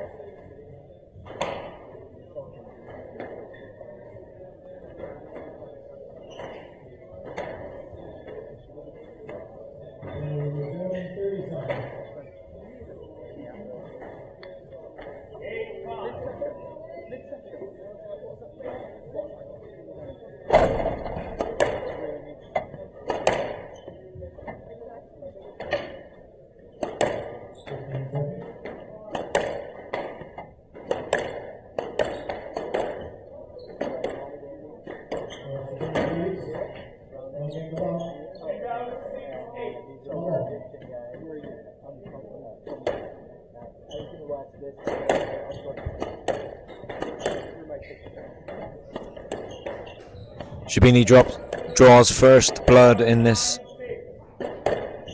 all-Egyptian affair.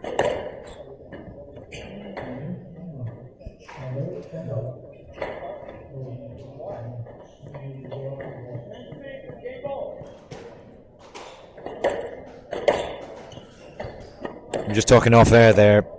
Sherbini looking very, very strong defensively. He's not doing anything attacking from the back. He's not doing anything high risk.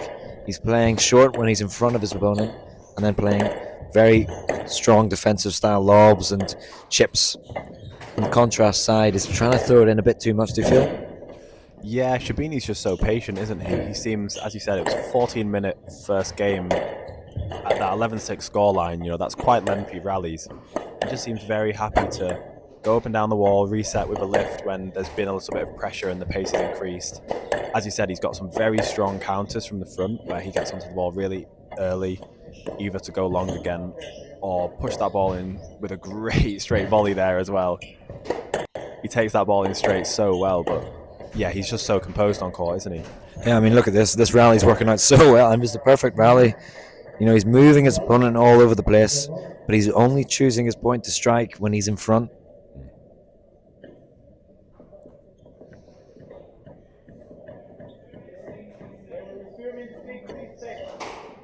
I think it's a really interesting match between these two.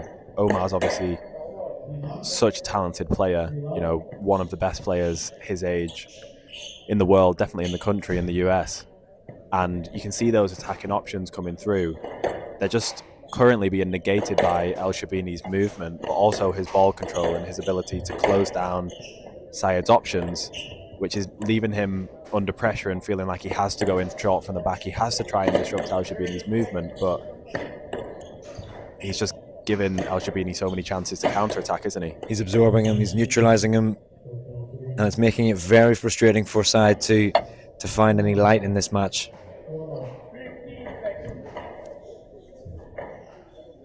What do you think the main difference is between the two players right now? Obviously, we can see the added patience of El Sherbini. Do you think it's because, you know, it's very interesting that there's 11 or 12 years in age between the two players. Is it a skill gap between the two players, or is it just the experience of El Sherbini that's just making him very composed and a bit more comfortable, you know, at this kind of occasion on the World Tour, playing out these long rallies and not rushing them? I think it's spot on there. I mean, that rally as well, he's not panicking on the crucial points and crucial stages of rallies. He's building and constructing much better than his opponent at the moment. Syed is dangerous. We all know that. He can fire it in from everywhere. But it's almost like Sherbini's sensing that and thinking, right, you can fire it anywhere, but I'm going to make it very difficult for you to get those opportunities. And if you go in too early, or if you give me an opening, I'm just going to give you a very difficult, tight counter drop to deal with. Yeah.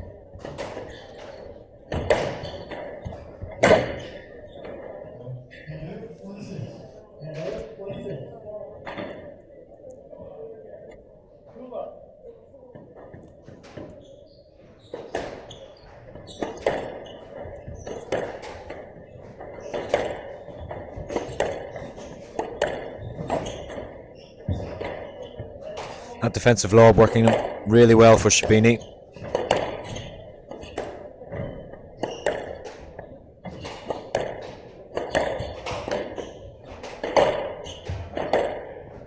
Syed increasing the tempo here.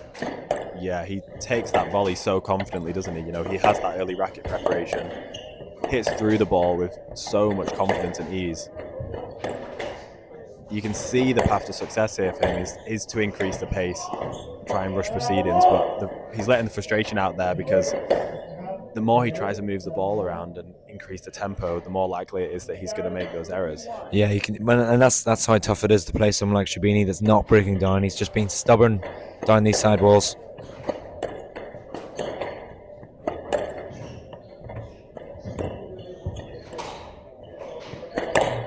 Oh, what a wonderful shot there from Syed.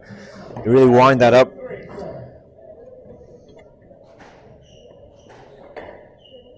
Yeah, he carves that ball in, doesn't he? When he has an angle. So impressive.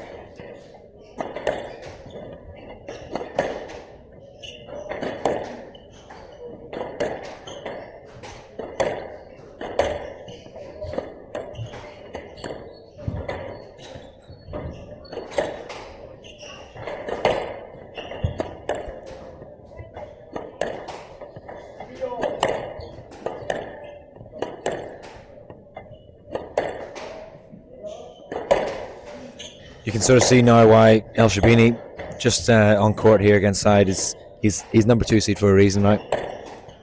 Yeah, I think these Copper events are so interesting, aren't they? It's obviously the first stage of the World Tour, and you have a real range of players. There's so many. Wow, that was sublime. I mean, that deserved an interruption there from Sherbini, because that was amazing.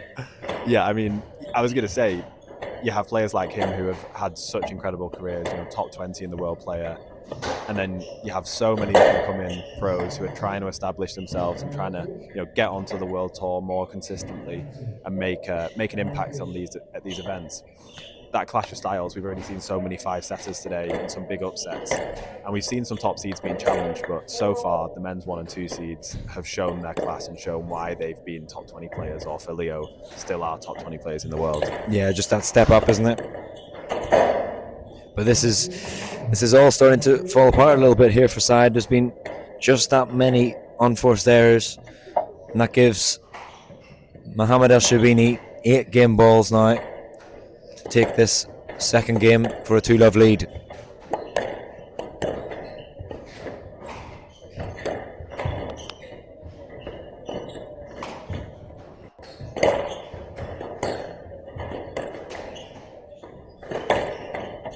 Oh, it's a perfect cross-court drive there from El Sherbini. Although it hit the nick, it was definitely going that direction either way. Fantastic performance so far here from the number 2 seed in this Egyptian affair. Very convincing second game. Just 8 minutes, to take a 2-love lead here in this round of 16 at the St. James Expression Open 2025.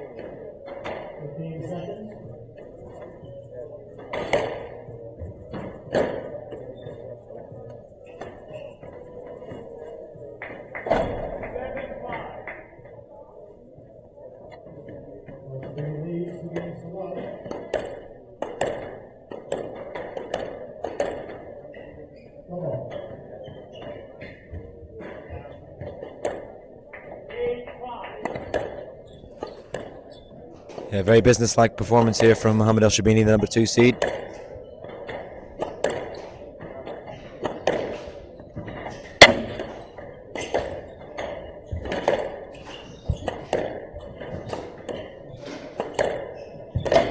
You can see Omar here from the first rally trying to inject that extra pace, get in front of Sherbini, but it's going to be a big ask. Sherbini looks so composed on court and seems very happy to go with that increased tempo, and then whenever he needs to, shut the rally down with some really, really tight straight work. It's a great angle down this side here, the backhand side. That's a great boast.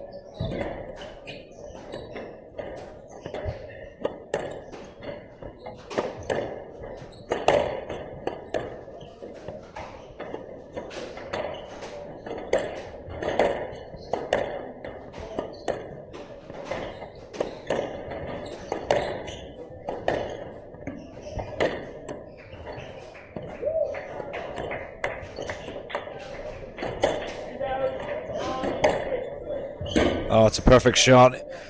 Even side, can't get to that one. But it's simplicity that I love about El Sherbini's game in this match. You know, he had that chance. His opponent was behind him, and he just played into out of space, didn't he? Yeah, I mean, that was a really great first rally, a tough physical rally to start this third game. Omar's had some really tight work himself in all of these rallies, especially that last one, but as he said, he seems to be the one to spray out the first loose ball, and then every time it's such a simple tactic from Sherbini. He waits for that slightly loose ball, punishes it with something really straight, fading away, gets Omar under a lot of pressure, and if he gets it back, he just resets and waits for it to happen again. 100%.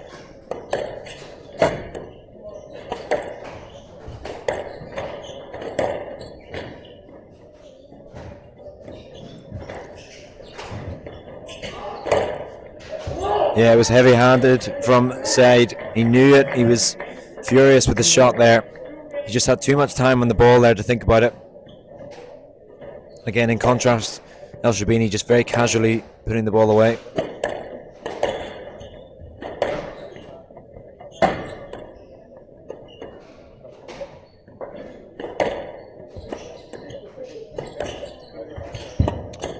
That's that really nice deception that Said has on the volley. He's got that big early racket preparation, shapes up for the drop and then pushes it long.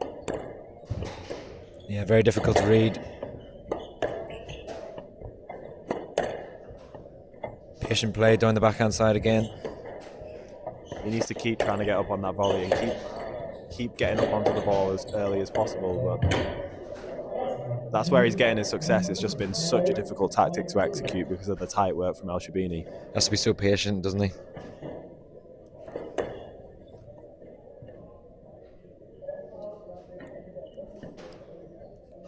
I think what stuck out for me most though for Sherbini is just defensive play. When he's under pressure, he doesn't try to do something that's out of the question. He just lifts it, sends it long, resets the rally.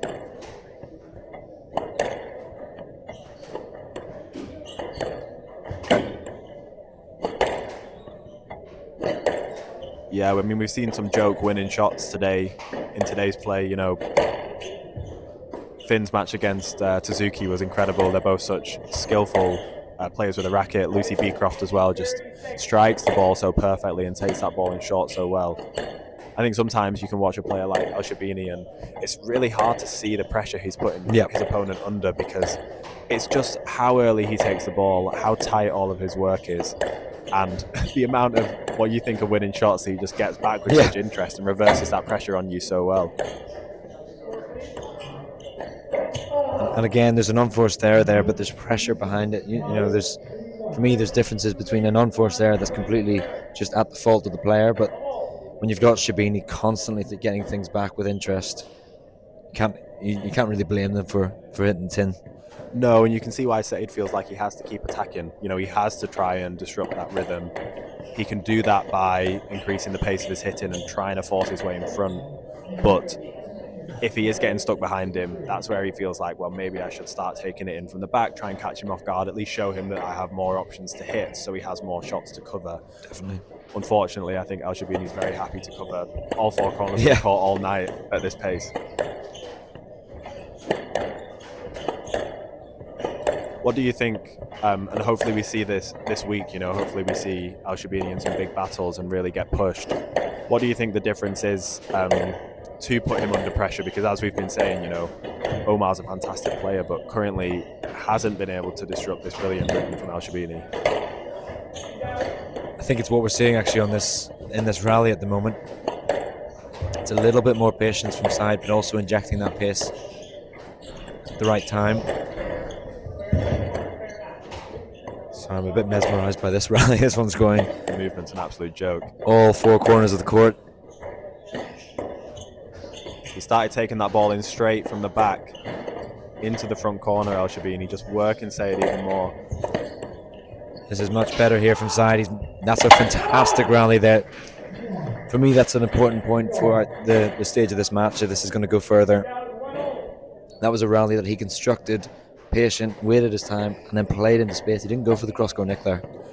No, and they were both moving a lot there. They were both under a lot of pressure. As you said, the pace was high, lots of variations.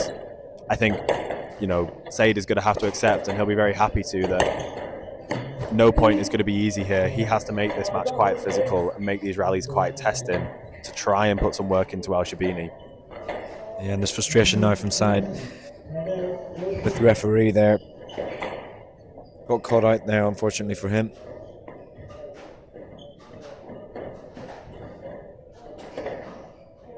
Good performance here, though, from Said in this game. it's a great ball down this side.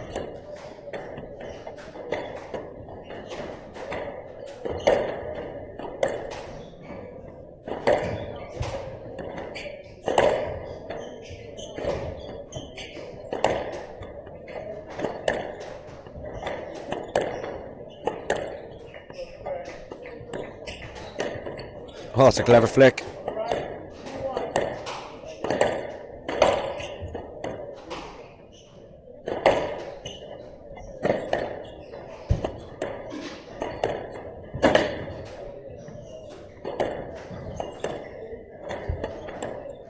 Body language is now very positive from Sherbini.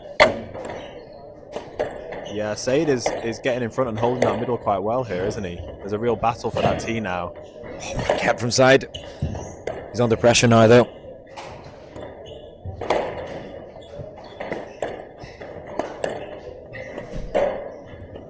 And again, it's an unforced there, but it's been forced by Sherbini's stubbornness.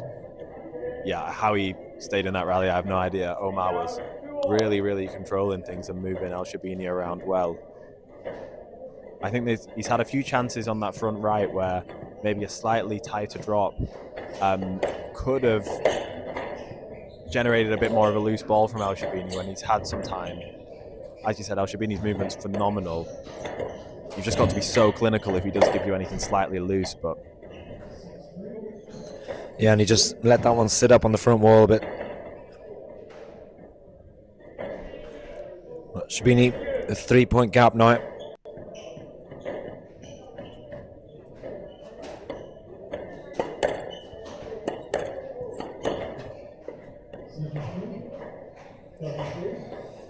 There's an unforced error there from side that's just going to give that comfort zone now for Sherbini as he starts to press on in the business stage of this game.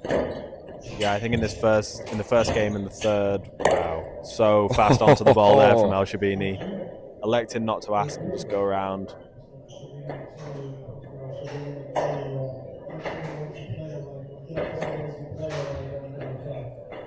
And he's being told to be careful there. I think he was just eager to play the ball. He didn't want to stop and ask. He potentially could have, kept his racket behind Said and elected to try and get a stroke, but he's feeling very confident on court and he wanted to play the ball. Yeah, should probably be encouraged. Yeah, no need for the warning there for me.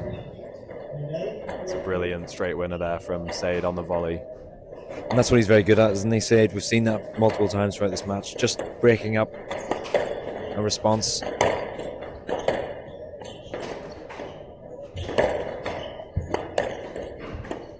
Yeah, his technical ability when he has an angle on the ball is fantastic. It's been quite a clear tactic from El Sherbini to constantly rely on that straight ball, not give him too many angles to hit into those nicks. And it's the unforced errors, isn't it? Unforced errors have really been compounding from the very beginning of this match. Yeah, in the first and the third, they were tight point for point in the first half of the games, and then just had a run of strokes and tins for Omar Said, as we've had here, now giving El Sherbini 6 match balls.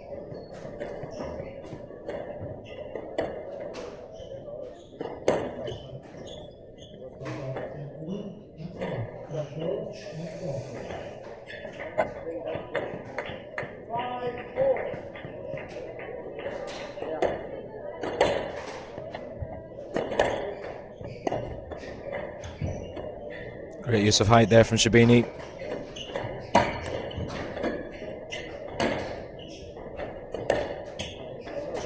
It's well straightened from Said. There it is, the ball goes into the tin. Sherbini, pretty exceptional performance all round, 3 games to love. 37 minutes for this match. The number 2 seed is safely through to the quarterfinals of the St. James Expression Open 2025. Very impressive player, Omar Said. Huge future ahead of himself. But Mohamed El Sherbini, just that bit too good. And we'll hopefully join the MC on the centre court to find out what El Sherbini has to say of that match.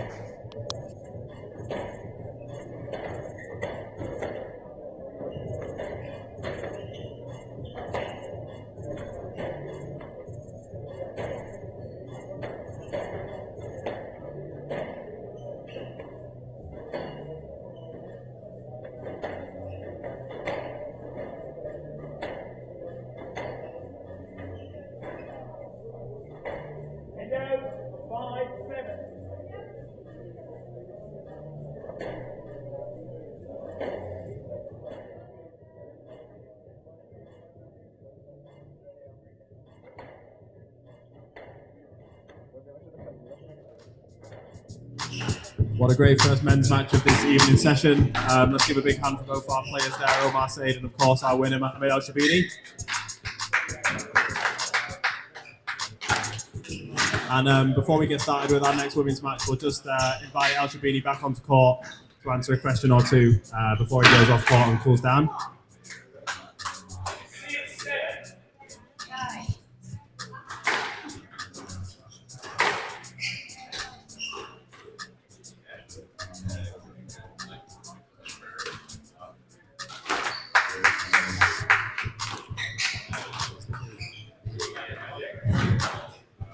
Is it on? Oh yeah.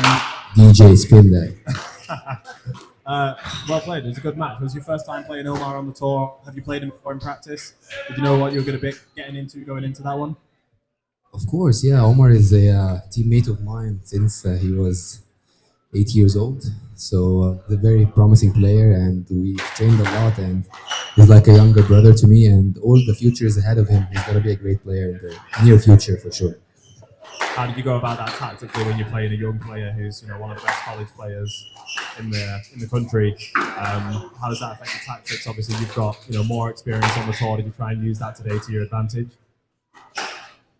Yeah, I guess he's a very explosive player, and when you give him a chance to stick in the rallies, he will definitely take you. So I was just trying to slow down the game and go short and focusing on getting the ball behind him, rather than just being in the middle of the court. And obviously you're the 2 seed here. You came through really confidently today. How are you feeling about your chances this week? Obviously you're one of the players who'll be in the running to win the title. Yeah, I mean, I'm gonna do my best and enjoy my game. I just wanna play squash and enjoy my game. Not really focusing on win or lose, just to play my best squash. Well, best of luck with the rest of the week. I look forward to watching you play. Thank you, guys.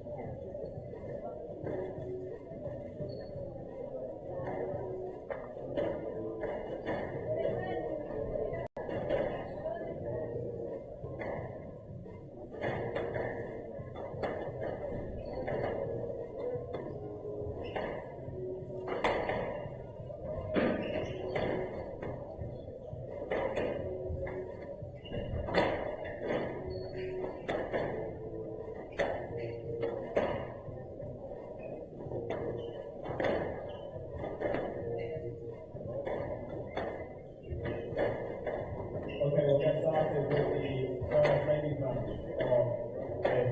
even better than St. James Expression Open. Third player on the court is the Ukrainian number 1, Alina Bushma.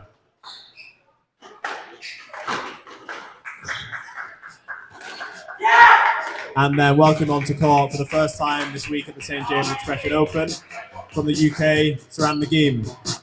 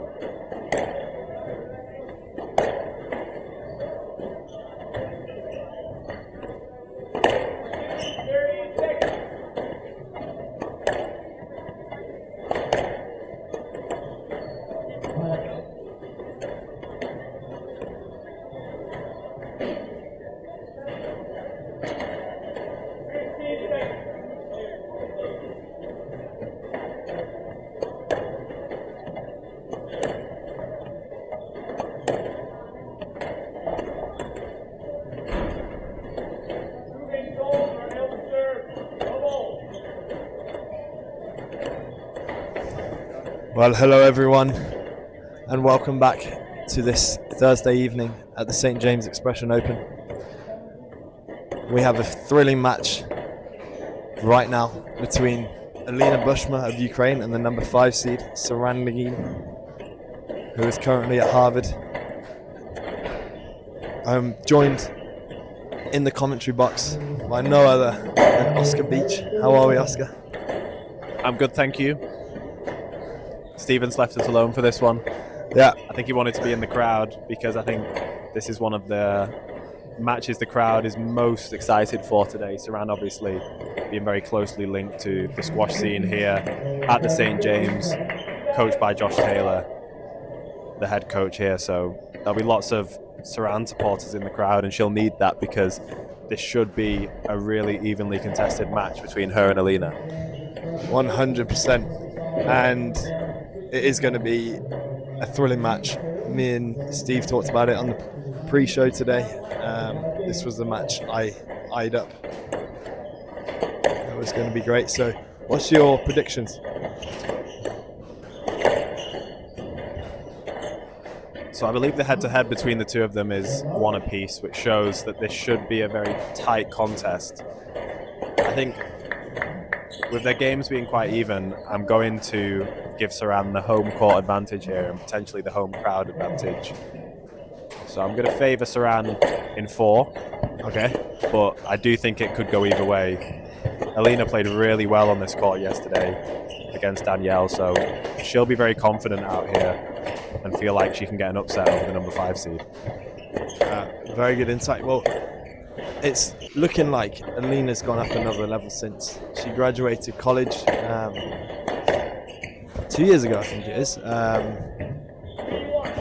She went to Drexel University, a formidable squash university, and these two will know each other fairly well from the college scene too. Saran's obviously a bit younger, but she is, but she's had a very successful college career herself, of course.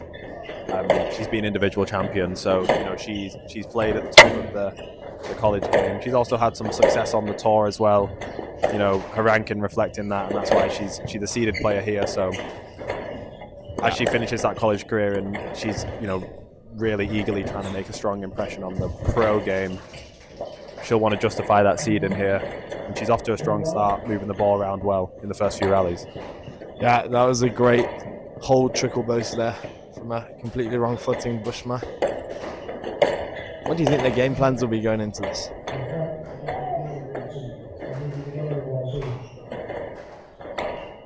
Well, I think both of them won't want too many decisions. The ref definitely doesn't, making it clear very early there that he wants them going around and playing the ball where possible. Absolutely. I'll speak to Saran's game plan because been on court with her quite a bit in Manchester when she's back in the UK and not at college. She's always had a really, really tremendous technique, and that's given her a great amount of options on the ball. We've really seen that in these first few points. She has so many great variations when she has time. She varies the angle of her shots really well, and that's something that she always looks to do on a squash court. But I think something that she's really gained over the last few years is a much stronger base game. You know, she's quite happy being a bit more patient, rallying up and down the wall and using that strong length work to earn those chances to use that hold and deception in the front and around the middle of the court. Alina obviously will just try and negate that game and not give Saran too much time in front of her. She's a very strong player, and as you said, she's really improved her own attacking options in the last few years. So I think they'll both be trying to get in front and work their opponents around the ball. We should have a good battle for that mid area of the court here in this early stage of the game. Yeah, no, great insight there, Oscar. Very nip and tuck so far. No players wanting to give away anything. You can see already there's been a couple of decisions. And that is how Alina plays. She's very attacking, high intensity, wears her heart on her sleeve. Yeah, she's a great competitor, isn't she? Absolutely. And she'll definitely want this to become a fierce competition. The one thing she doesn't want is Saran to just feel very calm on court and feel like she's got lots of time to get her winning shots going, which is what's starting to happen here as we get into the mid stage of this first game. Saran with a lovely straight winner a point or two ago. If she feels like she has the time and is comfortable jumping onto those loose balls, she's going to be really hard to deal with. We can see there really, really tidy finish in the front of the court. Yeah, she's looking comfortable, isn't she? Great straight drop there.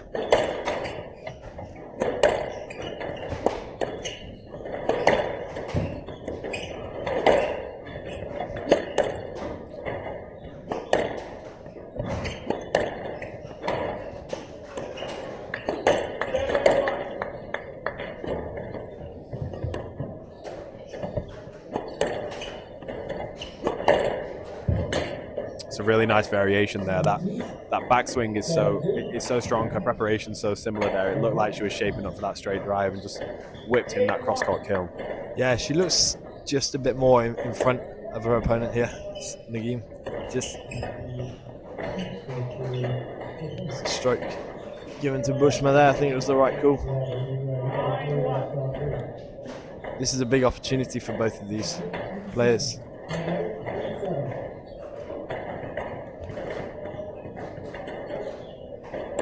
Yeah, she'll want to claw some points back here, Alina. Obviously, this start of this first game hasn't gone the way that she'd hoped, but one thing she definitely won't want this to be is quite a quick first game for Saran. Even if, you know, she stays behind on the scoreboard, she'll want to get some lengthier rallies into the game.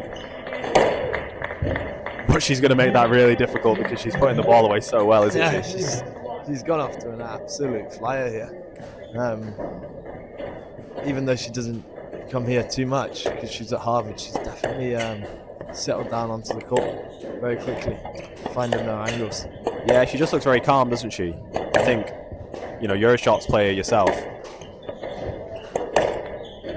Maybe you're a bad example. I was going to say, you know, shots players need that calmness so that they can execute their technique, but actually I think you quite like it when those rallies get a bit more fired up. I like both ways, you know, so if I think it suits me when I'm in a very calm and collected mindset, because then I can become more creative. But if I'm not in a flow state and I try and let the opponent or the occasion get the better of me, I can sometimes forget about what I'm trying to do with that ball.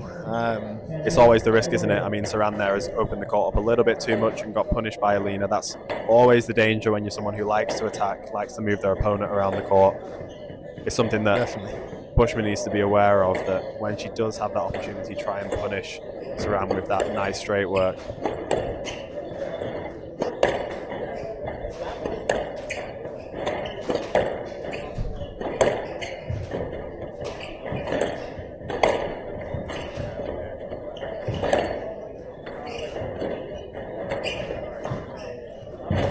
Oh, it's a great get. Physical rally. Great width there.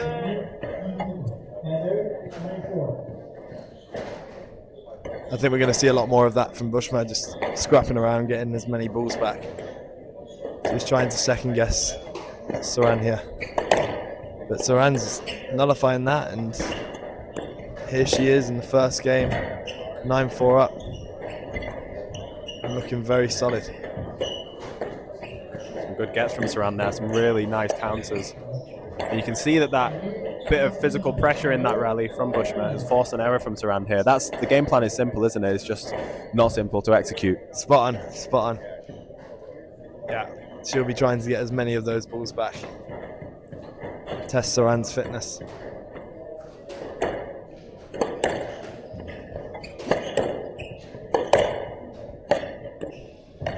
It's a really nice ball into the front there and very, very nicely finished. She's finding her form a little bit more in the back end of this first game. That's definitely a positive and very much not a guarantee for Saran here. She needs to close this one out. Yep, she's warming up to this very nicely.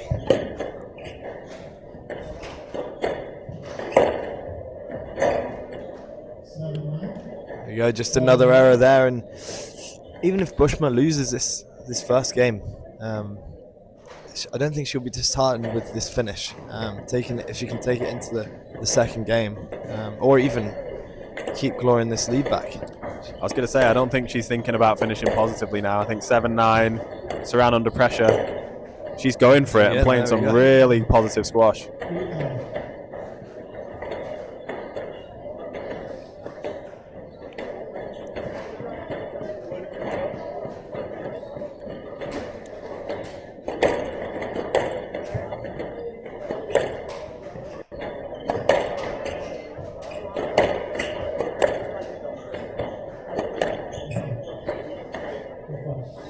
Saran not happy there. You could feel that rally was a little bit edgier from both players. You know, two players who've been opening the course up and attacking quite a lot, playing quite a length-based rally there. I think the scoreboard pressure, you can definitely feel it. Yeah, neither of them wanting to give away anything cheap here on the back end of this first. I think both of them should still have that positive mindset. There's no point in changing your game plan late on, because the rallies get close.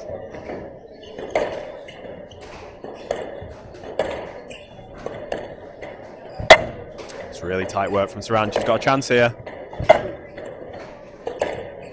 Bushma's just getting one more ball back. The movement is so strong.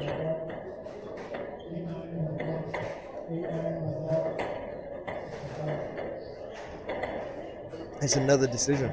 We've had a few in this game. Yeah, Saran was convinced that was a stroke. She needs to keep her focus here.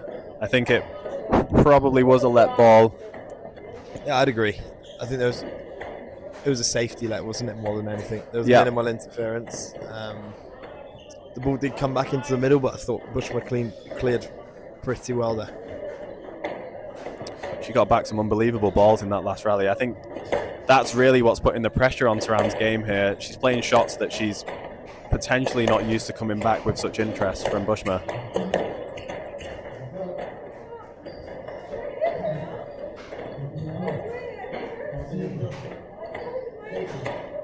And it's her turn now to feel like that let ball was not the decision she wanted, feeling like she had a stroke there with Saran in a backswing. Yeah, they're giving the referee a tough time here. That's for sure.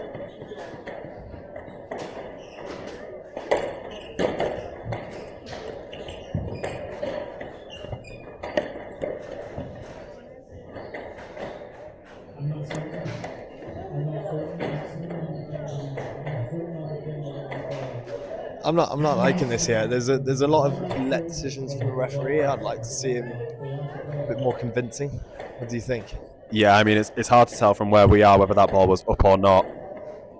It's always difficult for the ref, isn't it, when both the players are very strongly sure that it was either up or down, depending on which perspective they have. It is very tough. It's been a long deadlock now at 8-9. It feels like it's going to be a big mental lift for whoever can break this.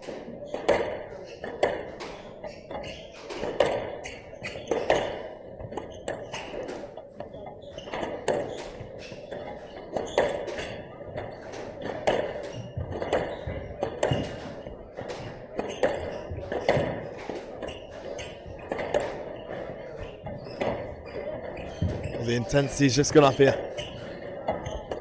Big rally.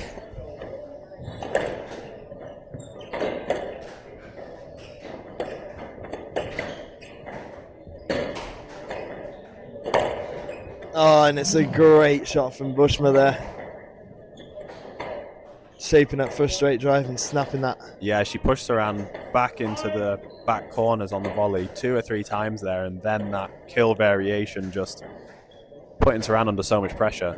She was 9-6 down here and even further down in the earlier stages of the game. It'd be a big boost if she can convert this game. I think she was 9-4 down. She's doing very well to get back in this. And there we go.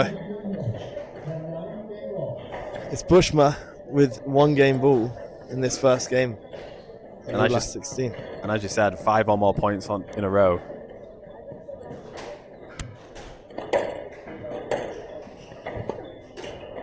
Saran has a chance here. And there we have it. Bushma takes that first game and on another decision. The tale of two sides.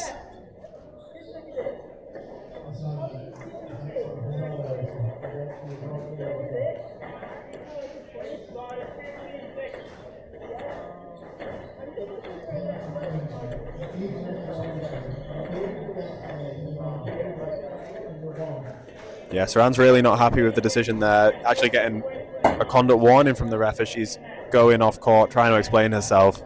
But it's Bushma who comes from quite far behind in that game to lead, taking that first game 11-9.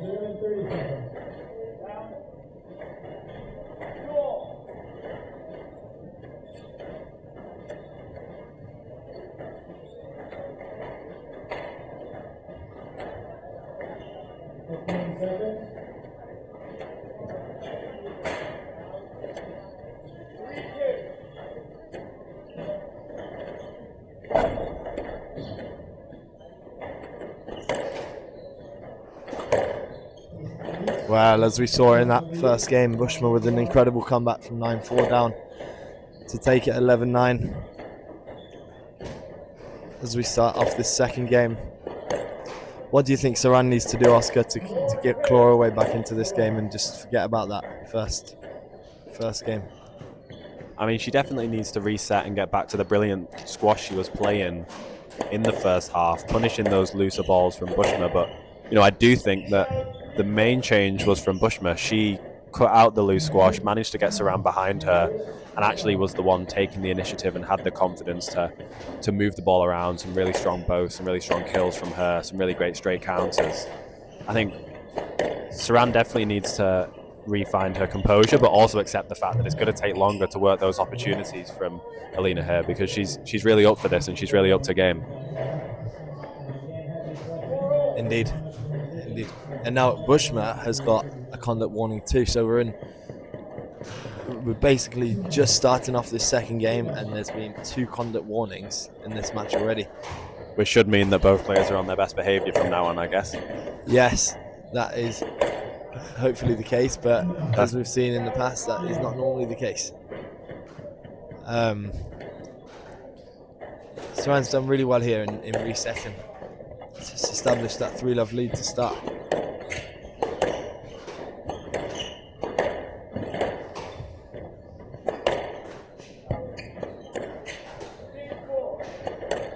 We can see the pace at which Saran's trying to hit with down this backhand wall here. She's clearly trying to pressure Alina in this back left. That is a brilliant volley drop there from Alina. Saran gets it back.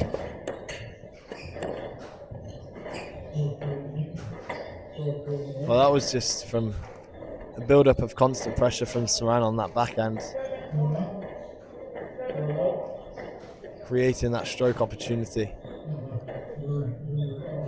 Do you think that will be what Josh Taylor, her coach, was talking to her in between that first game?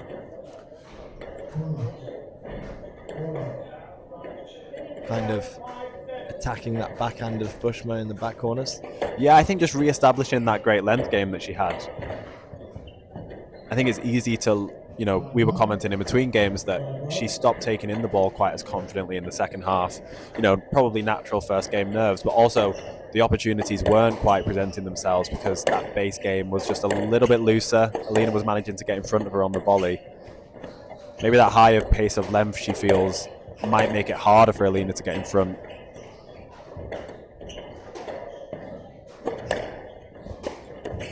Yes. She's got Alina lifting out the back here, and she herself is the one who's able to take it early, but snatched at that one slightly. It was a good lift from Alina. She has, but she's been doing that and getting rewarded, so I wouldn't...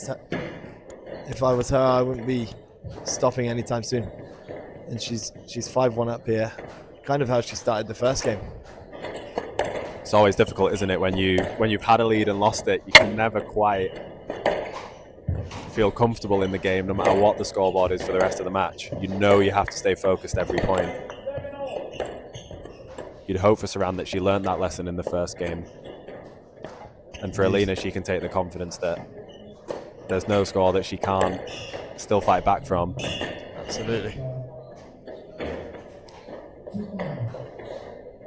There's a really nice variation there. She took that loose ball in really well from her feet.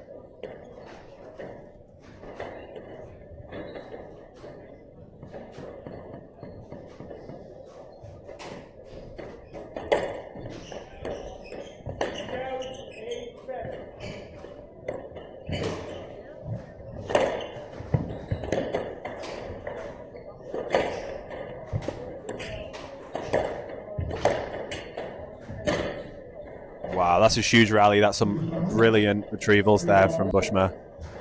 Finishing it off with a perfect drive down the right-hand wall. Yeah, a great shot there. And 3-5, she's coming back into this again. It'll be vital that Nghiem keeps her nerve.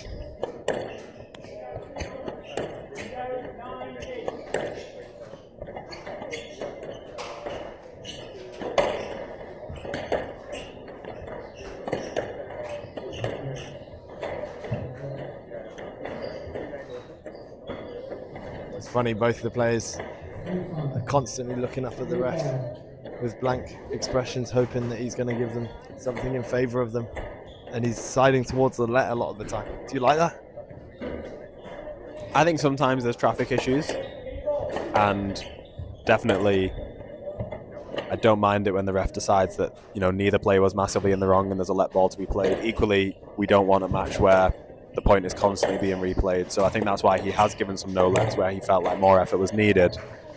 That definitely, there's nothing Alina can do about that shot. That's a great winner from Saran. We've not seen her play that straight shot into the nick as confidently as that since the start of the first game. So clearly she's trying to keep that positive squash going despite the fact that the match isn't going the way she wants to on the scoreline.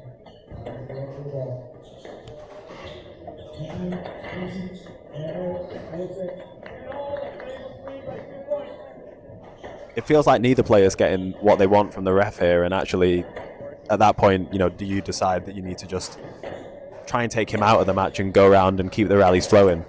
Definitely, and I think that would be good for both of their game plans. They don't need to get into any discussion or altercations.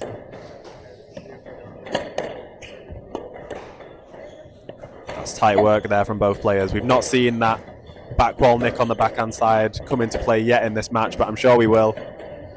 It's inevitable, isn't it?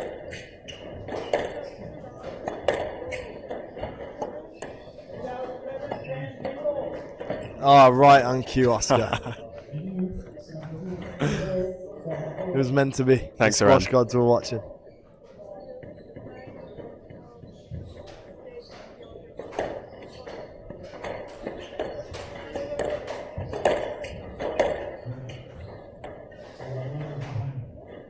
Well, here we are. Saran opening up again in the second game with an 8-4 lead, and she'll be thinking to close this one out. She will, but she'll also be thinking about what went wrong in that first game. Alina won't be deterred. She knows that she just needs to keep fighting here, keep that pressure on Saran.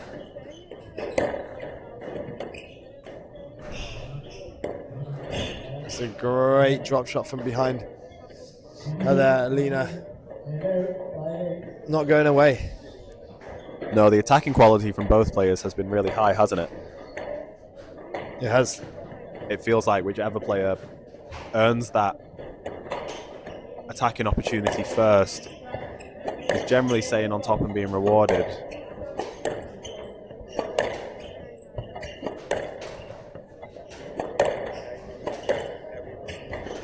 It's often Alina who's switching that play off the backhand wall first. She clearly wants to keep Saran moving here. Saran would like to close this down on the left-hand side, and you can see why there. It's an absolutely perfect length from her. She is so tight on that side.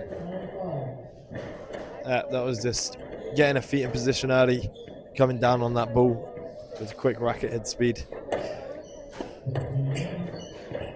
And she has opened up with a 5-point lead, giving her game ball opportunity in the second game.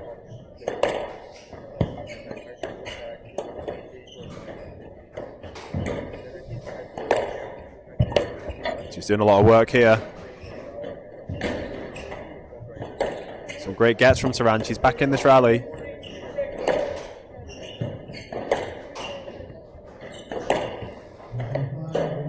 Wow, there we have it. Nghiem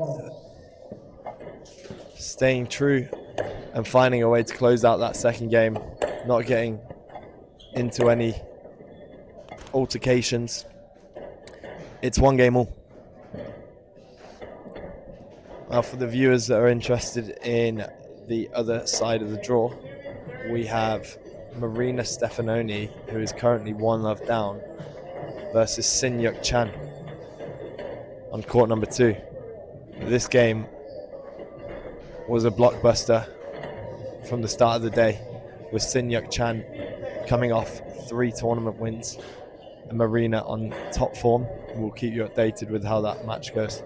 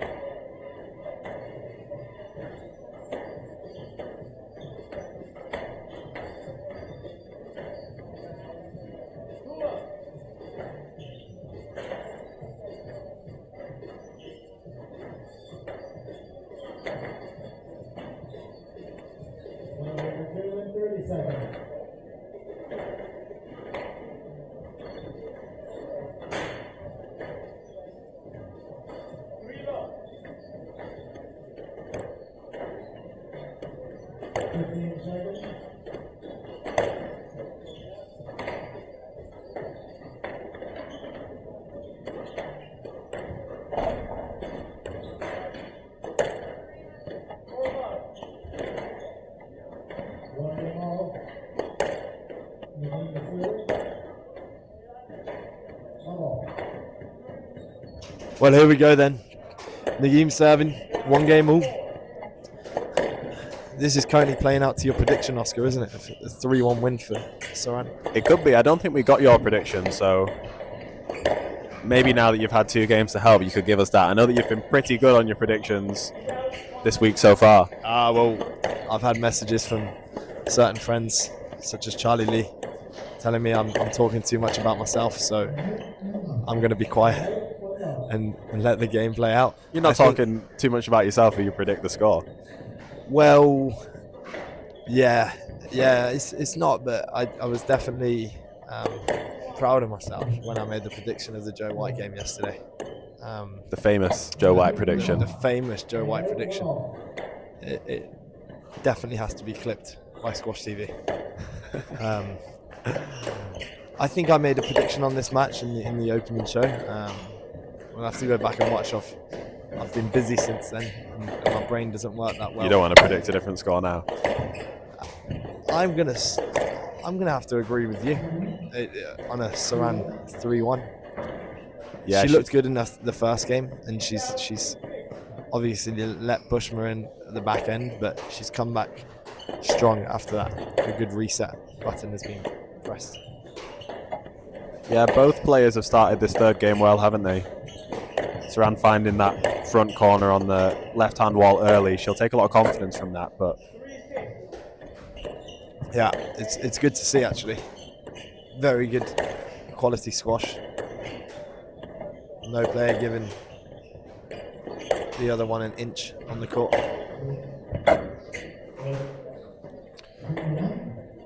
Yeah, it's definitely that left-hand wall where Saran's seeing the most success. Her straight work is really rewarding her here. What she doesn't want to do is that and open up the court for Alina to attack, because she is also attacking with a lot of confidence and injecting a lot of pace into this game. It's just good squash.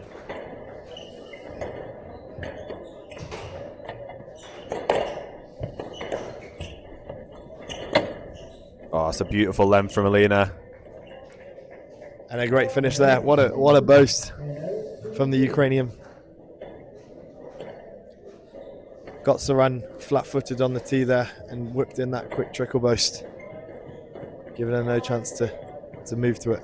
Yeah, I think the reason we had a few more decisions in the first two games were, there were times where the matches got a little bit edgy and there were some balls in the middle, but both of them here have really tidied up their work.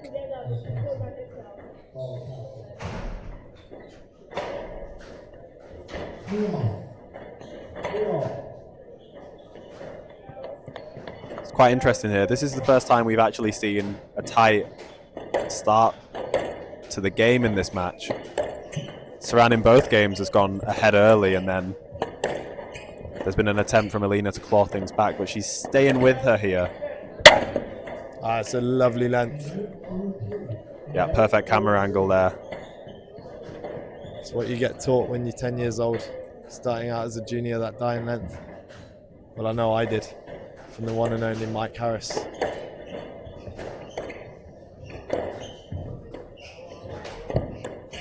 I mean, we've been talking about how well this court takes in a winner to the front, but equally that length at the back, keeping it tight to the wall, it's really tough to dig out on these glass side walls. Yeah, it's almost finding that balance of when to actually take a person in short here to give them that chance to the back.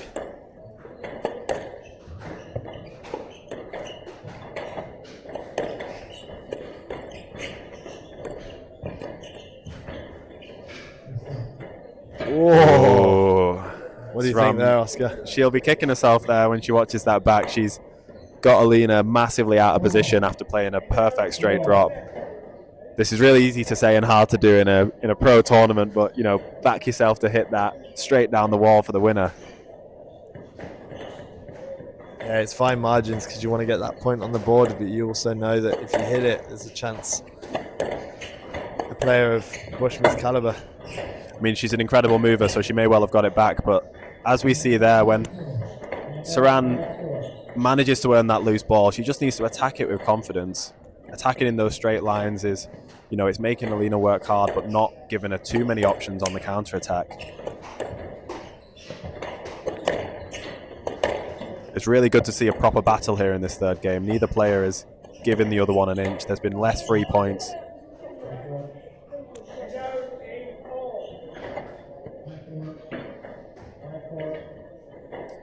And one thing's for certain, the ref isn't electing to give them any cheap points. That let that Saran got earlier and then another let ball there. He doesn't want to reward the players asking here, does he?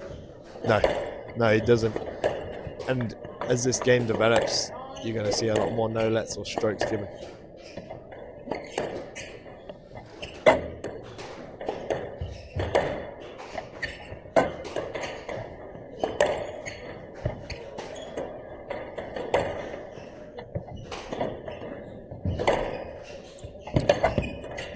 Strong work here from Saran.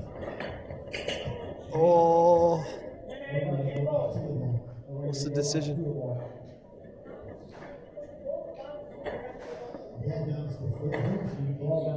It may have been a no-let there, which I think Saran really isn't happy with.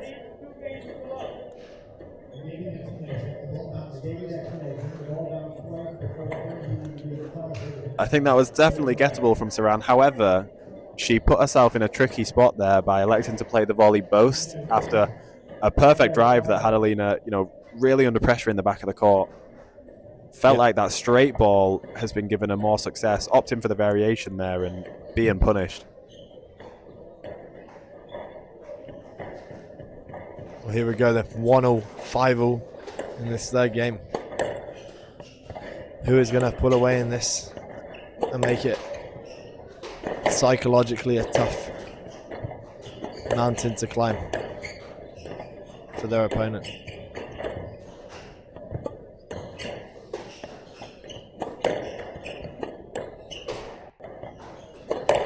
Saran really doesn't go cross-court from this deep left-hand wall very often, does she? It's always Alina who switches that play.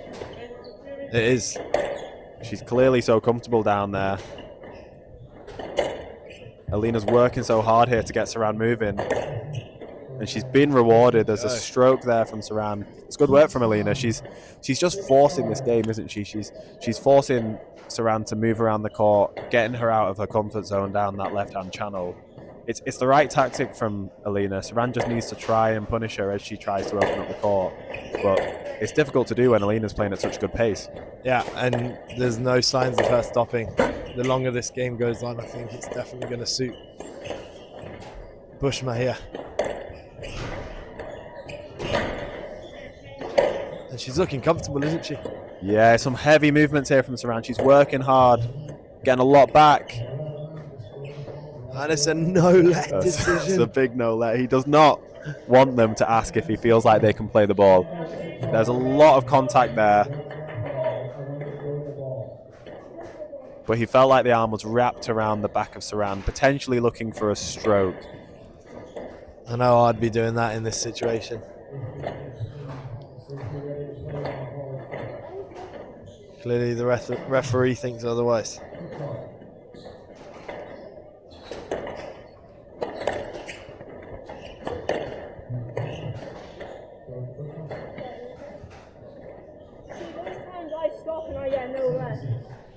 There's a bit of communication between the players here. Yeah, potentially feeling like there's been a lack of strokes given when there's quite heavy contact. And that's now resulted in Alina playing a shot where she's hit Saran on the backswing because she knew that she wouldn't have got rewarded for the stroke despite the fact that Saran was in a swing. It's a fine line to walk, isn't it? You know, we always want less decisions and the ref is trying to push for that. However, sometimes it's a stroke ball. Yes, and if the refs give you a no-let and... Wow. Another stroke there. I feel like Saran's on the back end of some tough calls from the referee. And yeah, and she needs to keep her composure here and continue play because they're both on a conduct warning. She doesn't want to get a She stroke. needs to be very careful. And there it is. She'll feel very hard done by here. She was sat on that front wall, protesting to the decision, but not very outwardly. Still, the referee's given that conduct stroke away. It's now a 3-point lead for Alina. The backstage of this third game. There's definitely no home court advantage for Saran here with the ref. There we go. Saran is clearly flustered and Bushma has been given, almost handed, 4 game balls in this third game. And another error goes in. Saran will be coming off looking to reset and give it everything as we go into the fourth. And as we look to the number 1 seed on court 2, we see that she is down 2 games to love versus Senyuk Chan.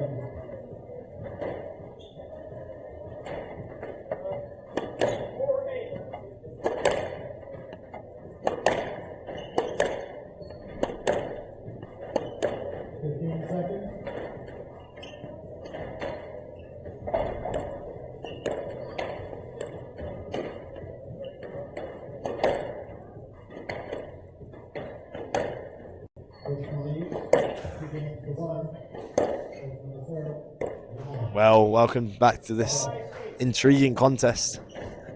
Our predictions are now out the window of a 3-1 Nghiem win. And it's Bushma who's looking very confident. Yeah, Saran was on to court early then after the break. She's needs to reset here if she wants to stay in this match, because Alina's looking very settled, isn't she? You know, these rallies are lengthy, they're physical, and this is exactly where she wanted this match to go. She wanted to get Saran working hard, and after a really tight first half of the third game, she got rewarded with a real drop-off from Saran that she capitalized on. Yeah, and it's going to be tough for Saran to come back. However, one thing she will pride herself on is her mindset and resetting after that game. After speaking to her coach, she'll be looking to get into this as quickly as possible.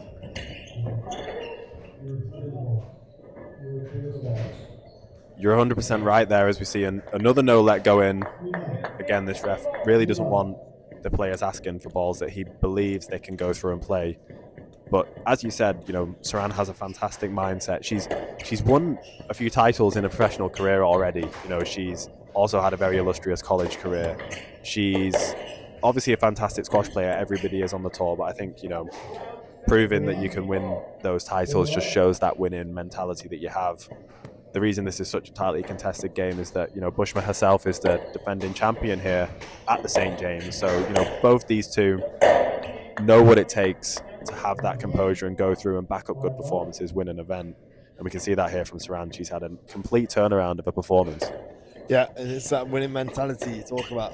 It can count for so much if you're on the back foot or things aren't going your way. It's how can you find a way to get through a match by not necessarily playing your best squash or being happy with how you executed your game plan. The first big rally of this fourth game here. Bushma definitely doesn't want this fourth game to run away from her. You know, she wants to keep Saran under pressure and keep her working hard. Nice variation there as she's using some height to get the ball around Saran and get her off that mid-court.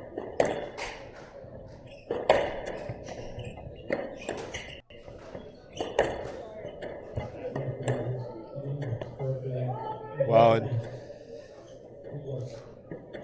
It's Alina's turn to have the decisions go against her, isn't it? Yeah, it's a tale of two halves, isn't it, in this match? It's been so up and down with who's been on top, who's not on top, decisions going one person's way. What do you think is going to be the difference in this match for the person that pulls through victorious?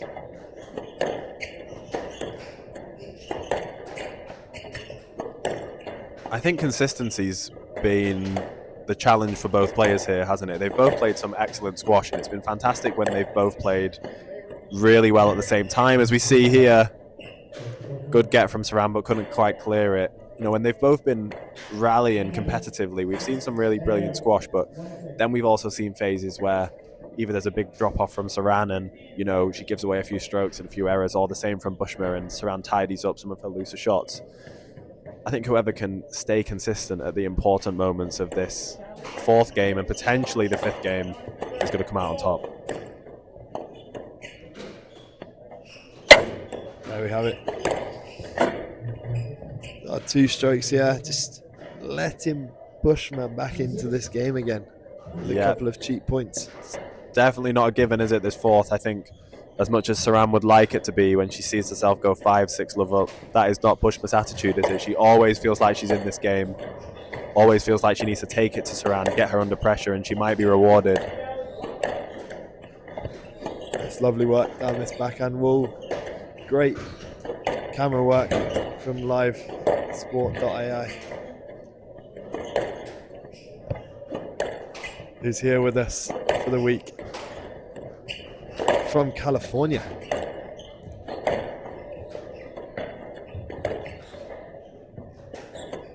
Yeah, there's a big team here at the St. James, isn't there? And as you can see, a lot of squash going on around the venue.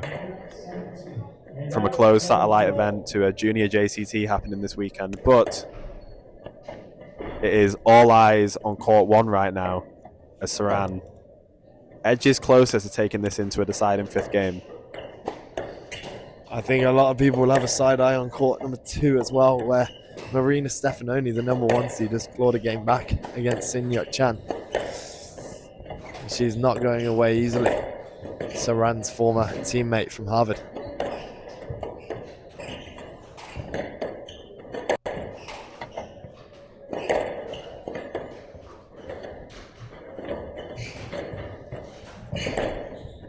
Oh, it's a great get. Such a good get, wasn't it? Such a good get. Full stretch there from Alina and still managed to get so much power on that cross court. Feel like we're echoing all those good gets throughout this match from Bushma. But that is what she prides herself on.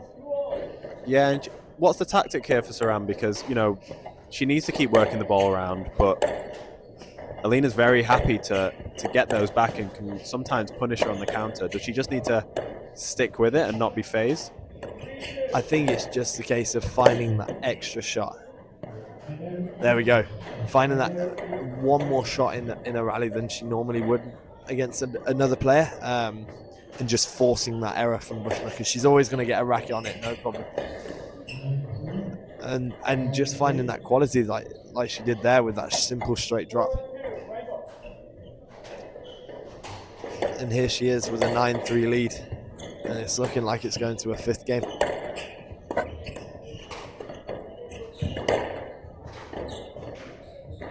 It's a nice working boast there from Bushma. Shifting the body weight of Saran successfully.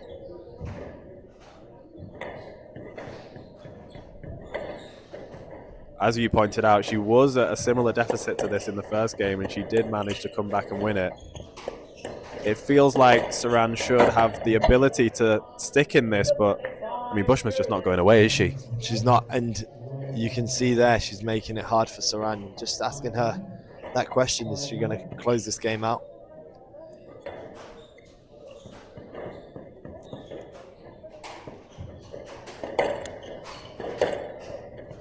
Well, that serve looked down. She's appealing it Saran, but I don't think the referee is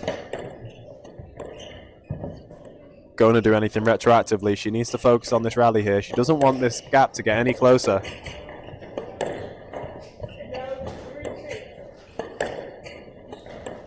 But she resets herself down this left-hand wall so well.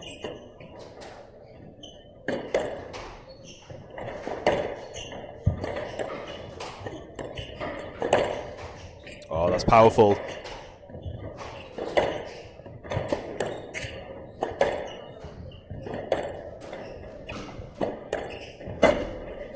It's a great rally. What a recovery from Bushma again. And there we go.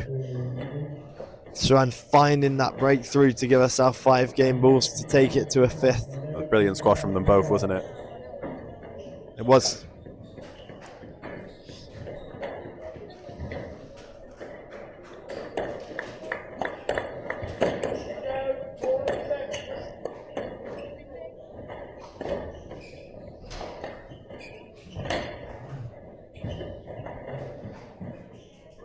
Full stretch there from Saran. Couldn't quite get that cross-court drop from Alina.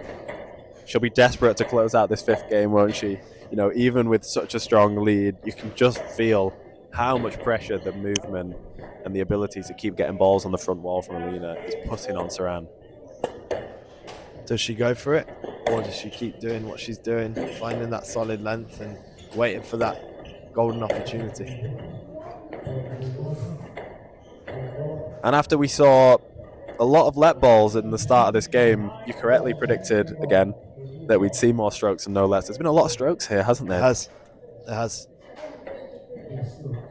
I don't know if it's their opponent is one another is staying on the ball too long, or the referee has clamped down on the let decisions and made it very clear his intentions in the rest of this game.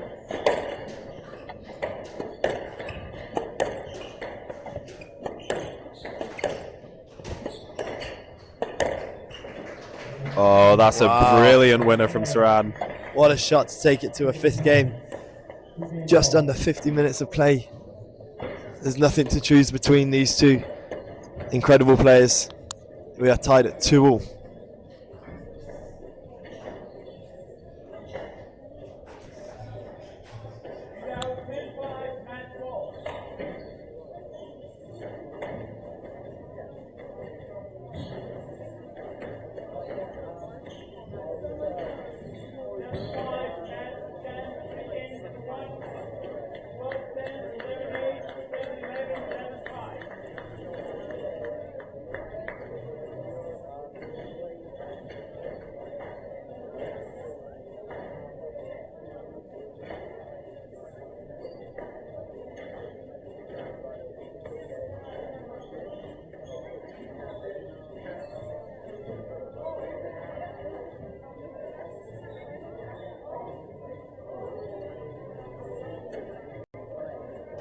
Well, we have just seen the biggest upset of the tournament so far. Sin-Yuk Chan from Hong Kong has taken out the #1 seed in the women's dual Marina Stefanoni 3-1, and she continues her unbeaten run, I think, this season.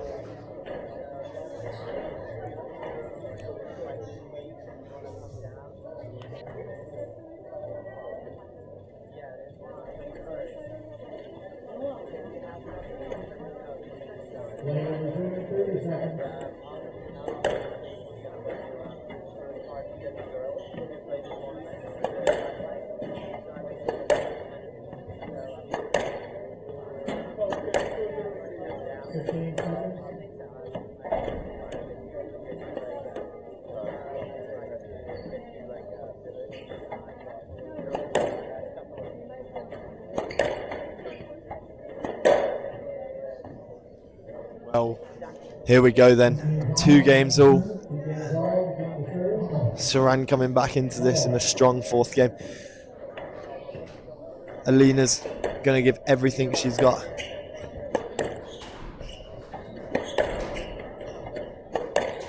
What's your prediction now, Oscar? I think my Manchester bias is showing strong here. I'm willing Saran on to victory, but Alina's been very consistent, hasn't she? Saran's going to have to play very well to take this game, and you do feel like if it's close towards the end of the match, Alina's been the person who's been showing up in those big points. You can't help but feel like Saran would want nothing more than a nice early lead here, whereas no matter what happens on the scoreline, Alina's going to fight for every single point and make it very difficult for Saran to come through this.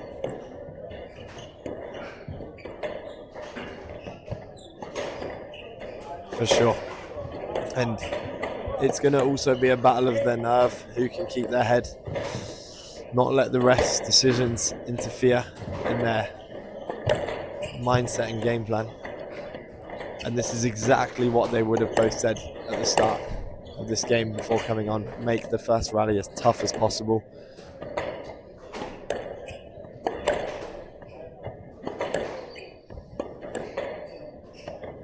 Yeah, we've seen some quick starts for Saran in this match, but you feel like if she's going to win this, she needs to go point for point with Alina here, doesn't she? Because Alina's so up for this. And playing some really nice squash. It's a lovely variation after a long physical opening rally. That is exactly the way she wanted to start this 5th game, isn't it? She's played that straight drop shot a few times, and just by holding that swing has allowed Saran to move around her, and she's played that trickle boost, catching Saran out of position. And it's such a high level 5-setter this to see in the second round of the tournament, the first round where we have the top seeds. As we've already said, this women's event feels like there's several players who have a real shot of winning, and we can see that by the fact that the seeded players are being challenged all the way, aren't they? And there's been some upsets already, as you mentioned in the break.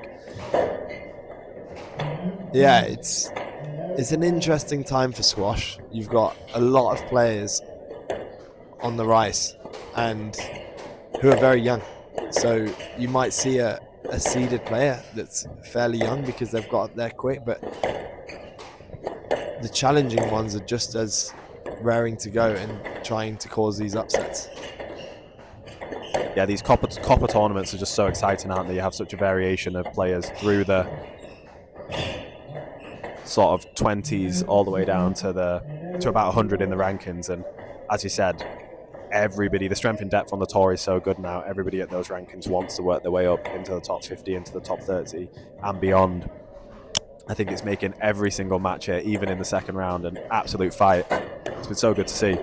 Yeah, they'll both be thinking now it's their time to move on into the quarterfinals. But Bushma has opened up a slight lead in this game, 3 points to 1.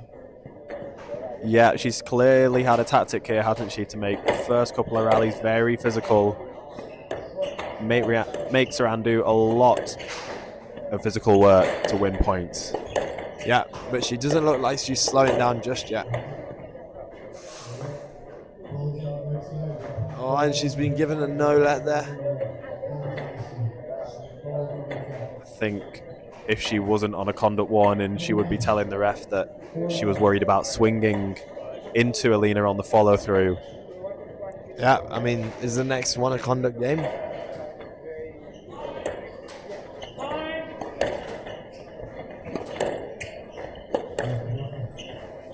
There is nothing worse, is there, than having a no-let that you felt was harsh, followed up by a stroke to your opponent. We've not actually seen this in the match so far. It's either been point for point in the early stages, or Saran has ran away with it. This feels like a very challenging situation for Saran here. Alina, who's been probably the more consistent player of the two, has got off to a 5-1 lead, and she's looking very composed, isn't she? She is looking very composed and just finding those corners of the court consistently through this match, even when it hasn't been going her way. Just keeping at that game plan.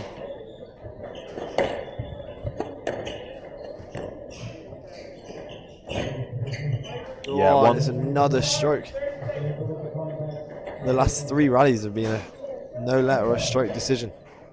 One thing that she's done really well in this 5th game, but throughout the match when she's been having success, is she's been really solid with a hitting around the middle of the court, forcing Saran into the back with some hard, punchy lengths.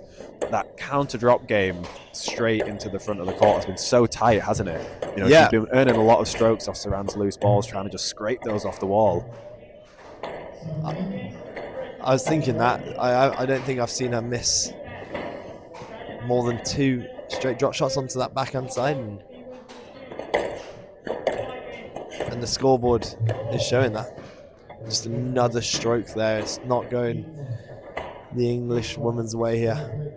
No, she's getting stuck on the ball a bit, isn't she? And it's the strong work of Bushma, isn't it? She's been rushing Saran. She's not feeling comfortable on court at all. So far, she's running away with this 5th game.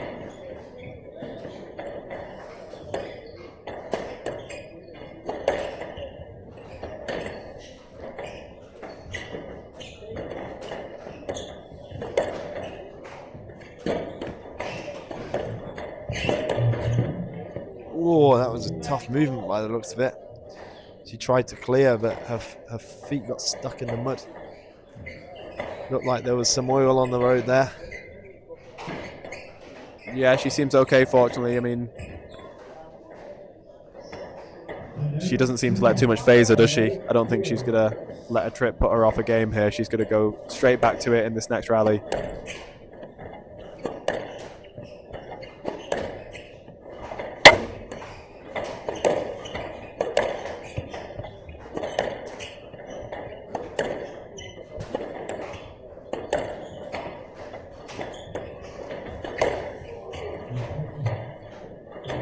Everything's just going her way now, isn't it?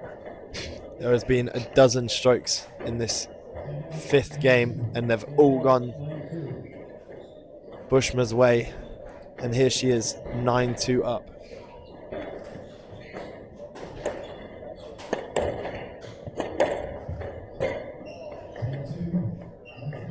And here we have it, 8 match balls for Alina Bushma to take out the number 5 seed here and keep on her campaign of defending the St. James Expression Open title.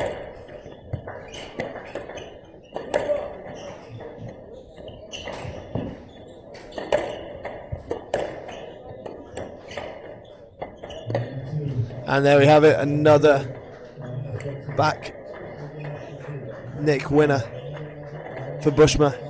She wins 3 games to 2.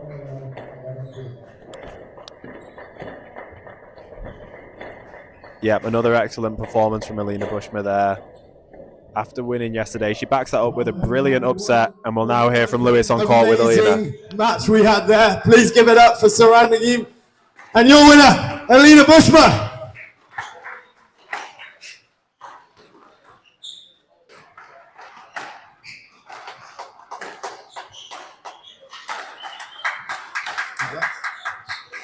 Wow, what a performance there.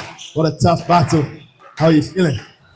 Happy, honestly. It was a tough match, definitely tough. Happy to get over the line, it was nothing between us, I was a DJ. But yeah, just happy with my squash today. Yeah, no, that was impressive, and you're obviously looking to defend your title here. How are you going about it in the later rounds? Well, everyone thinks I'm defending my title. This is a completely different event, guys. No, I'm excited, it's a copper event, a world tour event, a quarterfinal. I'm ready to face whoever won. And yeah, just take it point by point, game by game. Yeah. Amazing. Well, we do have a box over here if anyone wants to predict how many tattoos Alina has. So be sure to do that and see her tomorrow in the quarterfinals. Well done. I don't know how many tattoos I have. I was saying I don't know how many tattoos I have, so I might guess it. Thank you, Alina.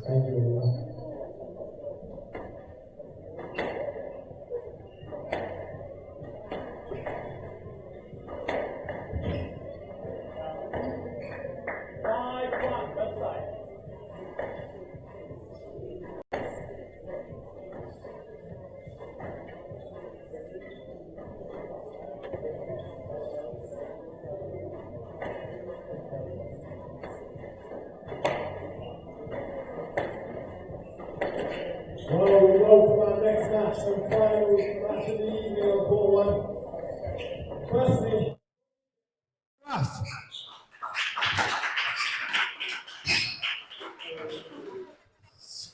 And from India, Veer Chotrani.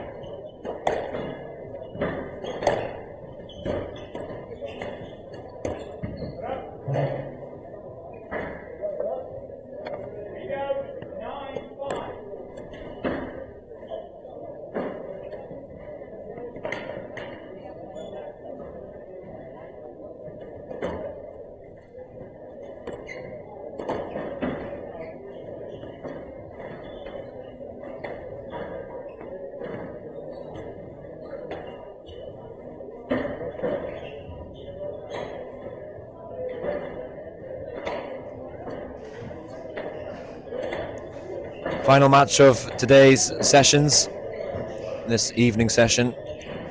Veer Chotrani, number 5 seed of this event from India, up against Mohamed Sharaf of Egypt, the defending champion of this particular event.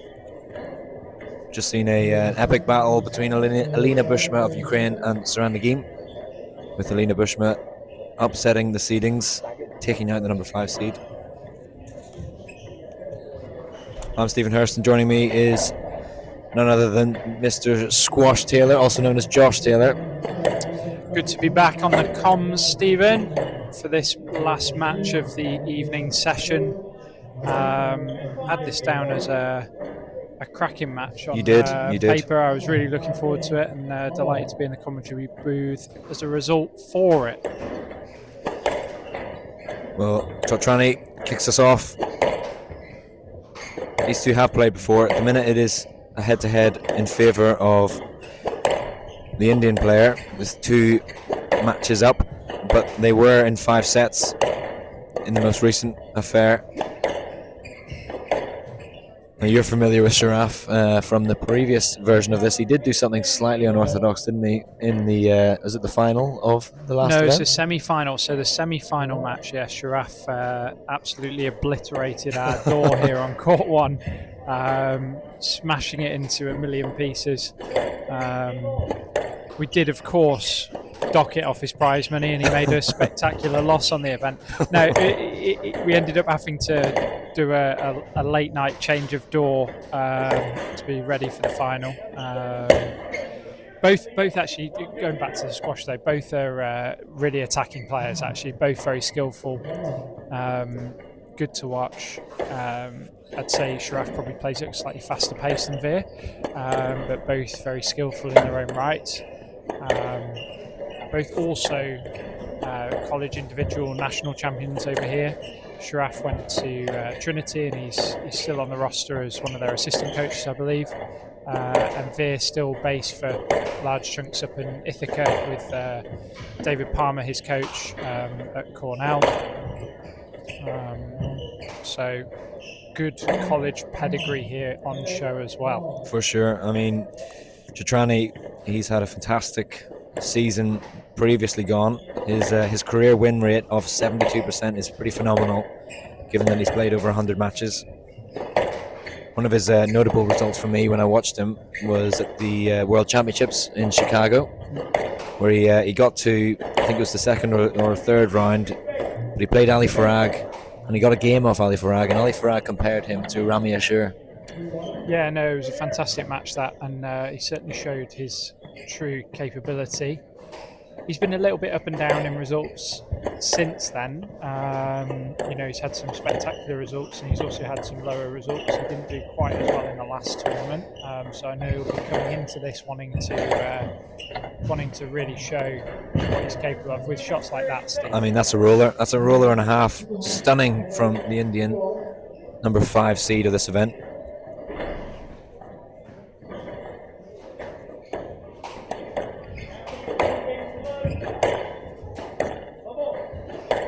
Yeah, he's had a mixed bag this season, hasn't he? I mean, he's had a couple of titles, one of which was the Mumbai, which is a Challenger 15, I believe. So he's not a stranger to actually pushing through deep in a draw and winning the titles, but a couple of upsets against him recently, right? Yeah, I mean, no offence obviously to the players, but massive discrepancy between a Perry Malik and then playing Ali Farag and getting compared to Ramy Ashour, Perry, who he lost to last week. So, you can see that there's variance in the level. And I guess that's, as much as it's hard, I think that as a coach, sometimes I quite like to see some variance in level, because it does show that the level can go up, and it gives you some promising signs to be able to pull on, and then your goal really is consistency. Yeah, areas of improvement. And that's where I think Veer will be really trying to gear up for a more consistent passage to his career as he matures here onto the PSA World Tour. Well, even these first exchanges, you're spot on with the two player styles. Sharaf clearly wants to hunt every single volley, try and keep that pace up very high, but also Chotrani wants that time on the ball, doesn't he? Yeah, I'd say Veer is a player that likes to operate with some clean lines and then allowing his skill to come out, whereas Sharaf is a lot more route one, I'd say. The pace goes up and the intensity is hard and fast, with a lot of angles thrown in. Both use the front of the court a lot, just in slightly different styles, which is, I think, just put a good mix in place for a cracking match. Yeah, this has been tipped for one of the matches of the day. So far, the opening exchanges have been pretty even. This isn't Veer's first time playing on this court, as much as obviously being the seed and then coming into play. He played some of the NSL matches that we hosted. Great hold there from Sharaf over the summer. He played on Greg Gaultier's team that lost to my team B Squash here on this court. Actually went down to the final point between Veer and Finley, with some spectacular retrievals from Finn that eventually sought us the victory.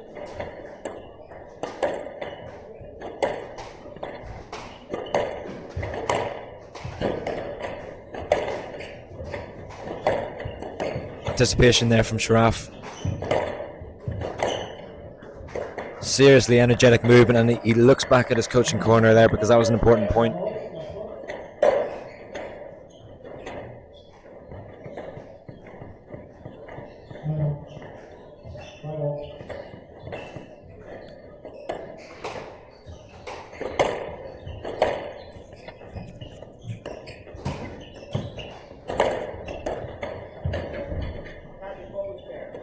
Oh, nice use of height there, mixing up the pace.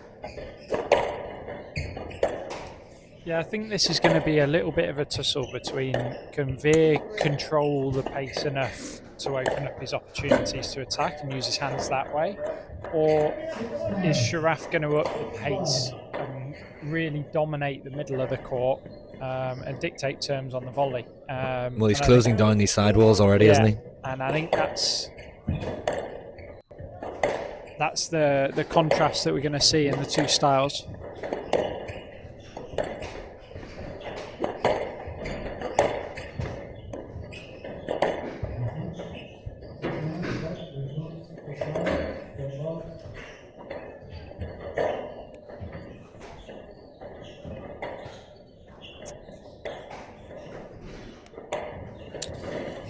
The winner of these two faces either Tom Walsh or Shah Jahan Khan, who are battling out on the other court, I believe, Steve, or have I got that incorrect? Not quite. Not quite. I've got that incorrect. The winner of this will play Mohamed El Sherbini. Okay, who was previously on this court. Which he played. He played a phenomenal match, actually. Number 2 seed, really dispatching the up and coming Omar side. Veer was mentioning to me earlier on just about the number of college squash players that have featured across the course of the day, either alumni or current students, and it's very, very notable that if you look across the draw, the volume that can be seen today that are playing, and a spectrum of the different colleges represented as well, which is obviously great for the US audience.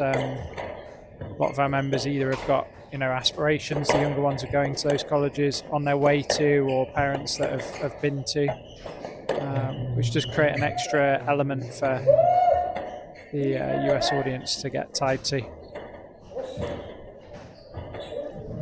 Yeah, Chotrani's now starting to slightly break away in the scoreboard now. Sharaf not happy with the decision.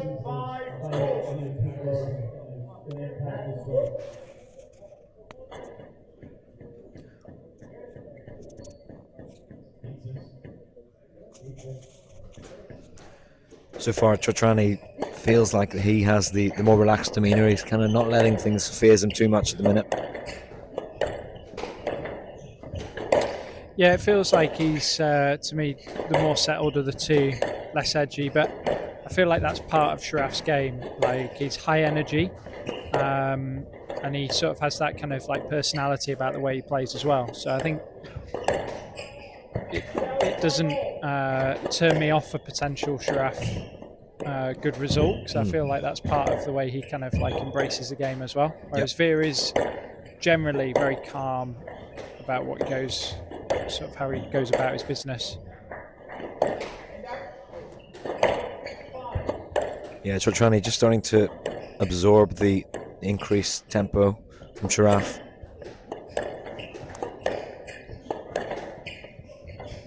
Being quite patient with his injections of pace and the shots that we know he can do.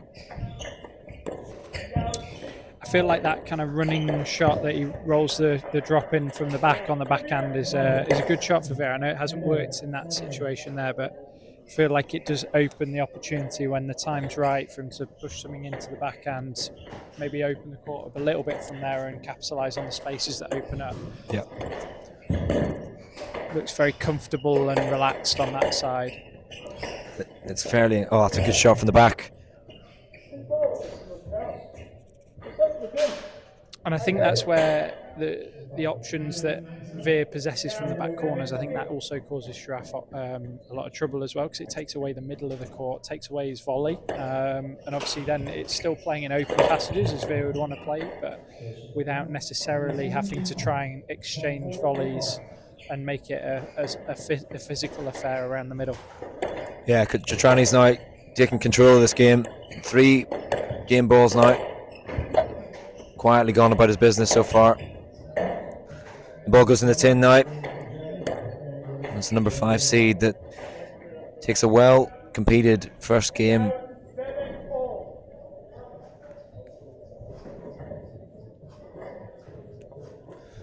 (11-7) to Veer. Chotrani, number 5 seed. 11 minutes of squash. High intensity stuff here.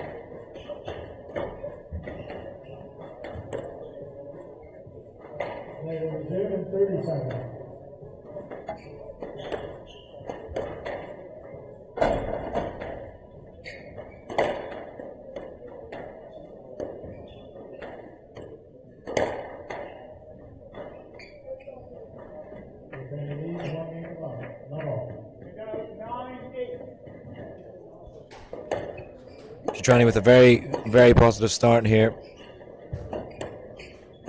Leading 1 game to love now against the ever powerful Sharaf.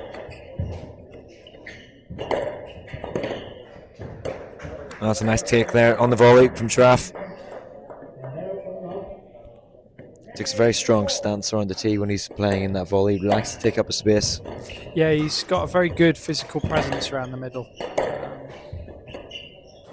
I kind of feel like his movement style and the way he plays kind of link quite well. Yeah. Reminds me a little bit of a Sherbini around the middle when he was obviously a little bit younger. In terms of the sort of like slightly wider stance and good posture and looking to be really physically dominant around the middle of the court. Yeah, imposed himself on his opponent. So what we've actually got here is Sherbini versus Ramir Shaw. Pretty much, yeah. Comparisons. Which goes back to some of those cracking matches in Qatar, some of the best matches ever played, actually. No, he's not going to get much luck there. Impressive, though, from Chotrani so far for me. Just that self-confidence in him. Even when he's getting sort of under pressure by Sharaf, he's just absorbing it nicely. Have you got a prediction here, Steve? Do you do predictions? I normally do predictions after the match. Ah, okay. Yeah, so I can guarantee my prediction. Even sometimes I get it wrong, though. That's a very safe way to bet. I'm going to go Veer 3-1. Yeah, I would be surprised if Sharaf doesn't get a game throughout this. I'd have to agree. I think that Chotrani is on the way. But Sharaf looks like he's seriously up for this. He's pumped. I feel like with Veer we'll get a deviance of level at some point. Like there's at least one game where he sort of drops off potentially. Oh my word! Oh, what an angle that was!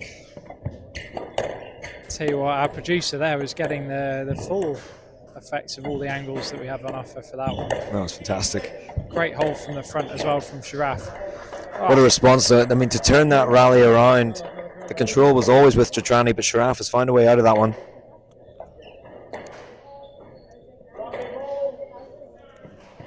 One thing we're missing from this kit is the replay. The replay. Yeah, we haven't got replays yet, but we have to imagine that.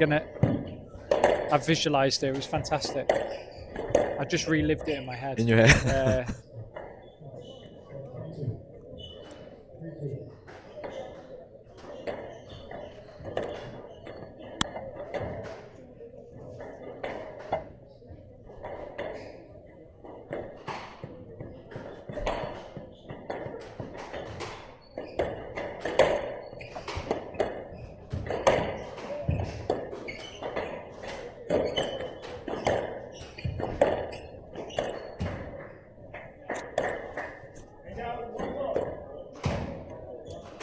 It was an interesting shot from the back there from Sharaf a couple of shots ago, like a side spin, top spin, long drop. Yeah, it worked though. But yeah, it was. Don't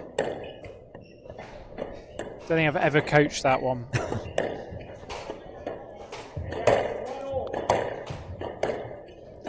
Bit more patience now from both players. You could just see that Sharaf was just waiting for his opening there, and he took that in with sublime skill.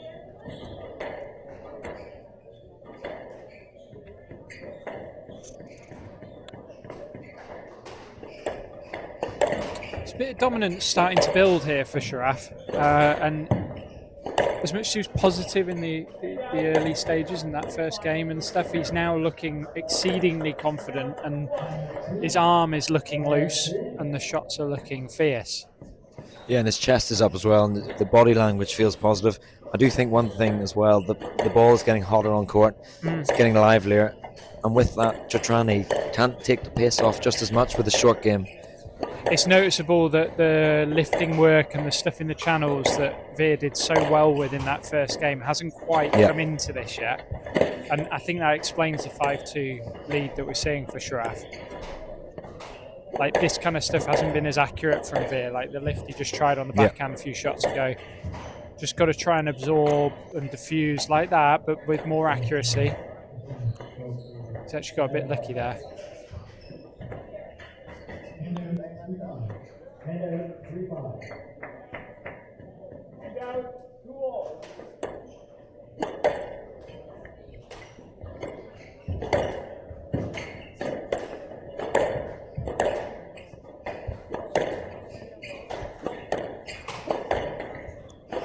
Oh, what a kill that was from Chotrani.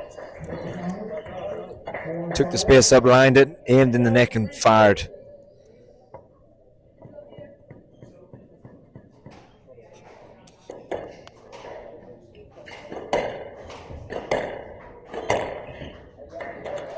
Yeah, it's a good shot out there from Sharaf, taking up the space as he's entitled to it.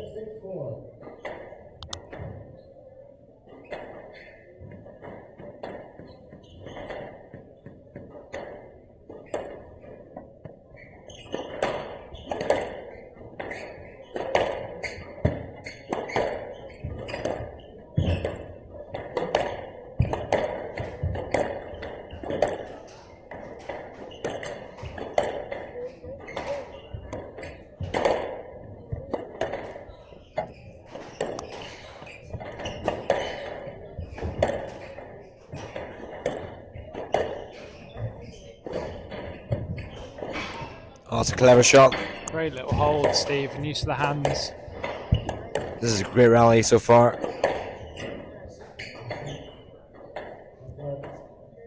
Just coming around the walls, definitely a lap. It's just all falling into the Sharaf tactical playbook this game. Yeah. Veer has got to get back to hitting his markers, his accuracy. Sure, he's cementing control of the pace and also the quality to the back of the court for me. Still not quite got back a handle of that from the first game. Yeah, Chotrani's just allowed Sharaf just to step up on the tee, take ownership of that front position in the game.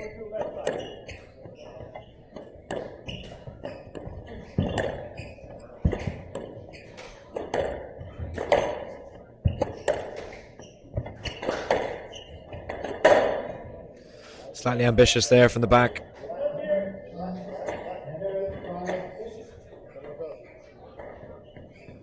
Chotrani just touching distance on the scoreboard now.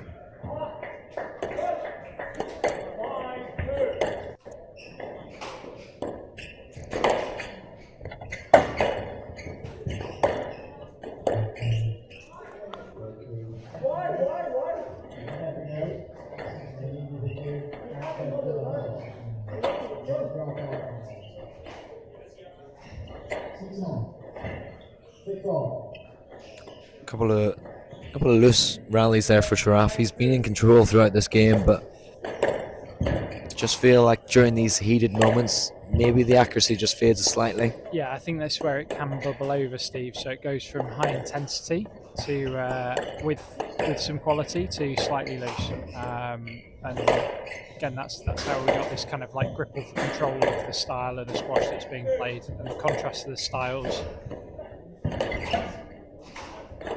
Also, it's so disruptive though, because you get those passages where it's still pace and it's maybe a little bit looser, and then it goes back to a bit more accurate.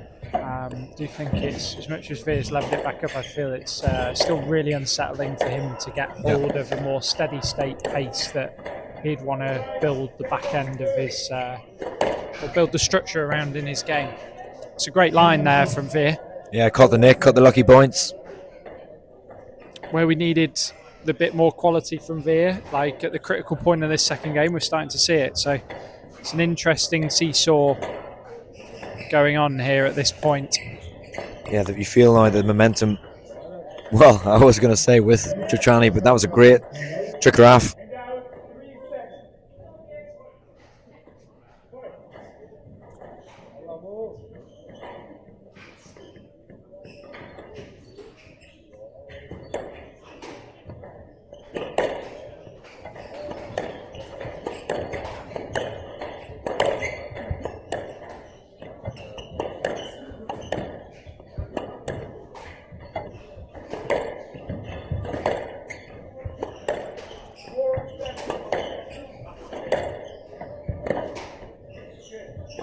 All to play for here, Steve. It's a really interesting phase of this match. Yeah, 7-all. I mean, there's not a lot separating them in this game, is there? No, and I kind of feel like if Veer gets this right here, this might be one-way traffic. I don't think it will be. I think it's going to seesaw a little bit, but there is a chance he gets a grab of this second game. He's got momentum a little bit. 8-7. Big response needed here from Veer this rally. Yeah, you just feel like he needs to dismantle Sharaf a little bit, get him out of this sort of hit and run pace.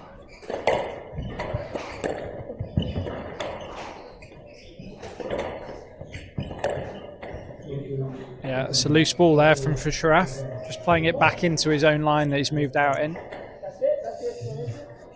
Yeah, the ball was too loose, wasn't it? Even though it wasn't exactly, he wasn't completely ready to play that. It was just far too loose. Thought it was a crucial point for Veer. I just felt like 9-7 versus 8-all. Sorry. Oh, what a shot. A good angle there from the producer.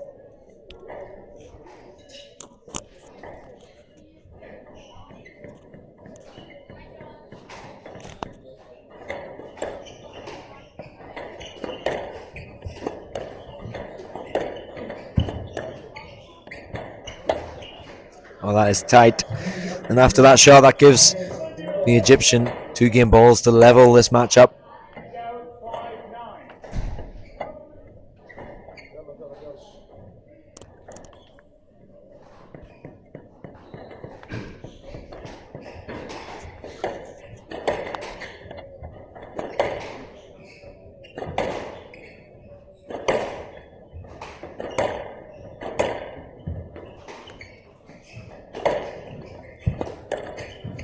Chotrani under pressure now.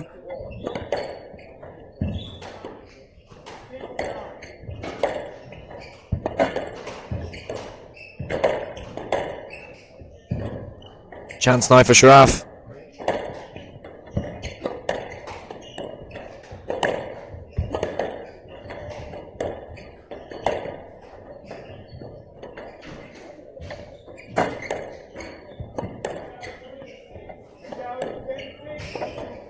Oh, it's a great post. Some outrageous stuff here, Steve. This is the rally of the day for me.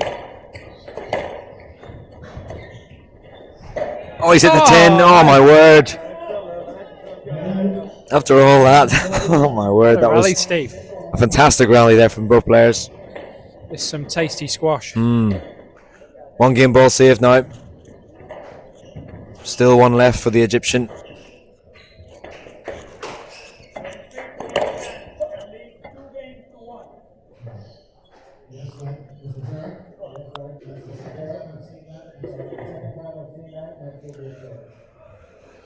Yes, Sharaf, for me, has to be a little bit careful there. Obviously, the referee, and he's signalled to the referee that he's aware that he'll make an effort not to do that. But there was the shot was played, and there was a movement straight forward towards the tee, wasn't there? Yeah, it's a little bit sneaky. Sneaky but obvious, Steve. Yes, sneaky. I don't know if that's there is such a thing. I don't know if there is, but he's redefined the sneaky obvious. Sneaky obvious.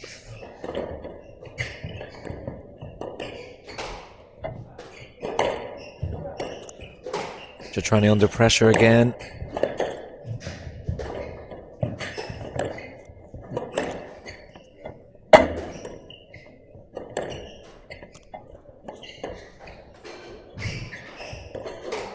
Oh, that's a wicked shot from the back. Here we go, Stephen. This is getting very interesting now. Just under 15 minutes now. This has been a bit more of a physical battle between these two.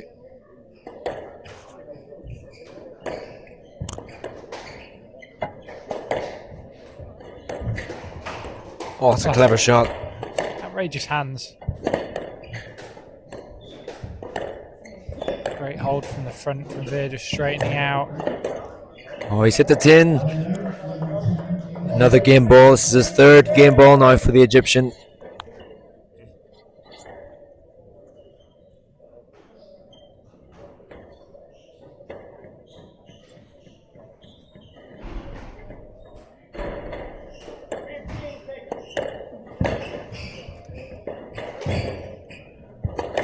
There's an appeal there from Sharaf. He's not happy with that pickup. Oh, he sent him the complete wrong way. What a shot there from Sharaf. 12-10, 15 minutes, physical and tough rallies involved in this game. But it's the Egyptian, the defending champion of this event. It's drawn level here against the number 5 seed. 16 minutes, 12-10. The game's a 1-all.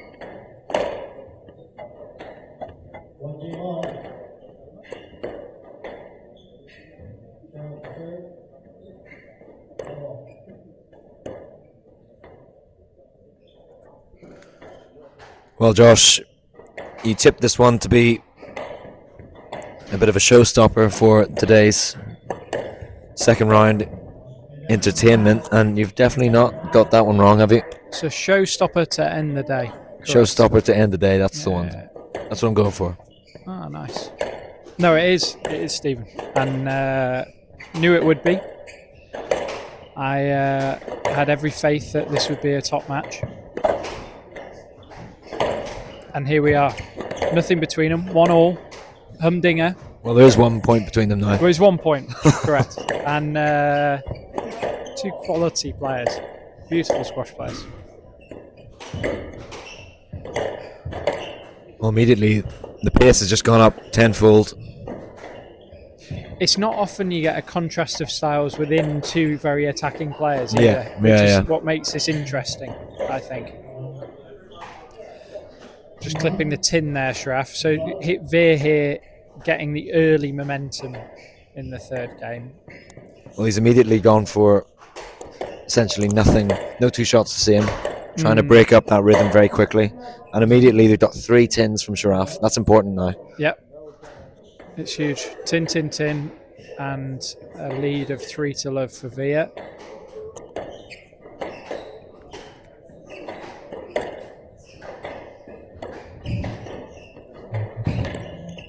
My feeling is that this one runs away and then we have a bit of a reset. I think Sharaf will, if he doesn't win the next couple of points, may click the reset button. Yep.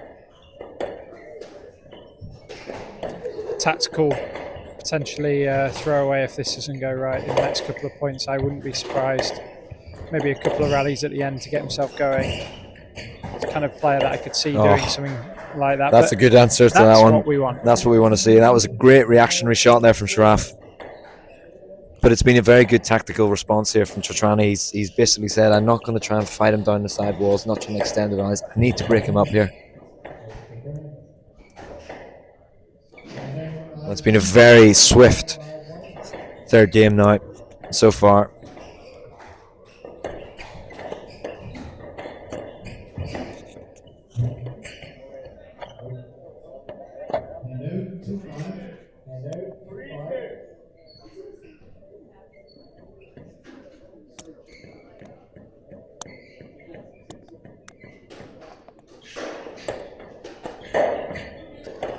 Now that's a costly error, really, isn't it, for this game? Yeah, I felt like if Veer just stayed in his sort of zone of what he was doing, that we would see a potential runaway, but Sharaf has other thoughts in his mind.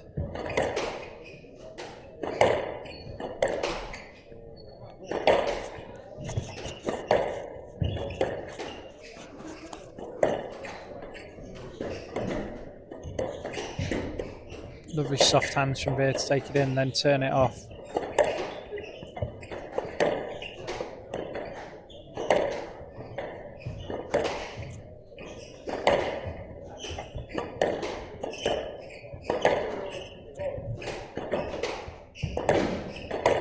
This is rapid now, and Sharaf's cut that ball off very well.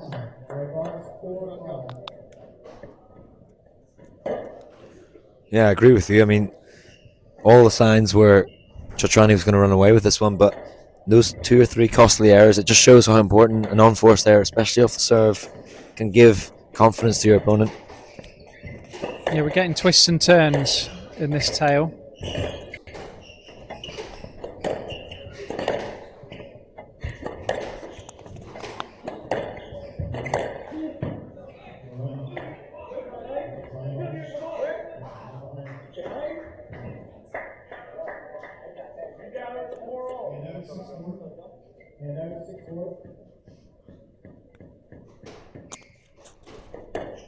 A couple of big points here, I feel, just to try and cement a little bit of a lead potentially again here for Chotrani. He does give me the impression that he's a momentum player. I know that can be quite an obvious statement at times, but there's certain players that do really thrive when they've got that rhythm going. 100%. And Veer is definitely one of those. And Sharaf, on the other hand, is also one of those. So we've got like these big swaves of momentum that are being exchanged here.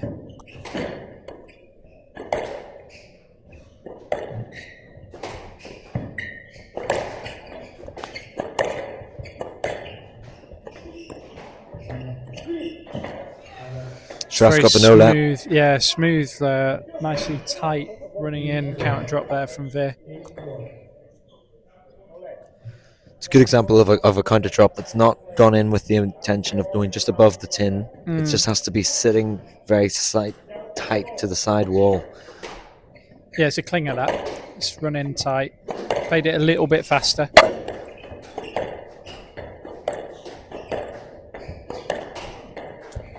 Actually quite a clever shot as well to try and prevent any risk of your opponent kind of bundling you into the ball, because he played it deep enough, a little bit more pace, maybe just aware that Sharaf was on his shoulder.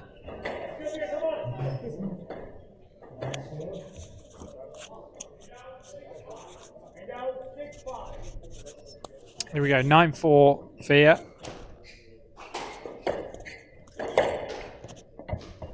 Yeah, it's been a good spell here. He's had to react to the sort of comeback from Sharaf, and with that rally, it's now 6 game balls for Chotrani, the number 5 seed of this event.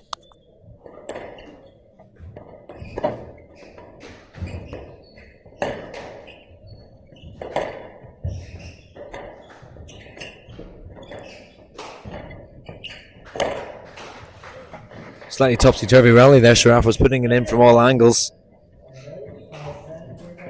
Yeah, he does love this like cross-court drop from the deep forehand, Sharaf. This little flick that he has as a bit of a go-to.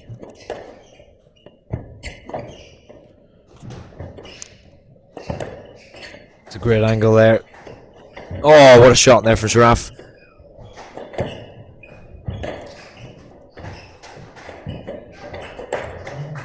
Well finished from Chotrani. Takes that one 11-5. That was a very impressive patch of squash from him.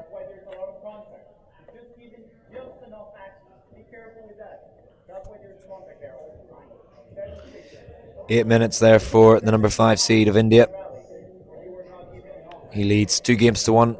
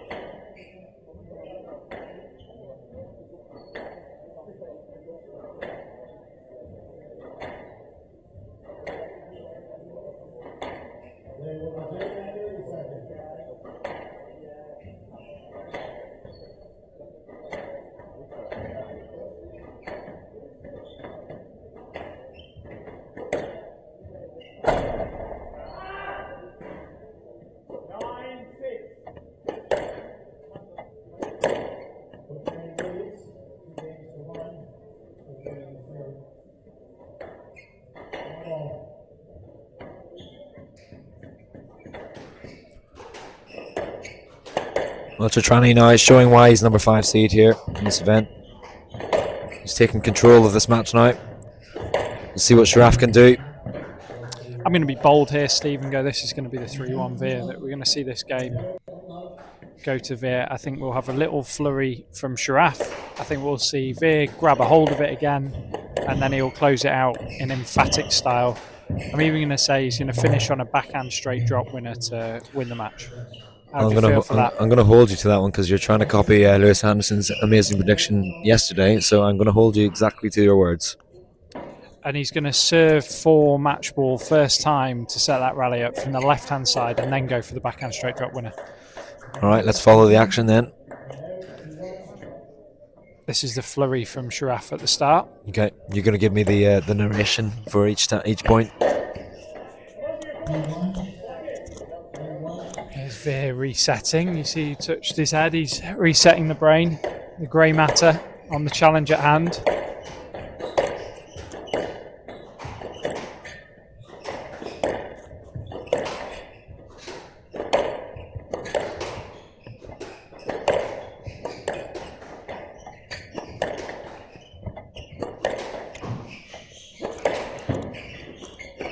More of a steady rally here.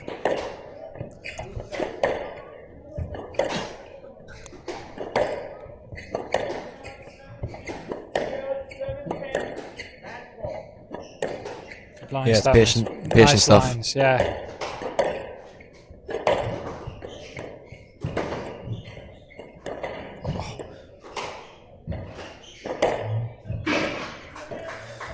Yeah, that was an important rally there for Chotrani. Very well constructed rally there. Yeah, that sends a message, doesn't it? You've won the point on a perfect straight drive. Nothing flashy.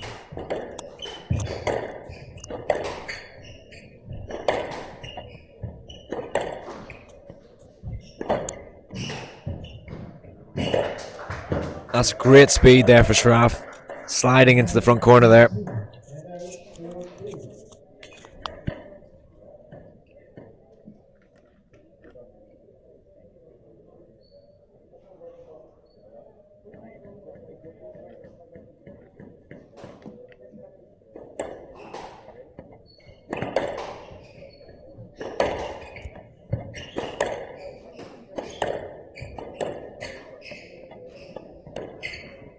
That is tight from Sharaf. And Chotrani's going to have to find something very quickly now.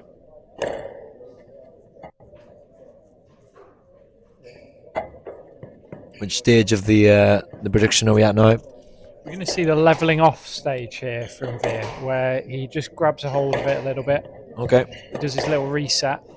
The lines are going to be better, the length's going to be better, his hands are going to start operating, making the court big. There's nice little subtle options going in. You're going to see a few tins like that from Sharaf. That doesn't count.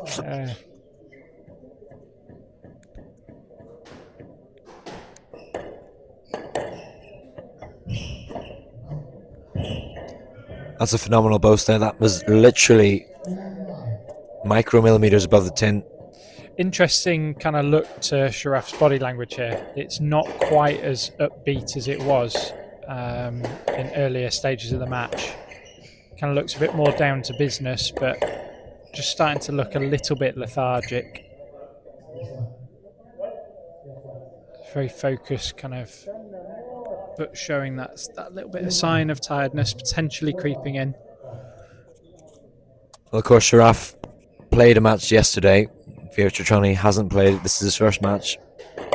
We're about 45 minutes into this match so far, so physical discomfort could be a factor soon. No, it's a great shot there from Chotrani, and he looks back at his coaching corner. Some good support in the house for Veer tonight. He's got a beer Ray and Danielle cheering him on. I can hear their dulcet tones from here.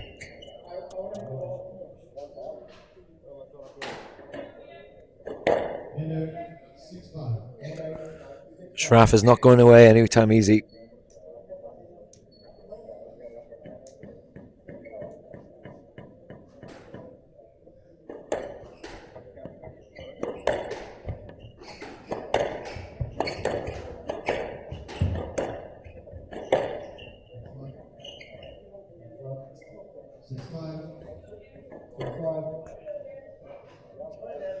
I sort of feel the tension now between the two. They're asking for a few decisions just to be safe rather than anything else. Yeah, I like this stage. This is the nip and tuck stage. This is the nip and tuck stage, okay, of Josh Taylor's prediction. This is the nip and tuck bit before we see the landslide that will start to happen in my prediction. My mystical ball, Steve. Never thought I'd hear the day. Sharaf has other answers to your prediction because he's made a very mini break here. two clear points now on the scoreboard. Still the nip and tuck stage. Still the nip and tuck, It's okay. still the.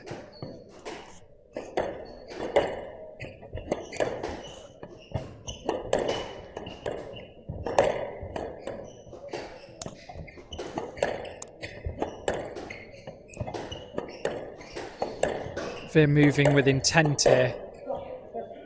Just looked a little bit more lively, responding to the situation well.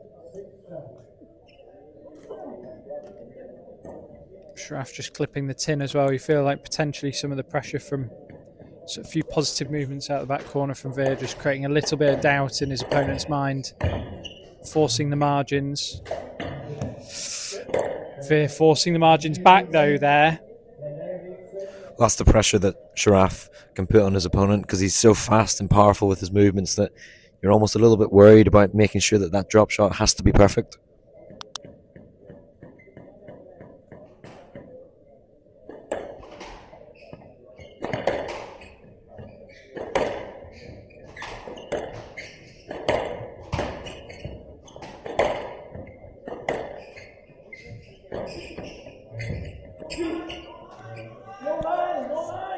Big call there. I don't know if I agree there with Josh, to be honest. I don't think the shot quality was a winner. No, I agree. I felt like the line was the line he took, you know, and it was a big point because it could have been the difference between 9-6 or 7-8.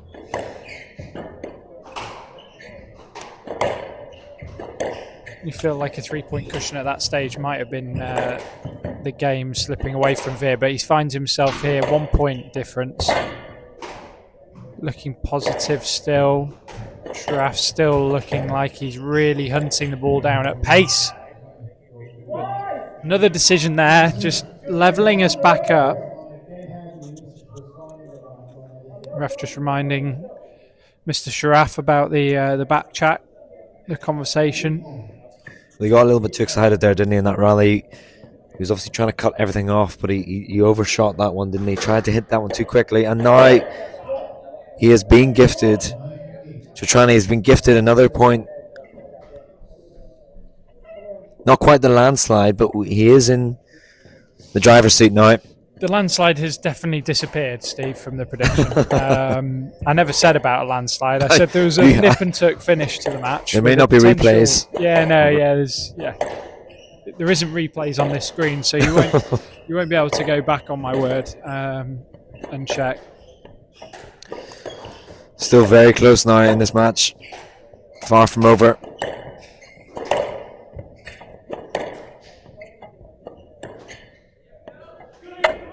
There's the big nick on the backhand side, Steve. That's a huge moment for that nick to work. Two match balls now for Chotrani. As you remember, I did say he was going to serve from the left box and finish with a backhand straight drop. So that bit of the prediction could still be true. So we got the left box piece. Are we going to get the backhand straight drop winner? It was very close. Oh.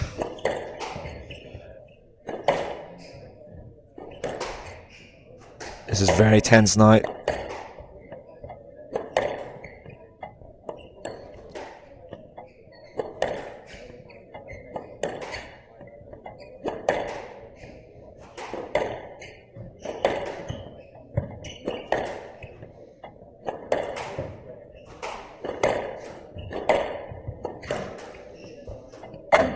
Both just waiting their moment to strike.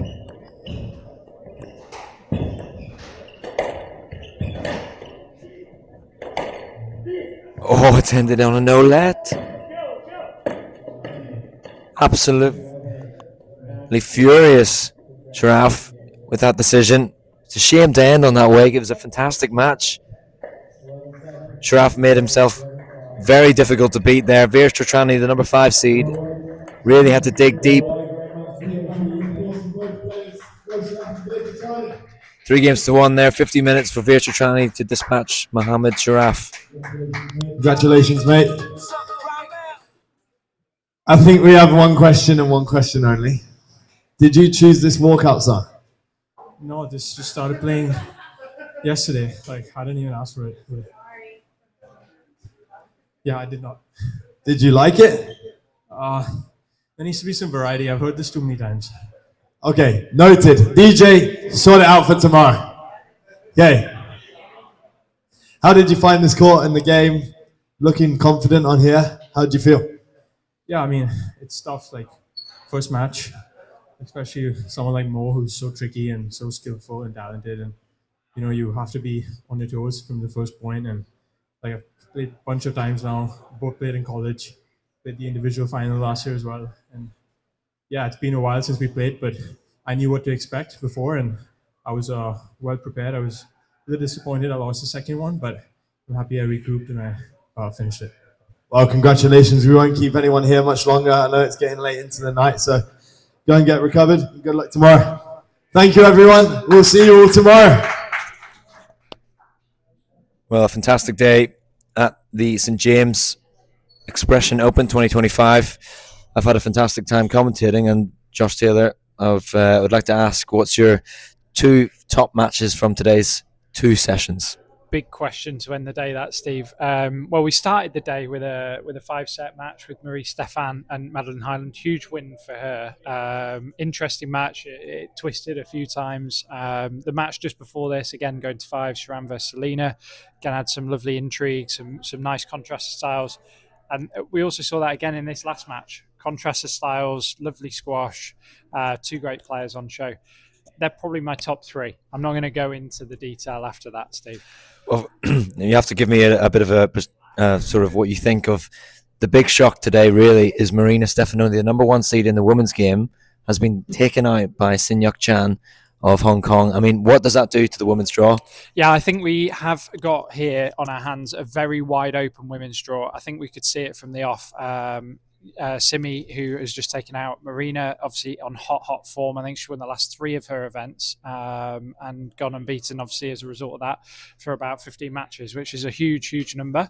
I thought that would be a big match in the lineup today, and I thought that result potentially could be what we would see. So, yeah, I know Marina was probably wanting to come out the better, but also very aware of the threat that Simi could pose in this draw for the women's side of the 100%. And then also looking at the men's draw, for me, one of the standout performances was Lionel Cardenas. I mean, he dispatched Joseph White very comfortably. Now, does he look like the one that's untouchable in the draw, or is there some threat from Mohamed El Sherbini? No, I think Mohamed El Sherbini showed an equally impressive performance as well today. So those top 2 seeds in the men's draw looking very strong. Timmy Brownell as well, coming through a 5-set battle on court 2 today. He's been tested and also someone that's won a copper level event recently. For me, I think it's going to have to be Cardenas going in as favourite, but I think Sherbini's right on his tail. Yeah, it was a fantastic match, and we've been treated to some fantastic squash all throughout the day, some really close battles. And what's your pick for tomorrow? What's your I won't ask you to memorize the draw, but what is your pick for what player you want to see tomorrow? Well, I think there's some bits of the draw that are really interesting in the women's draw. That's where my interest has kind of lied. I think looking at the closer battles that are on paper, I think Simi coming through against Alina, I think that's going to hot up as a potentially big match. And then we've also got Sabrina Sobey going quietly in that other half of the draw. She'll come and play. Who has she actually got, Steve? If you can memorise that bottom of the bit of the draw, I think she comes up with Hana Moataz pretty soon. Might be the next match. That's the next match. Next match as well, which I think those 2 are huge matches, and potentially could be more semi-final type matches rather than quarterfinals that we find ourselves with tomorrow night. Yeah, obviously Sabrina Sobey sort of coming back from a period of injury, and she's definitely not a 9-16 seed. Actually, she's unseeded in this event. And then also Sin Yuk Chan, she's not the 9-16 seed she should be, because she's obviously won 3 back-to-back events. So do you think she can go all the way and win this title? Yeah, I wouldn't be surprised if we're going to see a Sabrina versus semi-final. And I'm also going to see these couple of matches that they've got to get through tomorrow, I think, are the ones that are crucial to see if we see that result line up. And I do think that the winners of those 2 matches will probably find their way to the final and make for what I think will be a really exciting finish to this event. Well, there you go. We've had our predictions. We've had a fantastic day here at the St. James in Washington, D.C. Tomorrow we'll have another list of amazing match lineups, and we hope everyone can tune in tomorrow for the quarterfinals and also get your tickets to get over here and see it in person as well. with that, catch you tomorrow. All the best.